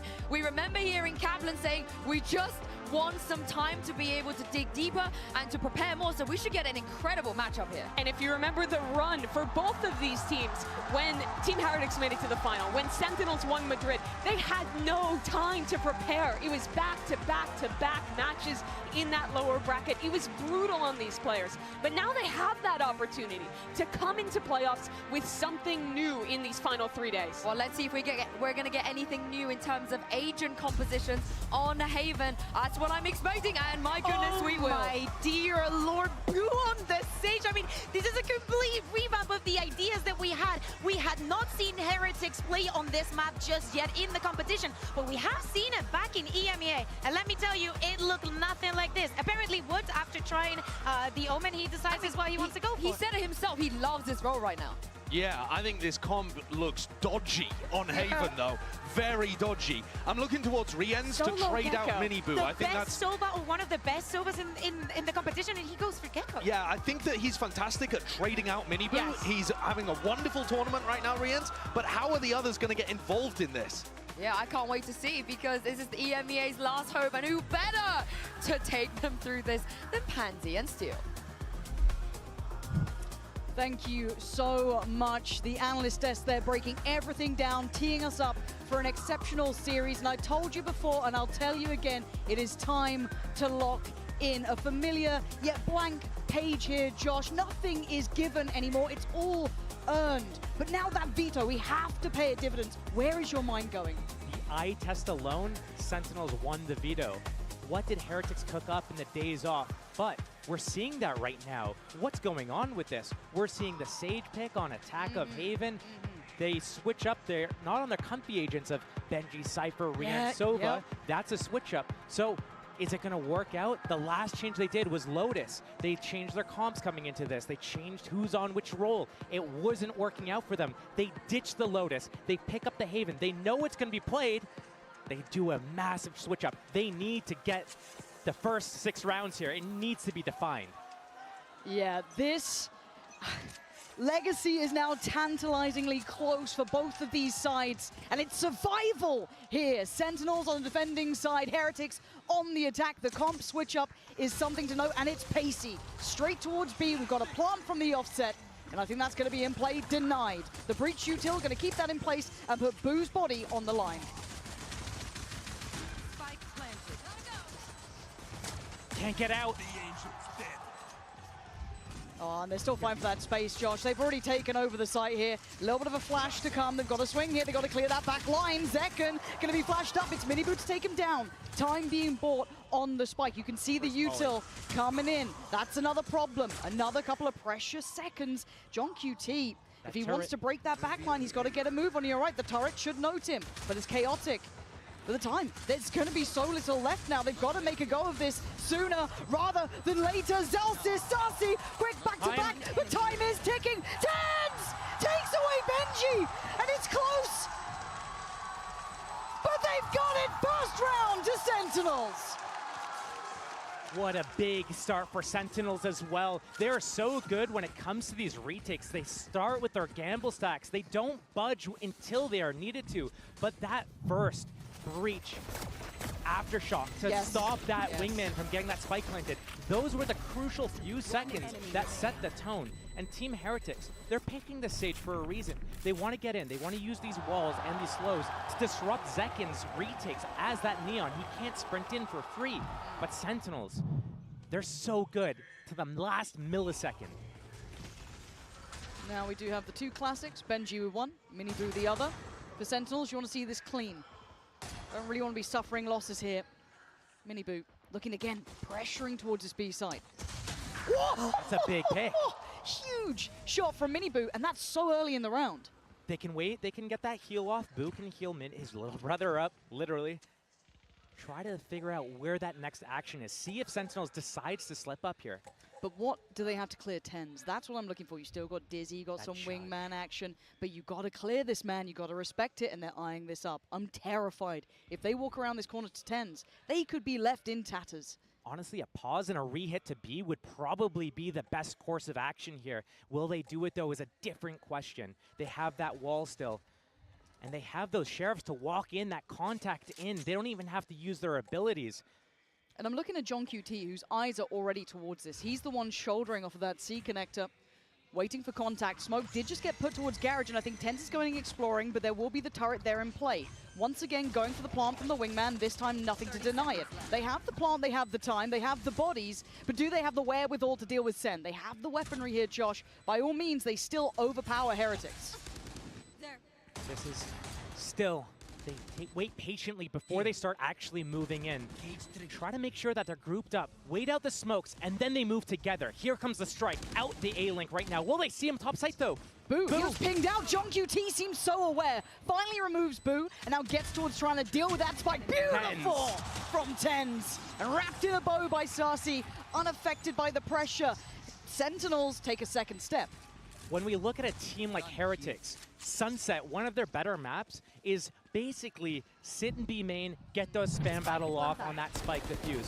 Haven B site is set up almost the exact same way, where you can take these mid fights, window fights, you can get these late flanks from Garage. Sentinels is doing a pretty good job, granted. First round was pistol, this was an anti-eco that they convert. I thought he was one, but he got healed, so I just body shot and knifed out. They'll hold their gamble stacks and play their retakes. So Heretics, they need to make sure that they're not afraid and they don't give Sentinels too much respect. Get in their faces and disrupt them a bit. First gun round coming out here, though. It's going to set the tone. And they feel so precious when you have these rifles. You feel so worried that you might lose out. Fantastic scam, but a limited connection from Zekken. Going to have to fall away towards long, but they try and take the space here early on. Heal's already used up. Mini boot on the receiving end of that early damage. And a pause from Heretics.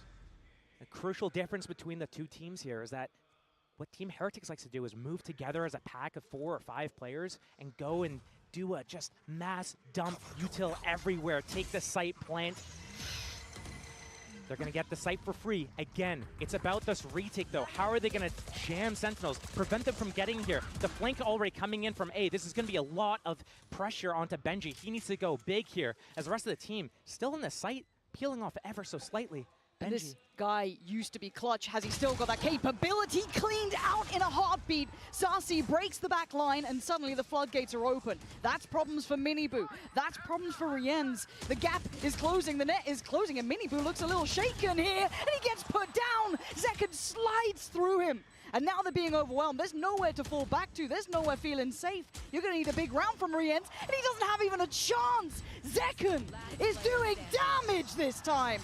Sentinels proving it. They don't even need the better weapons. They just needed the bodies, and they have 5 alive. It's down to the wire, and he's got it! 0.64. Sentinels has been flawless this half so far. Team Heretics crumbling a little bit. Maybe an early timeout coming in. These coaches have so much impact for this team, but what Heretics needs to do is they cannot lose that first fight. Benji going down there was the difference maker. Opens up the floodgates, as you said, and now everyone's coming in from the back lines. Team Heretics, they don't know which way to look, front or back. They need to set the tone and push forward. Miniboo needs to be the spear, the tip of the spear. We talk about momentum when it comes to Sentinels, and you know, once they get that in their favor, it's almost unstoppable. It's very hard to quell that, to break that. Very few teams have that accolade against them.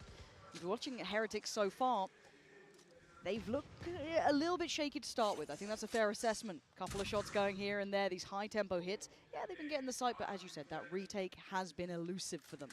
For now though, in this round, we've got Sheriffs out and Stingers. This isn't going to be one that you're going to be calling home about, but what a switch it would be for Heretics if they could actually do some damage now.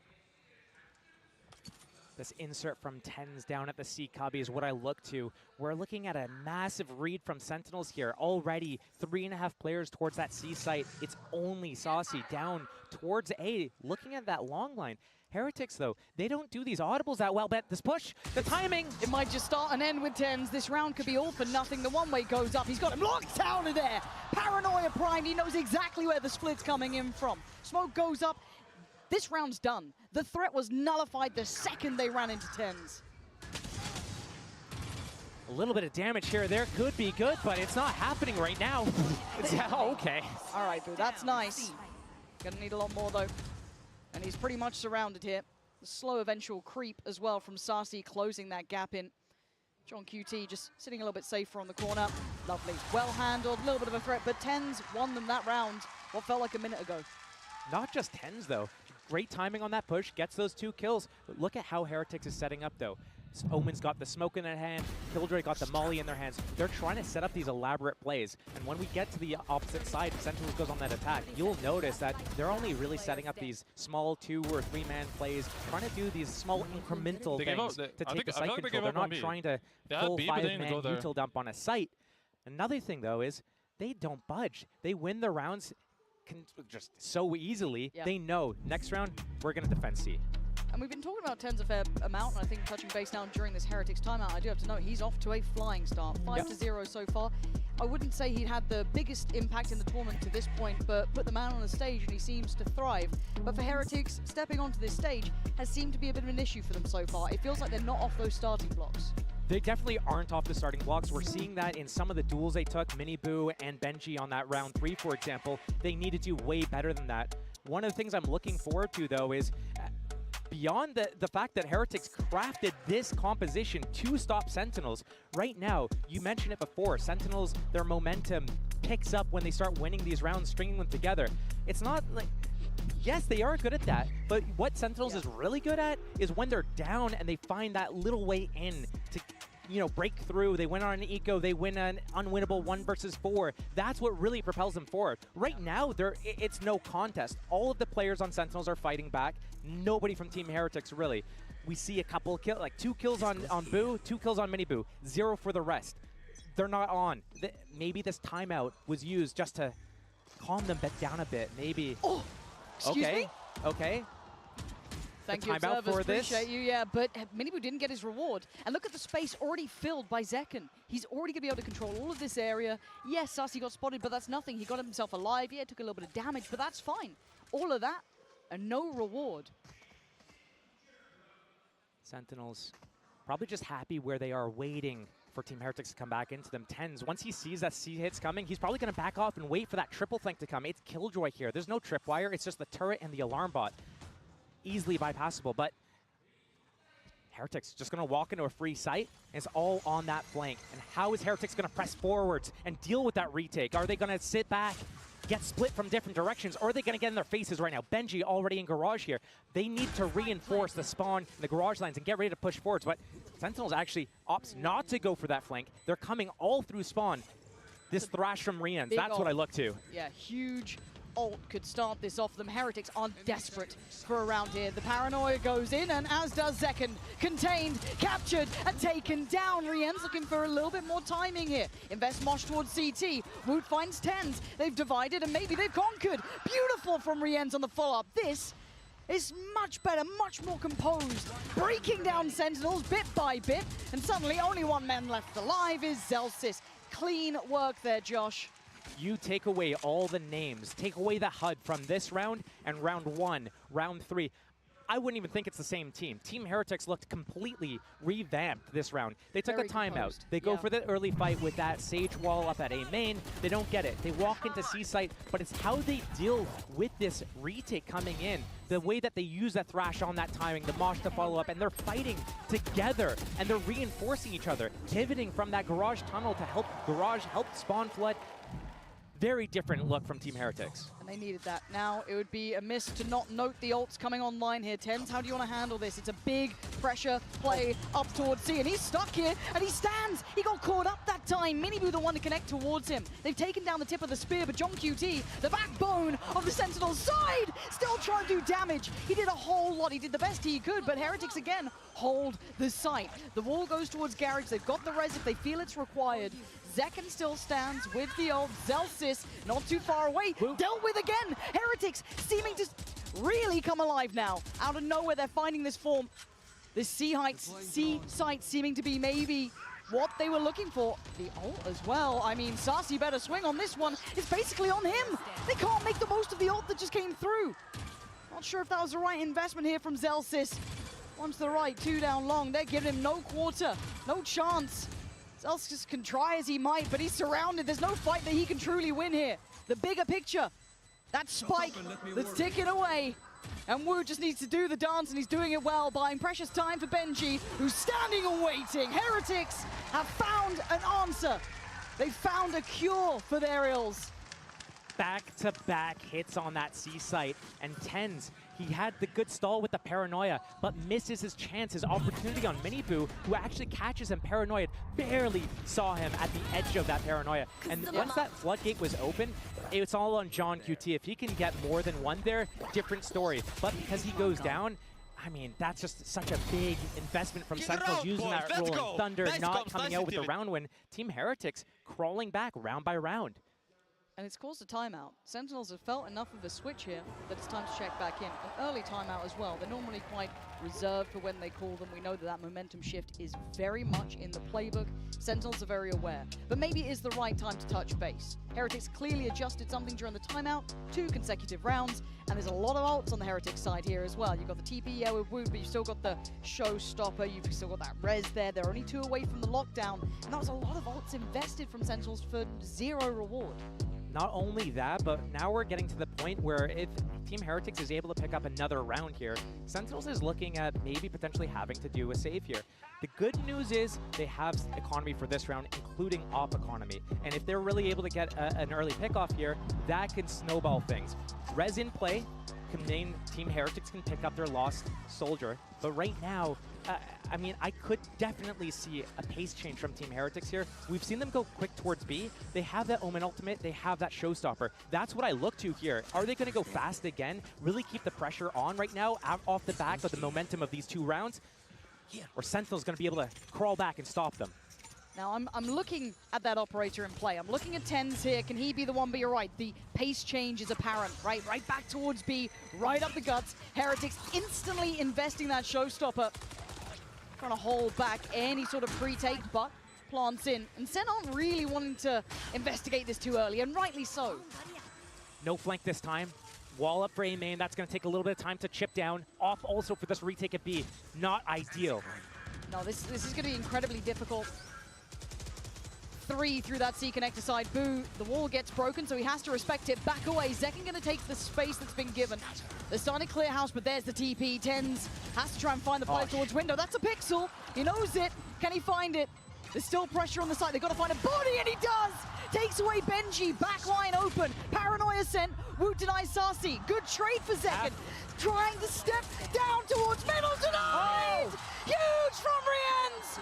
But Heretics needed him. He stood his ground and got them up to 3. When we look to Rienz, we know that he delivers this. Normally it's on Sova. We look to him to be on the maps where he gets to play Sova. He's in these late round situations after he uses his drone, his dart, and he closes it out so frequently for them. If it's not him, it's Benji. But here, he goes big. Oh my god, it was down to a sliver almost with the amount of diffuse left. Sentinels almost stealing that away, but big. That's 3 in a row for Team Heretics, and Sentinels, they still have a little bit of economy, but they're bleeding these rounds out. The timeout worked for Heretics, and even Sentinels' timeout worked for them again. The pace change was divine. Ult back in play so quickly for Rienz, and he's identified players, but Zekken cleared in a heartbeat. Miniboo quick as lightning, takes him away, and the site is 1 out. Heretics have what they want here. There's no lurk on the way, no, I guess, flank coming in, but they've got everything they require, and once again we rinse, we repeat. The wall goes up, they get ready to sit into this post plant. Still 1 more slow on Boo. So once this wall gets broken down, once the stun comes off cooldown, they start using the aftershock and comboing it with the fault line here. That slow comes in. Thrash also for Rienz. Sentinels realizes what's going on, and they're backing out. Thrash still used preemptively, waiting for expecting and anticipating this retake, but Sentinels realizes what's going on, what the name of the game is right now. They've lost the sight. Team Heretics, very pacey. Normally we see them maybe taking a little bit of map control first, waiting, pausing, going slow, on that second interval. Around that 1 minute mark is when they're grouped, gathered, hit by 50 seconds. But now it's the first full motion, swinging all the way through into the sites. And if we kind of pause here ourselves for a second and kind of consider this, we were discussing this veto at the very start, Josh. how this feels indicative that there had to have been change amongst Heretics. You would not walk into this veto without a plan. We are seeing a very new look Heretics here. This is a very different look. I mean, we talked about it a little bit with when it comes to Lotus. They made those changes coming into Champs. It wasn't working. They scrap it. Yeah. Honestly, it makes sense. We looked at Icebox as the pick from Heretics. Notably, one of their worst maps, if not their worst, outside of Ascent, which was their permanent ban, and now they're picking it. It makes me wonder what they've cooked up on that map as well, now that we're seeing 4 rounds in a row for them and looking revitalized after that timeout. Yeah, this is... it feels like a different team. But I'm looking at Zekken walking middle here. Miniboo, hopefully he doesn't tunnel vision towards this because... could get caught out this time. Sassy is going to be at least kept back. I like this for the control towards A-Long. We know that Sassy does like to try and take towards that. They now know about it. And they pause. This is tough. This type of situation when you don't have that Cypher trips up, when you can't really clear mid. Normally that turret can spot someone walking down middle. It's in a really passive spot. It spots Garage. The alarm bot on that C means that it's not watching A, it's not watching that window. So Zekken could be able to hear all the noise that's happening. Hear the rotations back and forth between A and C right now. But if it's a shift walk, if Team Heretic slowly moves, yes, this camera can spot them early. Yes, these traps will get that information and allow that rotation to come in. But still, the slows are in play here. 2 smokes, Paranoia, so much retake utility. It could be a pre-take. It could be a fast one. Breach, Sova, you guys are still on A site. You gotta have to move soon. Yeah, here's the committed approach towards C. Looking to see if anyone tries to get a shot. I think maybe just John QT eyeing up to see if anyone gets caught. Oh, no. Ooh, that's outrageous. Takes down John QT, who thought he was set up for success. Not the case. It's 5 standing for Heretics. You're looking at the flank, and they still have the util here. Benji, if he falls, then suddenly the floodgates could open. But he stands. Hunter's Fury from downtown. That's the connection, though. That's going to be Rien's removed. And trying to set up safe passage forward, but it's Benji to find 10s. Trade comes in. Zekken looking to close the gap, though. Lockdown in play. Beautiful from Zekken. Miniboo answers back, though, towards CT. Back and forth, but right now, it's falling in favor of Heretics. As Sassy, the last one alive, can do nothing but die. Heretics are in control. That is 5 rounds in a row for Team Heretics. They have not dropped the beat, and all of them are punching back. We talked about 2 kills for Miniboo, 2 kills for Boo, and none for the rest of the team. Guess what? Everyone's on the board right now. Everyone's got impact in their own moments. The fact that John QT couldn't capitalize on that spam kill with the trip through the smoke, and he actually instead gets taken out, that is just so devastating for Sentinels. And a second timeout in one half. Round 7, round 10. This is, like, you don't burn this unless you feel like if you can't get a grasp of the game right now, it's going to slip away from you. They need to have a way to stop Team Heretics right now. Team Heretics going fast. Sentinels, you're playing really split 2-1-2. How are you going to get ahead of what's happening? Maybe more gamble stacks. They're good at that, but the problem is if Team Heretics picks the right site, you have a 5-on-5 retake. Those Sage walls and slows are killing you right now. They absolutely are. And again, you got to roll your mind back. Last time these two met, it was a bitter loss in Madrid for Heretics, sending them to their deaths eventually against PRX. First time that they ever truly met. Devastating for them. All that potential we discussed at the start of the year, and it went up in smoke. Now they bounded back. We saw what happened eventually once they made it through towards Shanghai. But still, this team has suffered at Sentinel's hands. But as said, those 5 rounds, Josh, they are impact to say the least. I'd go a step beyond that as well. Look at a couple of the rounds that Sentinels won. The pistol round and the bonus round, round 3. It came down pretty close within a matter of a couple of seconds. Fuses, yeah. These are very close to fuses. Had things gone slightly different, we might be seeing something like an 8-0, like a really 8-1 right now. Really heavy. Okay, still a buy here though. The only caveat to that going to be John QT. He wants that full util as best he can. So Guardian in hand. Still has his ult, as does Tens. Not massive impact off the back of it. Rez still in play as well. And a pace change from Team Heretics. They've been going quick. They got the back of these last 5 rounds. But Zekken is still Zekken. There's still danger. That Rez gets burned. They're back up to 5. But he wants another bite of the cherry. He fancies another go at this. He's so close. Went towards Sue. He's still got Sassy on long, so if they cross, that will be go. Miniboo! Just prize him out of there. The can opener for Heretics now. And Zekken has to respect that. Suddenly, A feels vulnerable. He can't sit on that island alone any longer.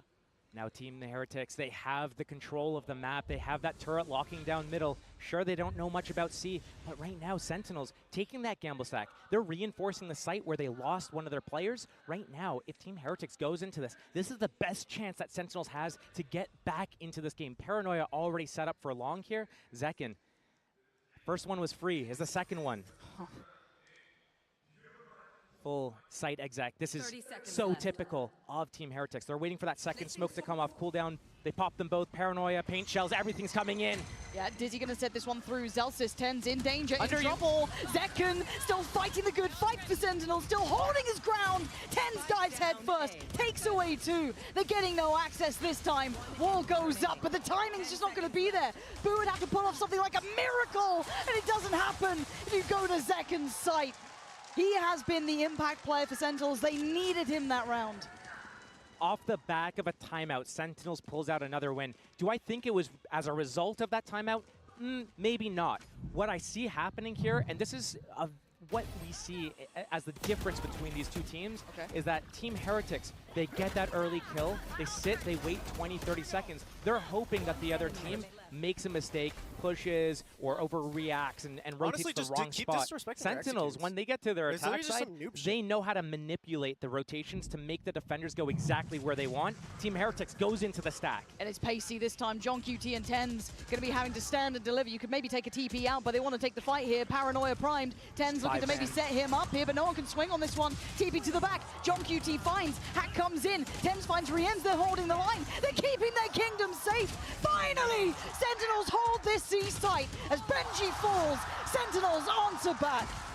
Back to back for Sentinels, and now they're getting back in control in the driver's seat. One more round remains in this half right now, and that first few rounds were going in the way of Sentinels. Heretics bite back with 5 in a row. They do the paciness for most of those. It's working. They slow down one round. It doesn't work. They go fast again, but Sentinels, once you give them an inch, they take that mile, and now scores closed down to 1 round gap. Yeah, we're getting there now. Yeah, see? Just disrespect it. Disrespect it. There it That's going is. to be the name of the game. It's a reminder of who they are. Sentinels, the team that you can't really doubt when it comes to it. But can Heretics give them that reminder? Can they put them back in place? Ten's showing off now. Picks up the quick pick on Boo. And then readjusts, repositions. The younger brother wants to walk in those footsteps, maybe feel advised against it. It's now with those 4 players standing, what do they do now? Sage down, there's no wall. IGL gets to spectate, micromanage a little bit more. A little bit of map control here. We haven't seen the side of Team Heretics yet. It's been these 5-man hits over and over again. But softening up that garage area, that front B area, pulls all of the Sentinel players over there. But again, Sentinels, they're stacked towards B, and Heretics is primed to go in here. The showstopper, Miniboo needs to land it on 10s, otherwise this could be disastrous for these guys. Could be waiting, poised, prowling above. He knows what's coming. Oh, he couldn't get away from that Miniboo. Starts things off with a bang. Takes B to himself, but look at the back of the side. John QT's still here. They have no idea. Zekin now tries to run around, keep them on their toes. Heretics being forced around at a quick pivot. You're right, Josh. That spike's heading towards C. 30 seconds They're making noise. They have an inkling about Miniboo here. He's going to go down, but still 3 versus 3 on this post plant right now. Still game on. Plant is in. Time's on their side. Held towards CT. Sentinels don't have that safe step back. Looking to maybe pivot through Garage themselves. Sassy just trying to keep attention, keep check on anyone trying to close the gap. The one-way cuts off the route, and now they can focus on Garage. The crossfire looks heaven sent. How do you get around it? The slide needs to happen. Zekin could. There's a chance here. Rienz basically could deny this, as could Benji. The time ticking. They got to make a move right here, right now. The timing is perfect. The synergy is off the charts, and Sentinels are never out of it. Unbelievable work from Sentinels. They're waiting the time of that one-way out. As soon as it goes down, Saucy sends the dart in, and the player to turn around and break that shows his back to Zekin. Zekin stabs him in the back, gets that slide off of cooldown, is able to bypass that second player, and able to close out the round on that 3rd kill. Again, Sentinels, 3 versus 3. I mean, it was a 3 versus 4 there. That Miniboo kill happening. Maybe a sign of Miniboo not understanding how he should sit there and wait for his team to develop the next play. But again, huge to close out the half. That synergy was just amazing. Love that. Absolutely love that. But if you like Heretics, there's a man you'll want to hear from right now. It's Patatek with Jen. Hi guys, Jen Lee here with Patatek. Patatek 선수 만나보도록 하겠습니다. 먼저 어떻게 지냈는지부터 물어보도록 할게요. Long time no see, Patatek. What have you been up to? I've just been sitting at home, playing ranked, streaming, and just chilling, waiting for a team to pick me up. I vouch for you. Best player in the world.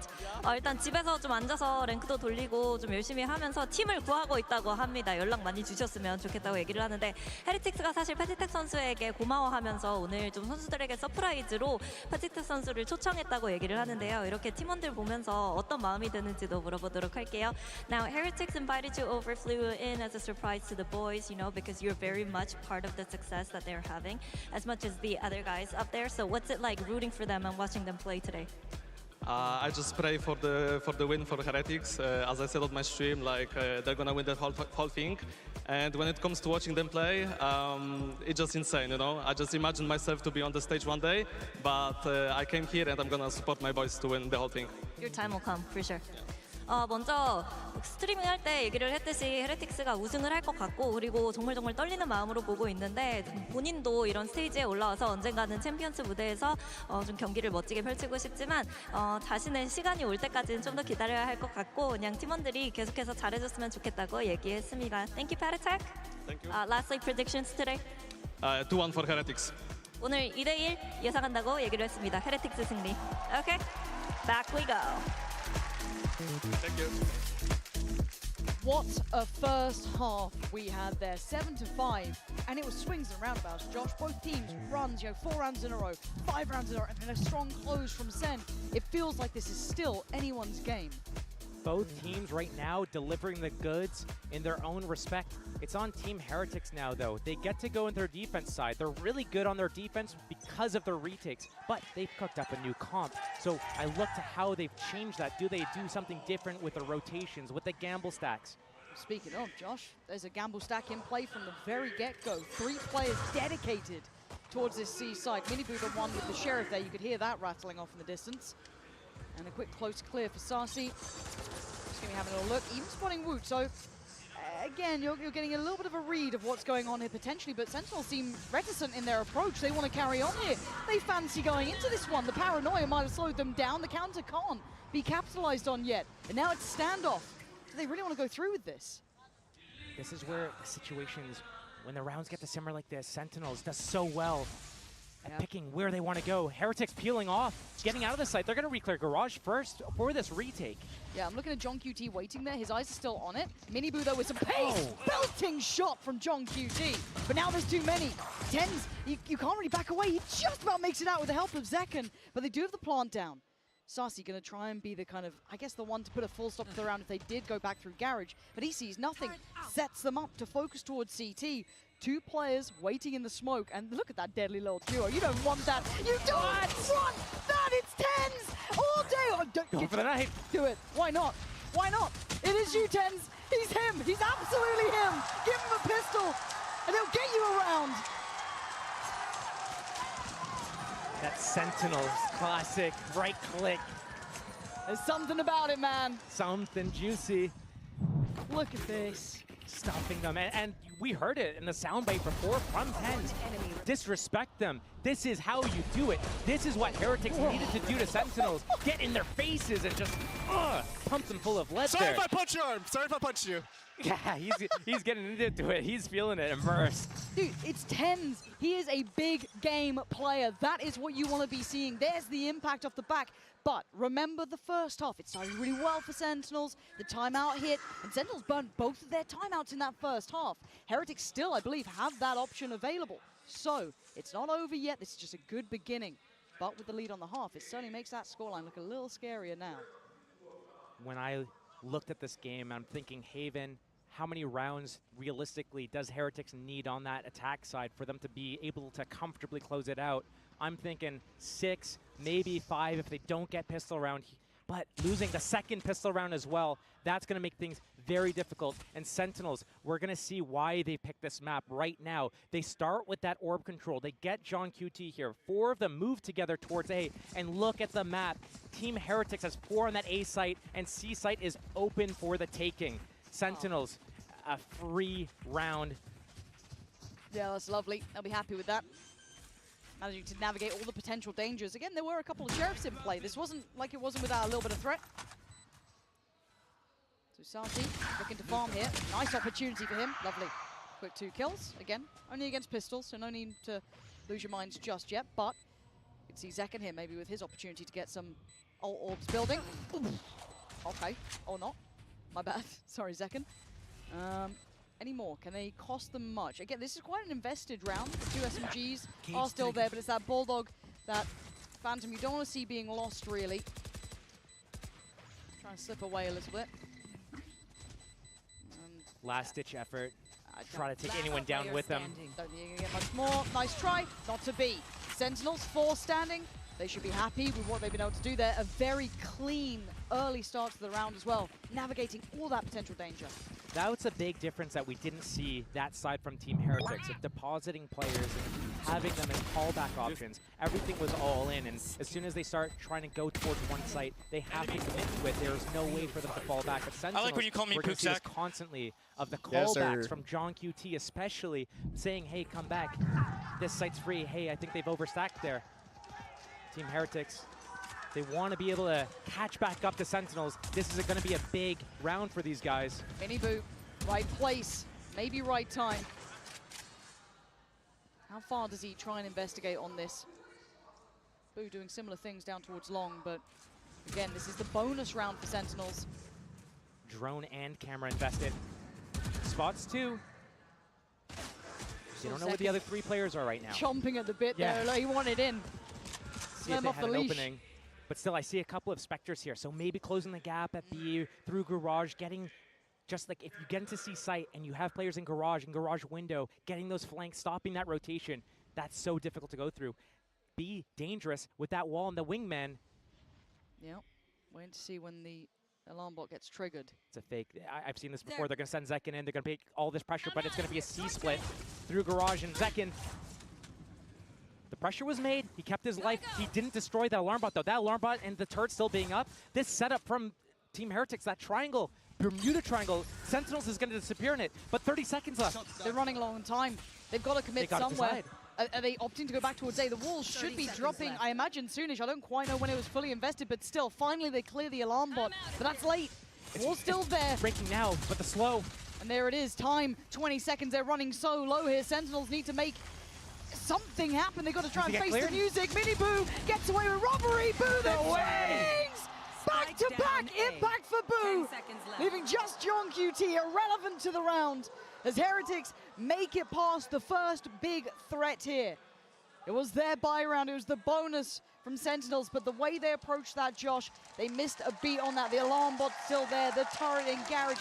There was security for Heretics the whole way through. Sentinels is usually so much better with those fundamentals, breaking all the alarm bots, getting exactly what they want to manipulate the rotation. And for the most part, it still worked. Yes, it got a little bit low on time. You get nervous when you see that clock ticking down, but that's still enough. That's 10 seconds that you have to take out 2 players and get the spike planted. You can do that. That's loads of time as long as you don't freak out. But Miniboo and Boo coming together through smokes and getting the shots, the kills they got in that fashion, unreal. Here we go again. Now we get into the fun of it. John QT still down though on the SMG. Not ideal. I like how loose Team Heretics is getting right now, though. They don't normally get this loose, these players especially. We saw on Boo, on Fade, on Lotus maybe. He's taking this deep line towards A right now. And the adjusted turret as well for Benji, not letting them even get to spam that, try and remove that easily. That's still in play. Deeper on C, yes, but still serves its purpose, especially with Rien's keeping control here. They're going to hear all this, they're going to see all this. That's at least 2 players noted off. just Dizzy and Benji backfilling this. This could be perfect from Benji. No. Pulled the trigger on the first. I thought he could have waited a touch longer, but no. We're getting to 50 seconds, and they don't have a full foothold on either site. Pressuring Garage Short with the double stack on long. You're right, Heretics taking some more gambles, getting a little bit more risky here. This is a huge bait and switch step as well. If Boo's able to get one, get away with his life, or even just make them look towards him, take out that drone and get away. Mini Boo. He got John QT. He got John QT. And they have no idea about Mini Boo.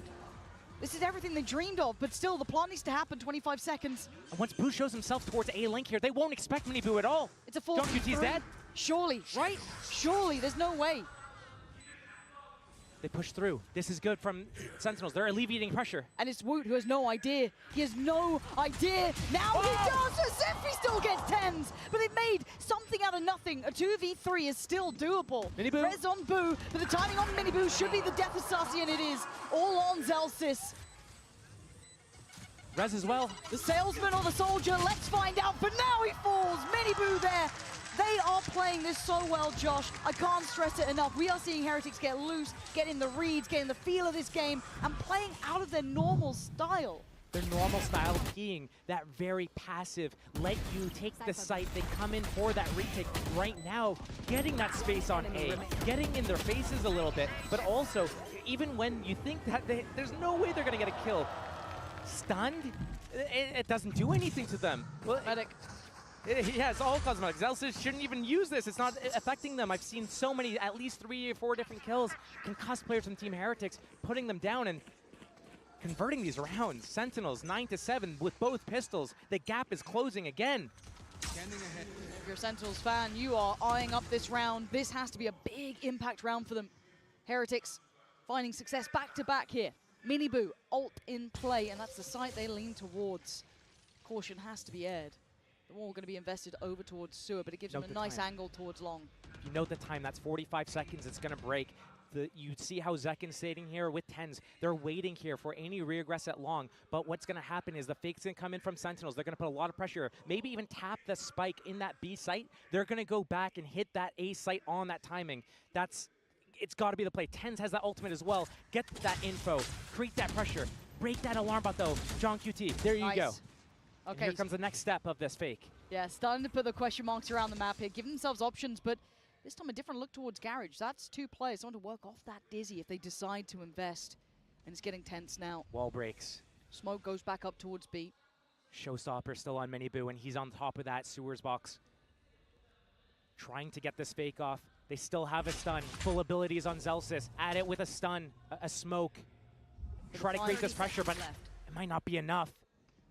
25 seconds, they slowly creep, they can disrespect the smoke, they're going to give away the game a touch here. Now, Mini Boo decides to move. 20 seconds. Where are they going? Back towards B. At this point, they're walking into the unknown. They A can ult him. TP, where is he off to? Over towards B. Going to try and quickly get that plant secured by Zelsis. 10 seconds left. Spikes down. He's done his job. Tens gets out of danger. And now the bedlam begins. Boo, you nasty boy. Waiting. Checks to make sure there was no one else here. Waits. This is a dangerous game to play in an arena, folks. That's a dangerous game! The crowd honoring. But that could have gone completely haywire. But a 5v4 now. Advantage towards Heretics, but they still have to try and break the backbone of Sentinels. And 10 still stands. Zekin gonna get one. Time now ticking, the defuse halfway. John QT holds the line. Oh, so close! Re-ends one around there. 1v3 or a 3K at least. Here, John QT. Couple bullets in the smoke, no problem. Team Heretics trying to stick that, but still, so well played from Sentinels. You can see how they set this round up so far in advance. They knew wall is breaking at 45. We softened them up at B. We softened them up at Garage. We softened them up at A right after. And guess what? It's going to leave a hole in B. We're going to ultimate there with Omen, get that spike planted, and play out this round. This mid-round adaptation, the on-the-fly calls from Sentinels are so good. Heating up here now. Might have a game on our hands. They abandon this elaborate back and forth. They're just grouping and ready to hit right now. I mean, you look at the ults, they've got so many. Sassy one away from having Hunter's Fury as well. They've got so much of what they need for this. Sentinels should be so easily securing C as they do. It wasn't particularly held by Heretics, sitting back a little bit deeper. Rien still does have his ult. Oh my god, you're lucky, Zelsis! He's the one to get caught by that. Benji playing back in through Garage. Clears out the first. That's one of the 3 ults gone. Rien's invests his. Already you can see that counter pressure. Sassy from all the way down C takes away Rien's. But Heretics clear the site. And you're right, the wall is still there. Does it get used? Looking to try and secure safety. No it chance. does. It's perfect work. Surely there's nothing to be done. They've got to wait and watch as Woon eviscerates them all. Raising the bar, raising the walls, Team Heretics. And that's why earlier in the half when I was talking about how Sentinels was jamming them up at that spawn point, when TenZ was getting in their face, disrespecting them, this is the exact reason why. If you fall back to long C and play that spam battle, you will lose. There's a wingman, there's a wall. You need to get in their faces. Zelf is going down, losing that Rolling Thunder. They can't push into Garage or spawn and disrupt Team Heretics' retake. Sentinels, 10 to 8 only. Hold on, Zekin's gone down. We're looking at the hero with the gun, is TenZ. And we know what this man can do, so pay attention. And it is straight up brawl, but Sentinels are winning. Maybe just stick to the classic, it seems to work so well. And a 3v3 in this situation, Zelsis has his ult, as does TenZ. They've got information on their whereabouts. And now they can let this simmer for a second. Zelsis even getting the upgrade. So much time to let the round... Wait, TenZ just used his ultimate a couple rounds ago. How's he have it again? It's TenZ, telling you. The alarm bot, But the timing. Gonna be able to clear that. He's gonna put a question mark to it. And look at where the other two are, Josh. They haven't even fully moved. Team Heretics fights very hard on these rounds, but if they move together and 3-man flank, if it is an A hit here, they could get a lot of damage off. Still, they have that wall, they have that slow, and they have the Omen smokes. Great characters to have for this retake. But still, 3v3, Rolling Thunder and guns up for Sentinels. This is going to be difficult.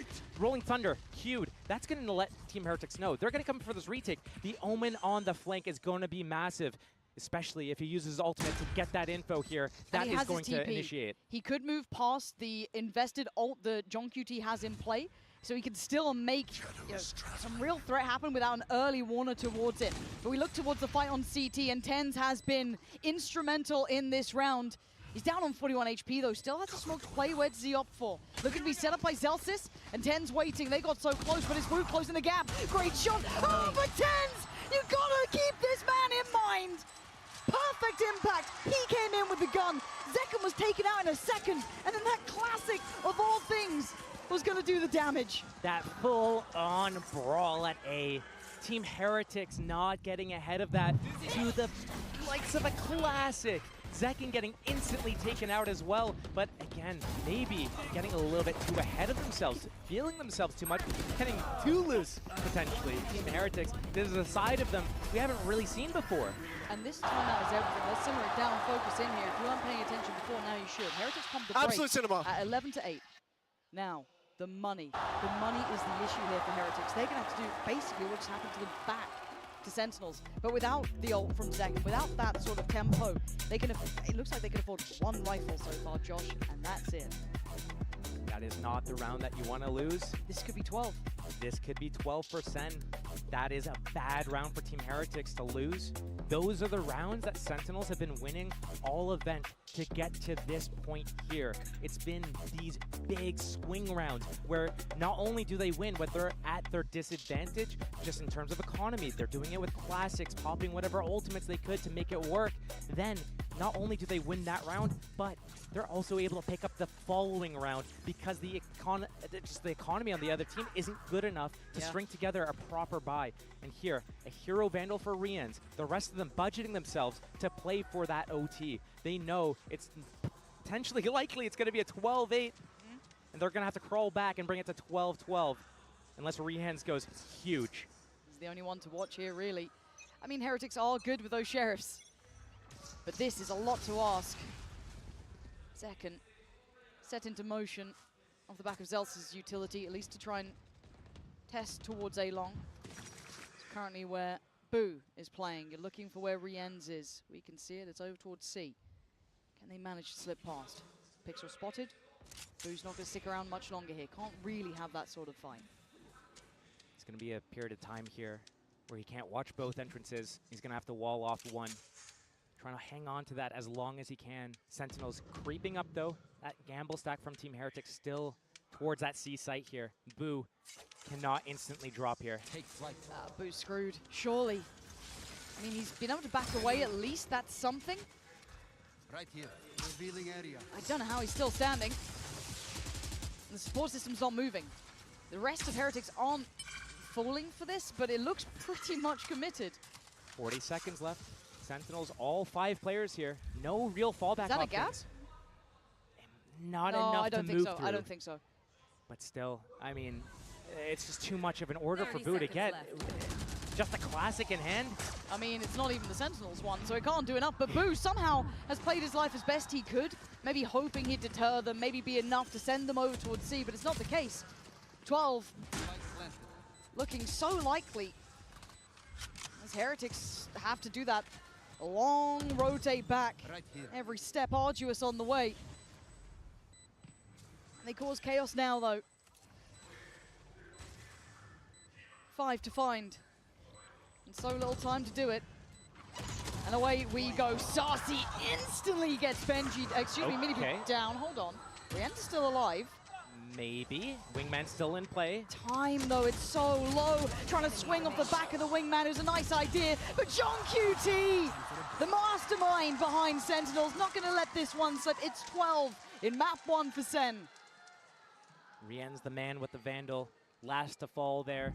10's 27 kills. Huge. Multiple times he's had his ultimate. But I need to highlight how he's getting to these kills. It's not like he's sitting in the back waiting for things to happen. He's I love getting the in their composure. faces. Oh, he's an instigator. Yeah, he understands his mission right now. Yes, he's Omen. Yes, he's on those smokes. But he's getting in the faces of Team Heretics, not letting them have a chance to be able to get off their elaborate plans, disrupting them. We go again, this time with guns though, but Lifeline starting to be flattened out a little bit here for Heretics. Held on 8. We haven't seen a change up from Team Heretics' game plan yet. Same players, same spots. Now lockdown in play as well. That's going to help with a retake if they need it. But gambling towards the C site, Sentinels has been so good with their audibles. Once they get certain information, they know when to pivot away. They know how to use that time, squeeze out the last second. Zekin coming into Garage. Benji. And Benji's been having a nightmare this series, fair to say. But this time again. he's saved by Wu. Second goes down, and now they can maybe live for another second or so. But it's Zeltis to trade out, at least take away the first. But Tens then takes strides towards the site, disrespecting the Bosch and the man behind it. Rien just falls, and Tens is just on an absolutely nuclear level performance here. 29 kills. And now Mini Boo and Boo, brothers in arms, might have to watch map 1 slip between their fingertips now. Forced to fight forward and forced to fall. It's all on Boo in a 1v4. Map 1 surely sitting with Sentinels. What more were you ever meant to do against this side? Map 1 is in the books. You put them on a big stage, they just keep stepping up. Great performance from Sentinels there, and Team Heretics trying to change things up with their agent composition, throwing in that icebox pick as well for that map too. So what have they cooked up there? They need to slam back as hard as they can if they want to be able to stop Sentinels here and go into that third map as well.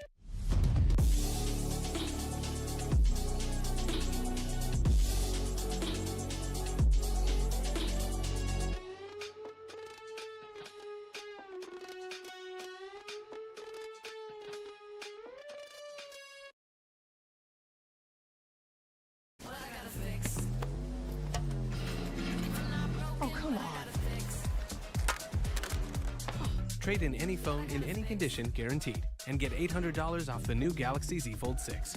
Only on Verizon. Red Bull gives you wings.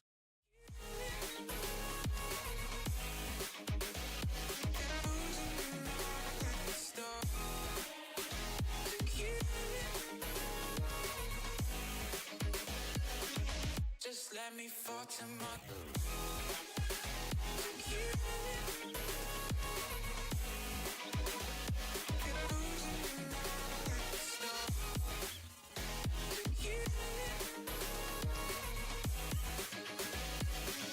Just let me fall to my grave. Heart fails under pressure. Wonder if these bad days will last forever. So pessimistic from the past. All the good things end up in caskets. I'm never feeling okay. Good days are so hard to find. Just help me know all the pain. Away, I'm one step from dying. My angels keep it at bay. Can't blame the people for trying. Just let me fall to my grave. Just let me fall to my grave. To you.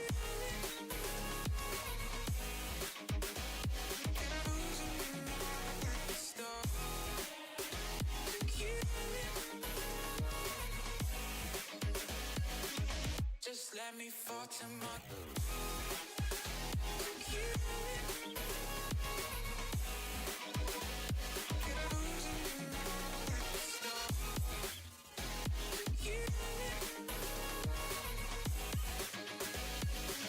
Just let me fall to my grave.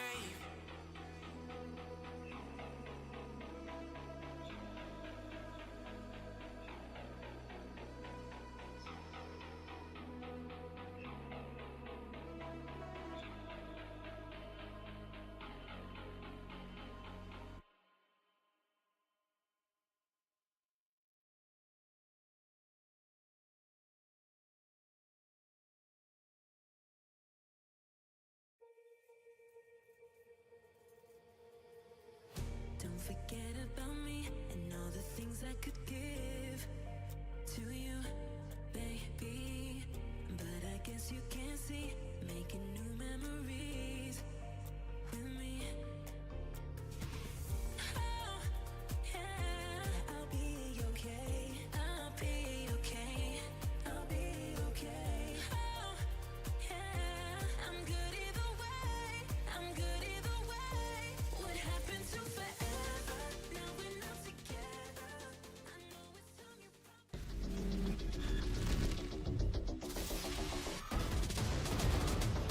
All has ended with me.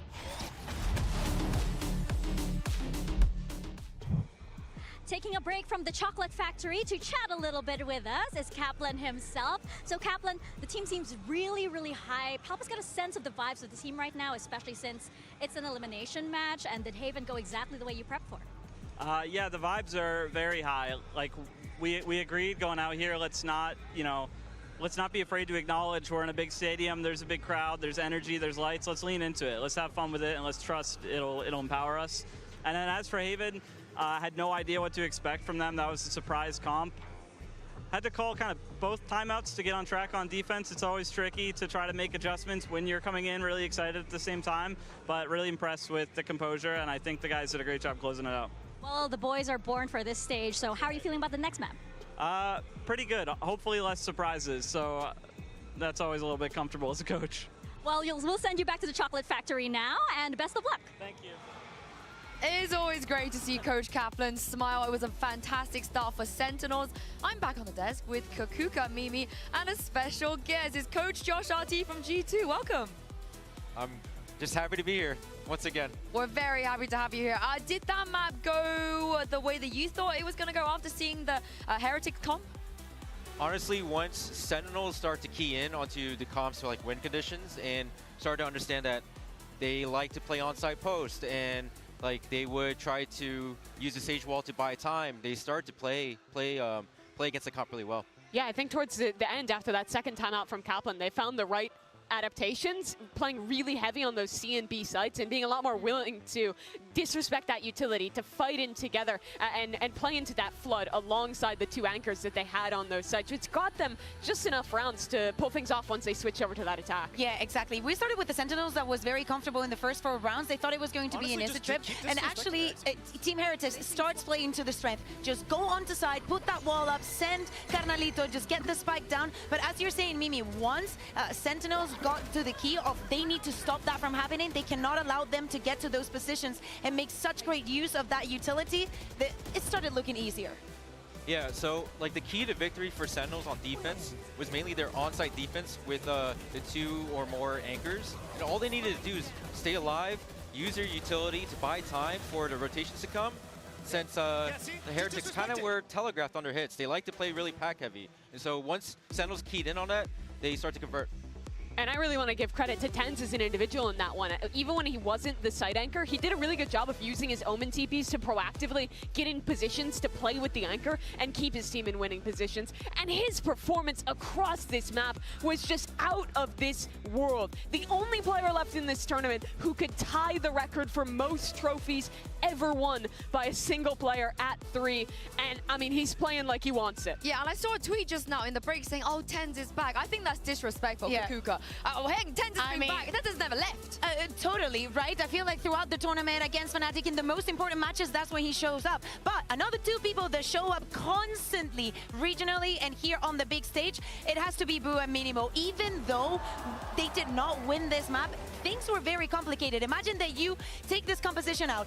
First played ever in the history of Valorant that this comp is played on Haven. You take this risk and you put this 2 to support each other. Miniboo just going in crazy, and Boo, not only the IGL that he's been having throughout this entire tournament, but especially being put in these situations, it looks like he's been doing it forever. Yeah, you can see the chemistry of the brothers, Josh, on the server. Yeah, for sure. Since that was their first time playing that with that composition, you would notice that they were playing Raze and Sage together at A site, and they were actually 2-man hold the site. Normally, that site requires 3, and they were able to mix it up and keep Sentinels guessing. Yeah, and going into this next map as well, we were talking about this a little bit, likely to continue with those 2 playing together. It must feel incredible to get to be up there on this big stage, even in these tough moments with your brother alongside you, and they'll need to rally back here. This team has made lower bracket runs before, they've bounced back before, but this is still a big task to come back in this series and stay alive. Yeah, my hopium is Kakuka, Heretics should not have any issues on Icebox. I mean, are they going to change the composition? I do not expect it, right? I think that the moment that they decided to stick with this Neon, that is what they were going for. They decided to come here to Icebox. Out of all the options that they had, maybe even some bind after how comfortable they said they were feeling, they decided to go for this one. And I feel like the head-to-head between Second and Miniboo, I understand that it is something that we want to see. We wanted to see flashy, but the style is very, very different when you talk about entering the site. Yeah, Miniboo's Neon. You like it? You're a fan? Well, for the system they provided, I think it's really good for them. They already played that comp that Sentinels runs, the KO Sova, multiple times already, previously against DRX. So, like, I would like to see Miniboo like rotate quickly based on like Boo's information and Rian's information, and based on that, their defense like works for them. I do think they need a good start on this attack. This is one of those maps where Miniboo is going to be super sacrificial, going in first, going for those openers, and it relies a lot on players like Benji to come online for Team Heretics to trade him out and stay in it. It does indeed. It might not be another chance here, Pansy, and still Heretics, they have to win if they want to keep their champions' dreams alive. 1 life left for Heretics. It all comes down to this. A pick that certainly turned our attention, a composition change in the final hours coming out to this tournament, and pressure on those players is now astronomical. Josh, how are they going to handle this? What are your thoughts on their composition here? Sentinels have the grace of a map in the bag now. When I looked at the Icebox pick, I thought maybe they were switching something up to get a little bit of a curveball. that Sentinels wouldn't expect, but they're sticking with the same composition. So what they could do is change up how they play that composition. We see a lot of these 5-man hits. Maybe we see them get a little bit more loose at middle, send Benji up that way a little bit more, try to send more people with Boo on these B lurks. Zekin has that Sheriff, had that B line, but he's going to peel off of it a little bit. That mid hold from Sentinels, they got that turret as well. Happy to play for that retake. Yeah, just setting tempo, just taking the time. And they're Team Heretics, they're slowing down right now. They're kind of feeling out the map, seeing what space they can get, see if Sentinels bites on anything. But Sentinels doesn't really bite. When they have their setups that they're happy to sit in, they wait as long as they need to make sure that the enemy is fully committed. Hey, you're just doing a fake? Cool. You're going to end up coming into my gamble stack. Oh, you actually went there. Cool. We're fine doing the retakes. We showed you how many times we can do it on Haven. When our backs are against the wall, we'll make it happen. And it is interesting to see no support, though, on the way for Zekin here. At this point, he has had to fall back pretty deep. He's playing somewhat safe, though, I feel, now in CT. But he's going to hear this. He's going to hear commitment behind it. The lurk now coming in middle. That spike plant position is going to be for B main and middle. So if these players are able to stay alive at kitchen as long as possible and bleed the time from the clock, that is their win condition. Yeah, Boo and Benji. Saucy also has a Sheriff in hand, and Zelsis. 3 Sheriffs on this retake. They've fallen away from kitchen to play dedicated towards side. And again, Zekin once again checked on. He's not getting any freedom to play into this. So it is the vast majority of players now working back in. They're going to know where that spike is planted specifically for, but there's still a man on the site. And Boo shows his hand, takes away tens and looks for a follow-up. Zelsis next in line. He can't stand any longer. Finally falls, but as did Wood. That's an issue. Now they're starting to lose our numbers of 4v3. Reflank from Benji. And now you're going to look at that back line. You're looking at the likes of Benji to find some value. You're banking on Benji! Finding both! Keeps the plant safe. And Heretics this time get their pistol. That is the first pistol round on the board for Team Heretics. And I think an important thing to talk about in the context of how that Haven map fell apart for them towards the end. That's 2 pistol rounds that you lose, and then they also lost that round that got Sentinels to 11 rounds, back up like a gun in Classics. Yeah. That could have been a lot closer. That could have been a 12-12. I see that going the distance. So if Team Heretics is able to pick up at least one of the pistols here, convert those next few rounds, maybe they have a chance to show what they did against DRX. And a gamble stack here. I think Dizzy did his work, but still, Zekin persists. And the timing could be nice here. No, we're going to find Zelsis and damage. Yeah, okay, Heretics not going to be caught off guard, really. Very conscious of Sentinels trying to get in their face, but this is fine. They were happy to go for a gamble. The rare occasion that the Sentinels Classic isn't actually effective, getting any damage in a flawless round coming for Team Heretics. So going into that first gun round, the bonus round really for Team Heretics, they had a Ghost on Benji. They have a couple of Spectres. They have that Neon. They could do a fast play. I like their approach on that pistol round. They've done it before where they get that B main control, then that B main hit comes in, when that Viper wall's on full charge, they make that noise and the split comes through middle.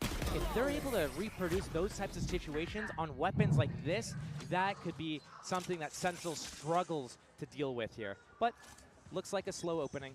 I mean, we got 3 players here. Do we have a little bit of a scrap on this one? Already Heretics heading this way. Gonna leave Zekin posted up by pipes here. Starcy by his side, and then just a little bit lower down his tens. A little bit of a switch up on the Team Heretics side. Normally they would have Boo over towards that B area and Benji kind of looking around middle, maybe grouped with his team. But right now, Benji's on his lonesome and Boo's grouped with a team. I think an important change, keeping that Viper alive. This drone getting so much value, seeing so many players, but still. High flash and a swing, but he couldn't get the bullet where he wanted it. It looked so perfect. I like them trying to be proactive though there, Josh. Those mini bite-sized plays are what Sentinels is really good at. Just finding that opportunity to get that first kill or be able to get a little bit of map control. Big scan, Benji's at middle, trying to take out that turret. He can call them back and forth. If they make a pressure towards B, Benji can catch players in the back on that rotation. Even this kill on this turret might stir a reaction. 40 seconds though, time's getting low, and Team Heretics is needing to hit soon. Yeah, Zels is the one to be pulled away. That might be the best that they can hope for. So now, Heretics have to play forward. You're going to have to take that space, take that fight, take the bull by the horns, and Sassy overwhelmed. But the backbone stands. Tens again with 2. Zelsis makes it back towards the site. He handles business, leaving Benji in a 1v3, but he does have a rifle. How far does Benji go on this? Has a look, 10 seconds. He ain't got much of a time to play with, no. Well played by Sentinels to hold that back of the site securely. Again, a bonus round, though, for Heretics, so they can go for those riskier choices. A little bit of decent damage, but Sentinels, again, sticking to their guns. Once they've decided that their feet are firmly planted in this position, they're chill. And a reason for that, especially in a matchup like this against Team Heretics, That's the round we want, though, boys. That's the round we want. Those audibles. Once they show that they want to go somewhere, they wait, they recharge, and then they try again. It's very rare that they actually try to pivot and go somewhere else. So Sentinels have them read, decide to sit there, and stick to their guns. And hey, it's working for them. Now we get into the real meat of it, though. This is the fun part. 10 still controlling, trying to set up Zelsis this time. Love the unison between these two. Synergy is fantastic. A little bit of fake pressure towards A, Team Heretics, getting that control. Also, slipping the gap at B, but Boo, he's the first point of contact here and going down. That means they lose the wall, needing to use middle now if they want to be able to close out this round, or when they go B, they can't instantly go for that plant. They got to take that space, look for another duel. This next fight, John QT, how do you play this? And Zelsis is getting closer, though. Yeah, he's still a little bit worried about middle, but again, he could bank on that turret, maybe a touch, but still, this is John QT potentially isolated. Got to be careful, not outstays welcome. A risk too far. Normally quite the mastermind, quite a diligent player, but that felt desperate, even at a man advantage. And Rians just picked up the ultimate orb just before that spike got planted. He's got his ultimate. Spike not planted for that mid flank this time, so B main is the main point of contention, but both Vipers out. This is the start, a tap on the spike, and Zelsis looking to close the gap, but it's Miniboo to answer back, and he gets out swung. Zelsis goes wide, takes down Miniboo, and another go on the spike here. Once again, half. Anyone going to deal with this? Anyone going to swing on this one? Finally, they take it away, but the defuse is happening. Whoa! That was so close. And again, he has to try and close the gap, but there's nothing more to be done. Right under their noses, a fumble from Heretics. No other word to describe it than a fumble. And those types of rounds, if Sentinels is able to steal it away, that is when they start gaining that momentum. And right here, you can see the body language on the players of Team Heretics, how Boo is talking to the team, the rest of the team, not animated, quiet. It's just crazy. A gift from John QT, peeking from Snowman. Gustavo, 5 versus 4. I love that sacrification from you. Good job. Or that retake. They don't even have that in play, and they still close it out. Team Heretics needs to do better. They might just get punished here. Look at Zekken, Outlaws out, and you can look at the light shields. Struggling financially, Heretics. This Outlaw is going to be devastating. Riens, he had full HP. He has that Vandal, or he had it. Passed around a little bit to Miniboo in this situation right now. Creep up towards A, but again, Sentinels on this stack. They have that line at B on Zekken. He's on top. No threat. Alarm bot, turret, active. Zelsis pivoting, ready to be that 4th player on that A site, and this triangle setup again from Sentinels. We see them stick to these types of setups, and yes, they have this pop flash as well. So as soon as this execute comes in from Team Heretics, they're going to use that orb. They're going to place the shocks, the Viper's Molly, the Wingman's going to come in. Oh, Miniboo. Wait, that first kill though. That's huge. That's his ult now. He can cycle that rifle back, but 10 stands in their way. Does he commit to this angle? How long does 10 stay in the danger zone here? Still playing up towards those rafters. Miniboo waiting, but the flash is perfect. It's on the money, and 10 is doing damage. Oh, and a third! That's what you need from him. Big players making big plays in big games, and now Benji can do nothing but die. The ace taken away, but who cares? Tens. Grown man plays right there. His team's backing out. They play their retakes all the time by waiting and slowly getting a concave, crushing their opponents. But here, he's like, you saw me on Haven. I don't care. He walks out. One at a time, just deletes them from the server. The Terminator's in the server! Yeah, not wrong, not wrong. There's something about Tens when he gets on stages. Give the man a crowd. He deserves it. And an instant pause from Heretics. There's blood in the water. There is blood in the water, and Sentinels are circling. It is worrying. Because for this roster, at least in my mind, for this composition to work as well, you have to be confident, selfless if you're Miniboo as well, taking this space, getting those reads. But we've seen issues here, Josh. They look a little bit shaky in certain areas. Those post plants being pressured in really uncomfortable ways. It looks like they're letting this slip a little.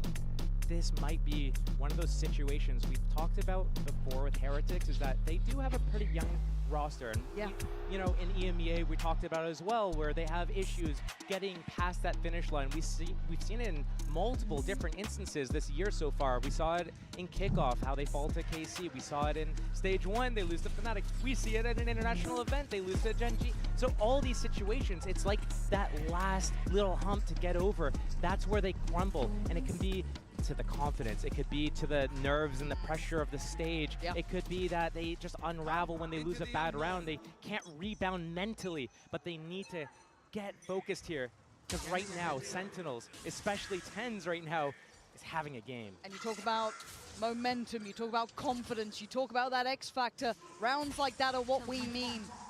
These players on SEN can give you them. Now Heretics can as well, but they've got to start now. This could be the fatal blow. And it could start at a scoreline like 3-2. Feels almost innocuous at times, but it could be so deadly. As Heretics look for a change, look for a switch up, but it looks like Sentinels have the read. And they got the kill. Rienz goes down. Handled in middle and sent back towards spawn. A 5-man reclear. They have the great retake ultimates. Lockdown. TenZ has his ultimate as well to turn off all the abilities. Team Heretics trying to do so much by getting up middle. With that extremity pressure, Benji, and oh no, he goes down 2. The timing from Saucy, 5v3. Team Heretics, like, right now, you don't really have that many options. Boo on this late flank around the world as well. And the Terminator's closing in. Hunter's Fury's there, just gonna secure safety. And they're running out of options. This map is just closing in on them. You're banking on Boo here. Now, JohnQT made a little bit of an uncharacteristic mistake last time. This time, I doubt it. And Zekken getting curious. That's a big swing right there, Boo. And JohnQT, this Viper. But they, oh! An opportunity missed and a lifeline made for Boo. The lockdown's there, 15 seconds. I don't know what they're meant to do here. The plant's at least in, but they have to fall so far back. Zelsis already gonna find Miniboo, and the other two trying to cross, and Zelsis takes them down! This is just going from bad to worse for Heretics, and the uphill swing for Sentinels is here. And that was off the back as well. Team Heretics taking that timeout, coaches getting involved, calling this play. Everything was about that 3-man pack in middle to cause enough of a disruption, get the kills, get that map control to make Sentinels feel very uncomfortable. But what happens is a 5-man reclear from Sentinels, get that kill, find Benji lurking through that A site, and are able to just close it out. Team Heretics, all they have to rely on are those set plays, the plans from the start of the round, their adaptations, calling those pivots and audibles in these mid-rounds, non-existent. It's got to start now for Heretics.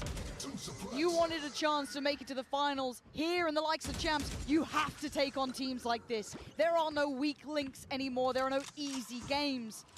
And right now they're suffering under that scrutiny. Sentinels at the helm of it, but it's not over. 2 rounds to work with, and Heretics need to pick up now. Show me that grit. Show me what you can do here. Enough respect being shown, but I'm looking at a flash in hand, potentially. A pre-take, no. Just the nade so far. The Sentinels wait on the verge. Now, Team Heretics, do you stay in? Do you give the same medicine back to Sentinels, block them from getting out the choke points, or do you retreat back to main? They're retreating right now. It's only Miniboo in the site. He's got so much weight on his shoulders. All of EMEA trying to put their faith in this team, and they're being melted to pieces. TenZ takes away Miniboo. Now you're looking at the back lines. Where's that util coming from? Zekken doesn't care. He's already taken away Woot. They're capitulating. They're falling here. Heretics need to make a stand. A miss of the utility, and Zekken runs through them.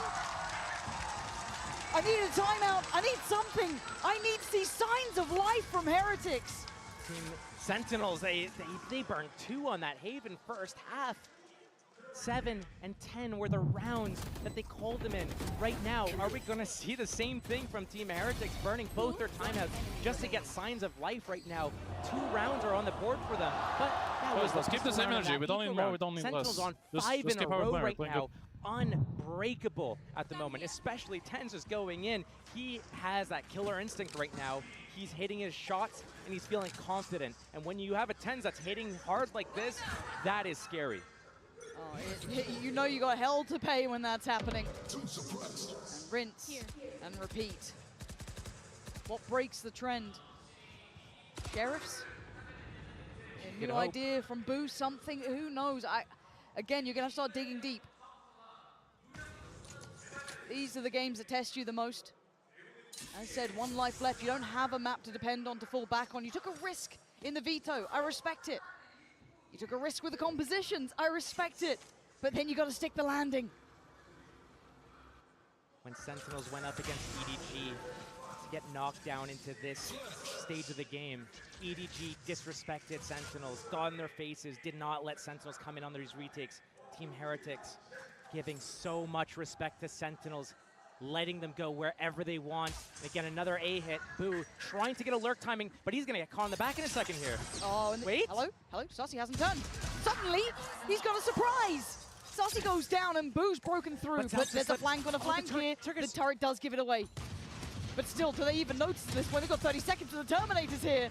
30 seconds. He's still holding this one. Wait, they don't know. They still don't know know. the plan. They don't know. Oh my God, Celsius is behind He's lining them up. every single player. And look at the patience. Look at the pedigree. He waits and he strikes. Taking down Heretics piece by piece. Just down a Boo and it's all but done. They are going to be in tatters, Josh. The crowd, the joy, Sentinels, they're all unleashed right now. Such big plays from everyone coming into play. Boo thinks he's got them on the ropes, thinks he's got them at the back lines, but Zelsis one-ups him, says, hey, you know what? Yo, you like how we're on the same page? They're beating, Guess what? I'm right behind them. Motherfuckers. The trigger discipline on them too. Hey, he's swearing, I did it. Yeah, well, you so did, look, we can share the fines, no worries. I mean, look, there's no two ways to say it. The scoreline almost feels not as condemning as the game has been. It's where the 6 rounds have hit, and you were discussing it. Once we got into the buys, once we got into the real meat of it, where the hell have Heretics been? We know they're good. I don't need to say it. I think all of us at home know that they are a great team, incredible individuals. They've been in finals. They've made it that far, didn't quite get to touch that trophy, and again, that elusive victory might evade them once more. And you can't discredit what Sentinels do. People have doubted them every step of the way here. Coming into this, I certainly did. I didn't think they were in form, and God was I wrong. Jeez, they have absolutely run through regions at this point. They've taken away Fnatic, they've destroyed anyone who stood in their path. It's time to respect them. It doesn't matter who they are or how they're performing. On the day, they turn the hell up. I don't know what Heretics are meant to do. I genuinely don't. This is the X factor. This is those unknown moments where you can't contain them. They've got ults though, Josh. They've got a buy here. What the hell does Heretics do? There's chances. Look, this half could end up 6-6, and that's respectable, right? But right now, Team Heretics, when they're given the site for free, they back off and let Sentinels create this concave move back in. But are we going to see another switch up here, another flash timing peak? But look, Tens is already here. They just doubled down on the aggression, trying to face Heretics, crush them under their heel. This time, though, they stand, and they stand tall. Ults to work with. And if Sentinels stick around on the side too long, they could get punished because of that. Oh, the re-aggress from Zekken, I told you, they don't respect you. You got to bring them to heal. Zelsis is leaning forward. Heretics this time, defending themselves. Saucy takes away Miniboo, but it's all Heretics thus far. This is better. The best look we've seen from them as to date. Life still in them. A 4 versus 2. I've seen Sentinels win war like harder rounds to close out. So, but Spike being planted, front generator. This is going to allow them to play this actual safe fall back, play this post plant. But Heretics not knowing where they want to play. Do they want to play up? Do they want to play back? Sitting in maze, ready to strike on a timing. Wait for that wall to drop and do a triple peek, but here comes the molly. It's going to stall a little bit. Saucy. Nah, not going to get it this time. I respect them trying to double down on the aggression, really offset, get in the heads of Heretics. I like that. This time, though, Heretics keep themselves secure. Safety. And you said it. 6-6 is a respectable scoreline. It can be achieved. There's nothing stopping them there.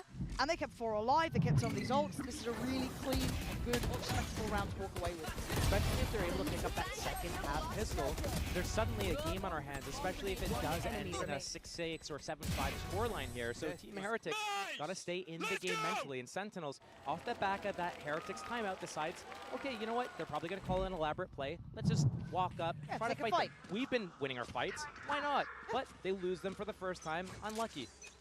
Team Heretics still, though, they want to be able to close this out. Well, Zekin, no flash though. We're sitting Zelsis sitting on that, or Tens sitting on that boiler, waiting for that molly to come into play to try to take out that defensive turret so he can deny that molly. Here, the timing, the molly gets thrown. Tens just left it.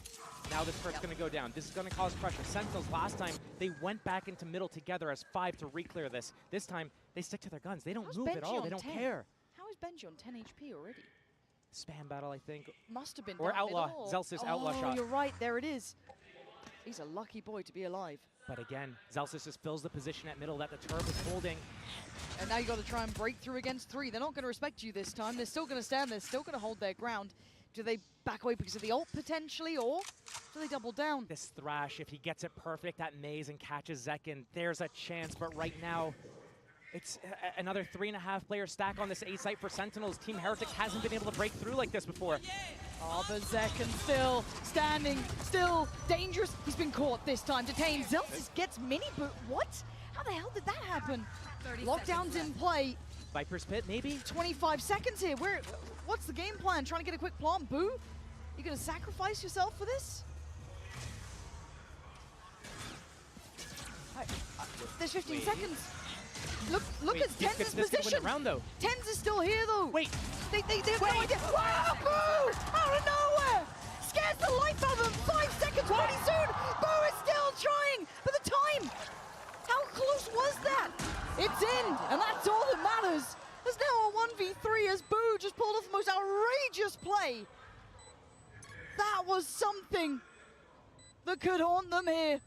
And Zelsis might undo it all. That's 1. Needs 2 more. Benji down low. They're together. That could have been it. That could have been it. But it wasn't. Heretics stay alive. Clutching onto this game, clawing back into this game with 2 rounds now, back to back. I've seen this before from Boo, when he has to put the team on his back. Normally he's the in-game bleeder. You don't look to him to have these standout performances. You look to Benji, you look to Reams and Woot. But Boo, when his team can't find anything, he is the one that steps up. He is the one that has these big confidence plays. That was so risky, and it could have been so devastating for them. But instead, it's one of those high-risk, high-reward plays you need to do. Oh, wait, John QT's being chased down. Chase out. Mini-boot. The tempo change. He was on the hunt from the get-go, seeing John QT. Vulnerability. The site should be theirs. Viper's Pit off the rip. The pace change is divine, and it's worked. But you heard it. Zekin popping the ult, still has the operator as well. There's a lot of ults here, though, Josh. Yep. You either have to go through the pit, though, on the outside part of the map, or you have to go into the alarm bot, the mollies, and the funnel.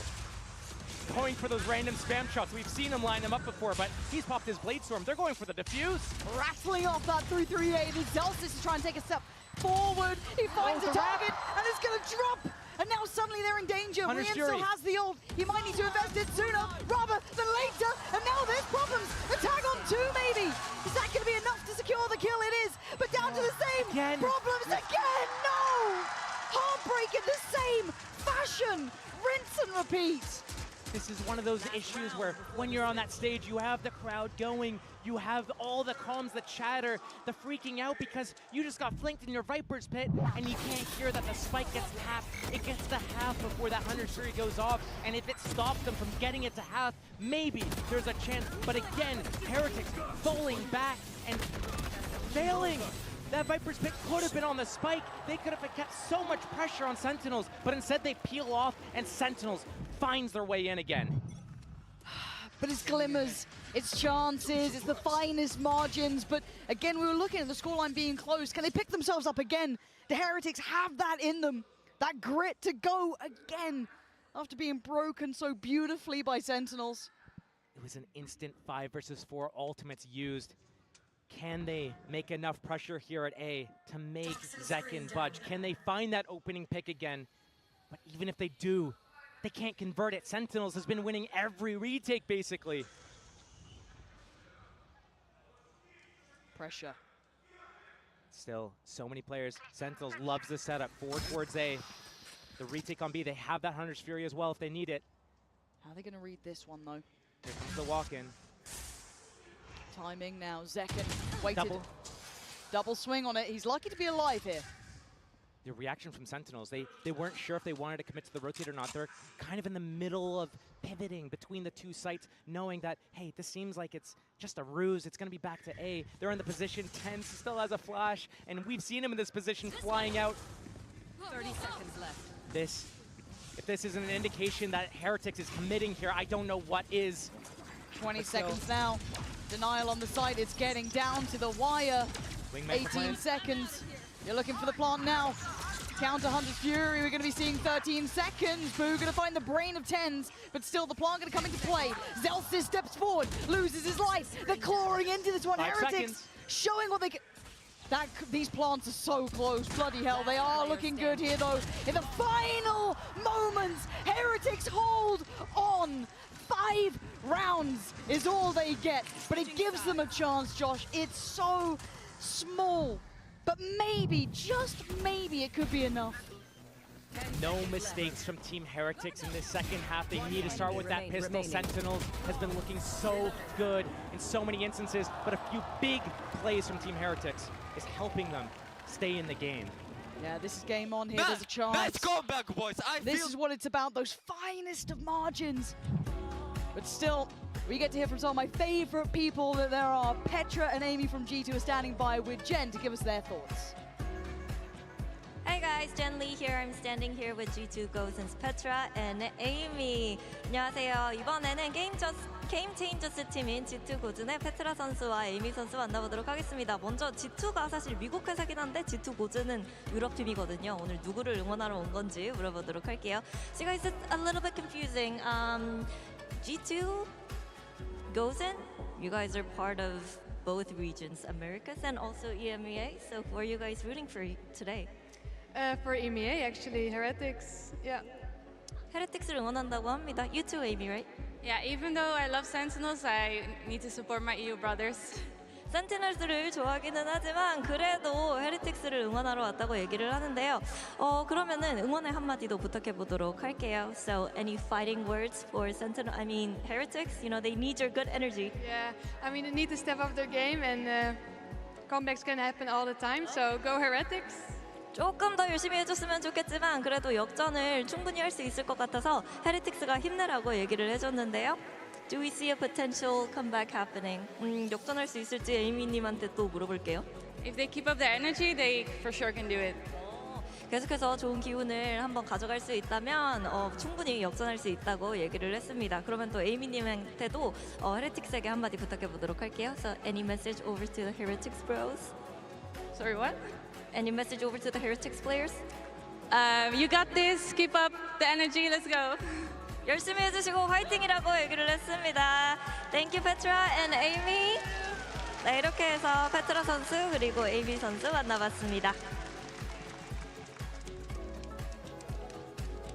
7-5.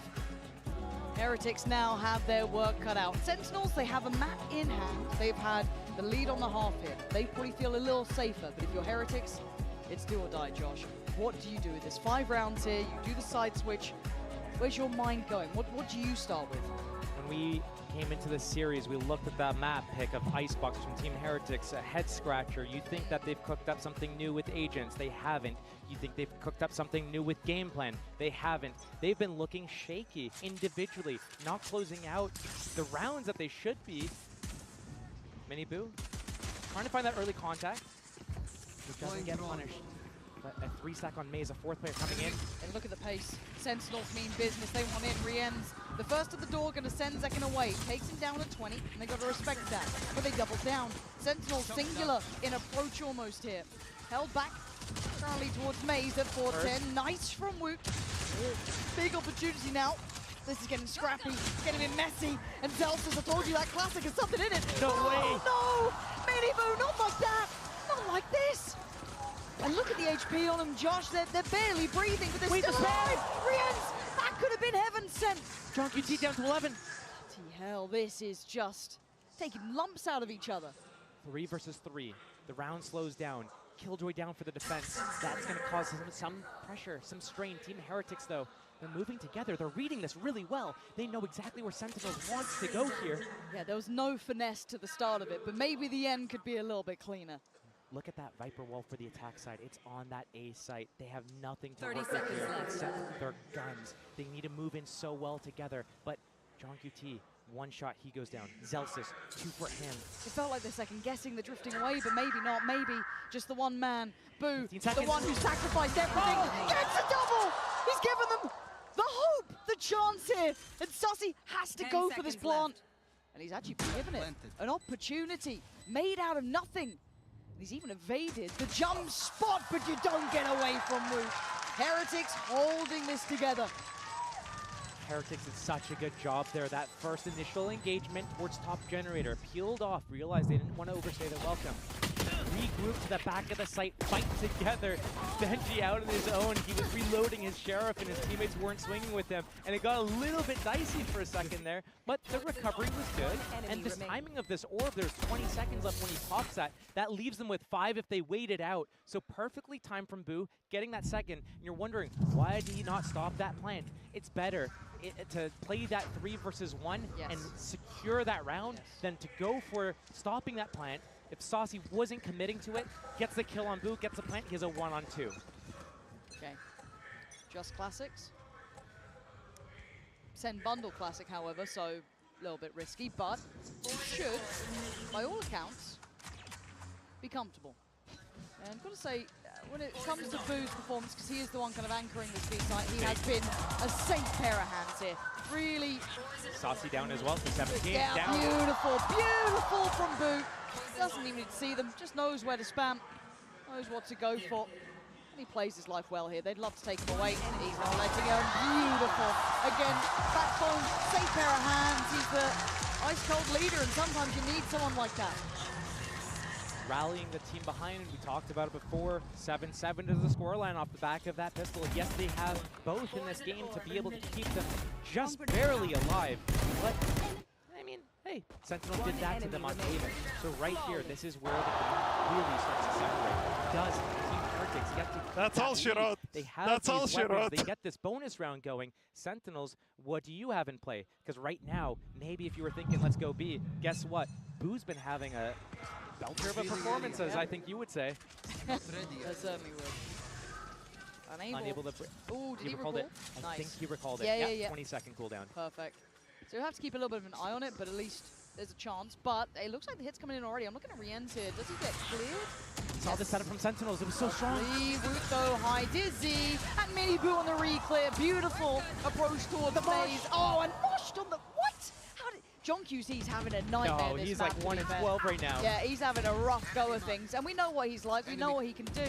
But this hasn't been hitting for him, at least in this map. Zelsis, Sassy, and Tens. Left wanting here, barely making it past Maze at all. Barely making it towards sight. Boo keeping them contained in here. The can of sardines, he's got them in the back lines, garage jump spotting. The Team Heretics stacked on the back of the site here. But Rienz goes down. Hold on. You can't doubt him. Miniboo could do really nicely. Oh, he absolutely can. In unison with Benji. Beautifully timed. Team Heretics is not only collecting these rounds, Miniboo standing up there as well, but the fashion that they're doing it, they're fighting together. They're making sure that they are in the same area. See this re-clear at Maze together with the Dizzy and the slide in.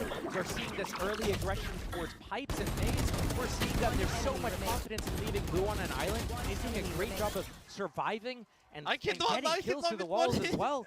Right now, Sentinels pump the brakes. Round 16. Let's take a timeout. We just lost our first gun round against their bonus. They're catching the lead now. What do we need to switch up here? What's been working for them and what's not been working for us? Well, John QT, I haven't really seen him have any impact. Right now, it seems as a... Which is rare. It is rare. And when we look at him and what he does, his impact as a player, he is able to close out rounds. Oh, he's a but all of Haven, TenZ is just in their faces, killing everyone before they can exit a choke point. John QT is not even needed there. So maybe he hasn't had a chance to warm up, but he's going into this game. He's taking these weird fights from Snowman in a man advantage situation. He's losing his duels and he keeps going for them. Very sloppy work. Maybe as an in-game leader, that's affecting him, and it's affecting how their game plans are, where they're going, the tempo and everything. Maybe he needs to lean on his teammates a little bit more. Zels is another very vocal player. He's doing really well right now on Killjoy. He's got 17 kills already. He's got a pretty good read of what's going on. He's in perfect positions all throughout that defense, pivoting. Yeah. Maybe lean on your teammates. Get them to chime in with a little bit of input of what you need to do to get through this. TenZ picking up that, I think that's a Marshall, but still just as deadly as an Outlaw sometimes. Yeah, looking to scout things out. Benji, please. He's toying with them a little bit. He's not, maybe not in this round. Maybe yeah. We just chill. These are the dangerous rounds. When you yeah, highlight Sentinels, this is the round that you don't want to lose. This happened on Haven as well. Yep. This is when you play it by the book. You know Yes. what I mean? You cross the T's, you dot the your I's. Yep. You're going through every protocol because there's certain teams that have such high potential for these rounds. I mean, even statistically. So I get a little scared. SEN is certainly one of those. But we'll see. As it stands, Heretics are I guess not really going to be caught unawares by that. They should be very aware of it. Knife goes in, clears yellow, nothing there. He's going to catch the timing, get the Christ. kill on Rians. No, Christ. no. Christ, look No, at this. Celsius cracks it open. Does he get traded quickly? No, he's away like a thief for the night. He's out of there. They're doubling back though. Ooh. And they never broke the alarm bot either, so I'm surprised that they pulled so many players away of A, like from towards B. This is a big gamble from Heretics. It's the wrong read. Sentinels, yes, they're on eco, but they have that Phantom, and with a plant, he's got lockdown. That orb is still there. He can get locked down off the back of that. Do you ever feel like you're watching a disaster potentially happen? Yes, I feel slow like motion. this could be happening here, but back on site. Quick rotation from Mini Boo. There's still support here. 10 seconds. Gotta wait for the plant. They're not gonna go ahead of this. Question mark. They shouldn't go ahead of this. Okay, there we go. Woot keeps himself calm. And now I'm looking to see if that lockdown is in play. No, Zelsis is still one off from that. Mini Boo backs off. Zelsis is your danger man. Does he switch that rifle out? He does. Yes. Zekken with the armor. With a full HP, high dizzy, and suddenly you're under the gun, you're under scrutiny, and you're put 10 feet under by John QT and a ghost. He wants more, he gets more! I told you it was a disaster, and we just witnessed it. John QT, the closer, Zelsis getting up Maze, finding that gap when Rians was on the drone, dodging it, taking him out, getting that Phantom, and it's again, those are the rounds you cannot lose to Sentinels. That is what gets them into the game. That's what kills your entire confidence. Momentum, everything. It's gone. It's dry. And Sentinels runs with these rounds. We talked about John QT. Welcome back to he me. Was at I one was kill. A bit late. 3 kills on that round to take him to 4. Sentinels. Oh man, that is a must-needed round. That could be the swing. Will that be the one? We're still all even. How is that mental for Heretics now, though? This is when it brings it into question. And they feel that pressure. When you make mistakes, the Sentinels, as I said, you give them an inch, they'll take a mile, they'll run with that. This time it looks committed, at least to start with. Want to see them remove alarm bot. That's gone. Even spread so much faith on Woot on this A site, even though he's got that Thrash. The bait setup trying to come into play here. Boo wants to get behind yellow, but knows once that knife or dart comes off cooldown, he can get caught. Zelsis has his lockdown off the back of that. It's going to be instantly invested. Does Boo get out of here? Benji stole that midline. Okay. It still feels so tense. Boo. Scary way to play. And Sassy going to post this actually. One towards Snowman and kind of back towards middle. That's going to be Benji noted, but that's fine. That's not the end of the world. Miniboo going to be held back as well. John QT taking a chunk of damage here, but he takes one with him. Oh, what a follow-up! John QT coming alive when they needed him. But Middle's getting one out by Heretics. And now John QT is not safe. Benji strikes back. And now a 2v3. Zellsis and Zekken, though, some heavy hitters still here. They pop the ult on this one. Boo wants to try and keep this at least in their favor. So Zekken gets curious, takes a glance, and didn't see Benji. Zekken now spamming as Benji to find Zellsis. Zekken still stands and time is ticking. They got to get a move on. Zekken, can he connect here? Trying to get towards us. He's done so well! The time, though, is there. The fuse is there. And Heretics take back the lead. Close round. Both teams giving it their all, and I swear, you mention his name once, and he's just like, what? Did someone call my name? Summoned. John QT Summoned. In their faces. This is what Tens was doing on Haven, just getting in their faces, lining them up, and taking them down. But right now, you're right, Team Heretics does take the lead. Sentinels doesn't have the great economy, but neither team does. These teams come down to the wire with one alive at the end. It's round by round. It's not even that, it's that it could be a big one round. It can be the difference of 2 or 3 rounds. Yep. Miniboo going down early here. This is not the round to go aggro, not off the back of a win, not when your teammates have $0, 100 on Boo. Right here. Right now, just split apart. Team Heretics, they switch up their setup. They wanted to go aggressive on B. They put Benji on A. That Viper's Pit on John QT, though, I look to that. If he gets in their faces, pops that towards screens, doesn't enable Team Heretics the ability to even get out the choke point. What do you do? But Benji, he's got a lockdown of his own. He needs to use it. Rien's the mechanical monster, but Zekken's in. Rien's doing the dance, trying to find him. It looks like a 2v1 right now, but Benji's the one to catch him. But Zellsis on top of the site. The lockdown, you got to evacuate quickly, you got to respect it. And Benji gonna backfill the space. Puts his body on the line now. Yeah, he's creeping towards Maze. But Tens knows this, but does he know who's up against? Benji Fishy! Could have closed it down, but it's a 1v1. Boo's been the backbone, but Zellsis could break it. 30 seconds, Spike is there. Zellsis clearing corners, and now he knows. Boo gonna just slip away, try and play the timing a touch. 5 bullets to play with. He's got that Viper's Molly as well, waiting for that tap. He's been so big for these guys before, but Zellsis at the top of the... He's hunting. 5 bullets. He's hunting. He's He's looking, and he can't get him in time. Boo! Off the back of Benji's brilliance. Does exactly what Heretics needed. A 4 versus 5 conversion as well for Team Heretics. Benji in a 2 versus 4 re-aggresses into Maze and lines them up. Knocks them all over right there. That's huge. A 4 kill. Almost ended up with that ace as well. Just couldn't connect. And Those are those moments. These rounds are so... You can't predict them. No. You really can't.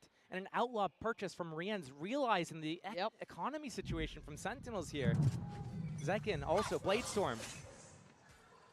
Starting to feel the scrutiny themselves, Sentinels. First time we felt that pendulum really start to swing here. But as you said, this can be any situation. It's still winnable. It's still doable. The caliber between these two teams is off the charts. So for now, let's look at the opening approach here. Sentinels. I've talked about how good they are with those audibles, with those adaptations on the fly. But right now, they're not showing us anything new. They're not really using middle that often. They're not even breaking that turret or alarm bot. Benji stealing that space again. So Sentinels, all this work and effort to steal this space, to pressure Team Heretics to use that drone to re-clear things. But Team Heretics, they don't even need a budge. Benji off that sound cue, off A site, B site. Oh, hey, you guys are split. Cool. I'm gonna go take out your turret, create some more pressure on you guys. And here, Sentinels, they're regrouping right now, all of them together. They're leaving Zellsis in mid for that late flank. But will they clear Miniboo? He's just on the edge here, so he can dodge a knife here and then get back behind yellow. Let's see. It's a flash and dash. Yeah, flash. 30 seconds left. No dash on the follow-up. Miniboo's still here, and Boo's gonna find Zekken. Oh wait, they're falling. What is going on here? Miniboo, the surprise of their life, and Benji pulls him into the blender. Zellsis makes his appearance, but he's got an uphill struggle. A 2v4, and Tens can do nothing. Oh, give it to him. Give it to him. 10 seconds left. He's waving. He's waving. You know Disrespect. If you give it like that, you got to take it as well. Zelsis has always been the player up. He's always the one giving it large. That is and now true. there's a timeout. A must-needed timeout as well. 30 seconds left. Looking at round 20. They're down by 3. Team Heretics. This is a very close scoreline to what we saw in the last game as well. And keeping in mind, Sentinels won both pistols in that last map. Now, Team Heretics, they win both pistols. They have the lead. They are on the cusp. Sentinels stringing together these buys, but still, we talked about how good they are at making these adaptations, figuring out where the enemy is, manipulating their positioning on the defense. Right now, Team Heretics is in full control. As soon as Sentinel shows their hand, Benji disrupts it at middle, and then that bait and switch setup with Big Bro, Little Bro, it was so good. I was wondering, like, wait, they don't know you're here, and you're using your wall and everything. They still come out on top of the situation. But still, Sentinels need to do something a little bit different. This timeout from the coach, maybe he gets involved. Maybe he tells them which parts of the map to utilize a little bit more. Because Team Heretics, they're just locking it down 2-1-2. They are, and they are in control of this. We asked at the half, how badly do they want it? They clawed back some key rounds from that first half to give them a lifeline, and that's all it needed. A chance given, a moment. They took it with both hands. Tournament life is on the line here. There is no going after this. You don't win, you go home. That's it. And for Heretics, it came down to this map to try and stay alive. SEN could have closed out in 2, but we're not there yet. 8-11. Heretics do have the upper hand, but a timeout comes. Does it answer their problems? Does it find solutions? They're trying to isolate Boo at the start here. He's not going down, though. He's playing a really balanced game. Oh, Zekun, though. Still wanting to follow up. And he's got support. Waiting for that flash. He's going to activate his dash with that flash. Try to punish Woot there behind that yellow. The 3-man stack, though. Does one play anti? Anticipating. They have to read again. Flash, dash, we're away. No one playing anti, and the body's going to what? Whoa, whoa, whoa, something went wrong. Something went wrong mechanically on that one. Mouse problem, don't know. That's not happy about whatever that's horrific. There. That could be a mental breaker too. We'll come back to that. For now, it's a 4v4. And it's a pivot. Zelsis could still give them the golden path here to go ahead. He's got help as well. Sarsi's with him. Trying to clear some of this utility. Benji on the verge! Big pickup! Benji's starting to find his footing here. A quiet series until now. We saw him pick up that 4, almost 5 earlier on. And 10 struggling to find safety. He's banking on someone to save him, and there's no one coming. Look at 10's be the one. No, it's all on John QT in a 1v3. And he's dealt with it. 12 for Heretics. And I feel like we might have a tech pause, but who knows? Match point. Game wouldn't be a game without. We'll see. I'm interested. Just click. I don't know if it went off the mouse pad, something. It felt like so many. I've had that happen to a teammate. They swiped so much and it went off the mouse pad. I've seen sensor issues. I've seen everything. But right now, Team Heretics in their faces, disrespecting Sentinels, not playing to the normal game plan they have, is waiting for everyone to group, then doing the retake together. They're feeling confident, they're taking these duels, they're disrespecting Sentinels, and that's exactly the name of the game. That's what EDG did to send Sentinels down here. Now Team Heretics taking a page out of their book, getting a little bit loose, winning the duels, feeling confident enough to take them. And again, another 3-man stack here on that B site for Team Heretics. Another good read. A site completely undefended right now. Lockdown, Hunter's Fury in play if they need it for that retake. Looking at 10's result as well, though. That's huge. And Saucy. Yeah, now that ready. Kind of a bookend, really. Start and end. We get to see a lurk this time. John QT, like we haven't seen them go through mid yet. Start the round now with commitment. And look at the utility. This sets John QT up. This could be massive. Benji spotted it! That could be so much. That could be near on everything. 10's goes down as well. It's falling for Sentinels. That lifeline, that grit, that determination we asked for, but the res comes in. He's back on his feet. A 5v4. It ain't over yet. Zekun on the site has to play this smart. Benji with the lockdown. Countered. Tens, he's not moving. He's not moving though. He's still standing. They're still fighting. Second trying to back away here. He has to respect this to an extent. Wood trying to play forward. We're going to have the Hunter's Fury lockdown destroyed. And now we've got the pressure building here. How much is left in the tank for Sentinels? That's how much. Second, still going. Sassy taking them away. And down is Don Zelsitz on second here. And it's all on Boo on the other side. Maybe 9 is calling Sentinels his name, as Boo knows he's out of time, and he's not running away from that. Will the round end before the spike explodes? They save their guns, okay. Yep, big. Keep them into this next round. Map point for Team Heretics to even up the series 1-1. Huge impact opening duels for Benji. If John QT got away with that, you Right. thought that could be totally different. Right. But so far, so many rounds, Team Heretics is finding that first kill and converting it. And even the rounds that they haven't, when Miniboo died on that garage push, pushing Comeback QB, starts here, whether it's this map or the next. converted.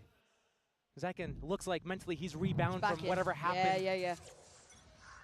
That shows a great deal of wherewithal, even for a young player like him.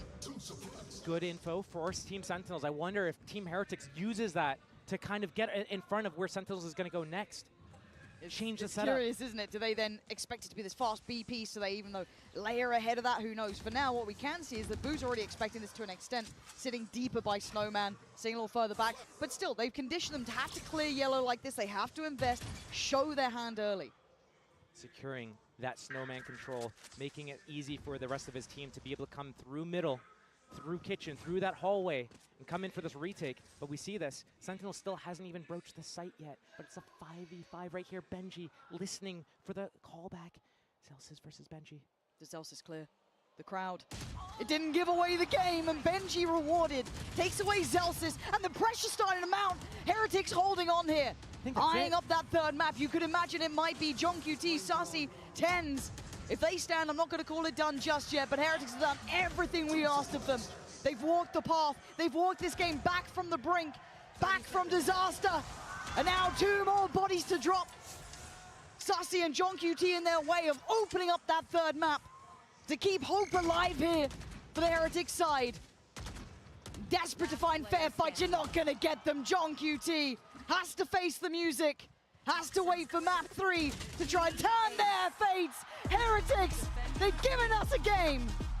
Team Heretics delivering the goods. They pick Icebox, their worst map statistically. They come back into this with just intensity. We haven't seen the side of them getting in their faces. This is it. They're back alive. It's game on. We've got map 3, and God, did this game deserve it.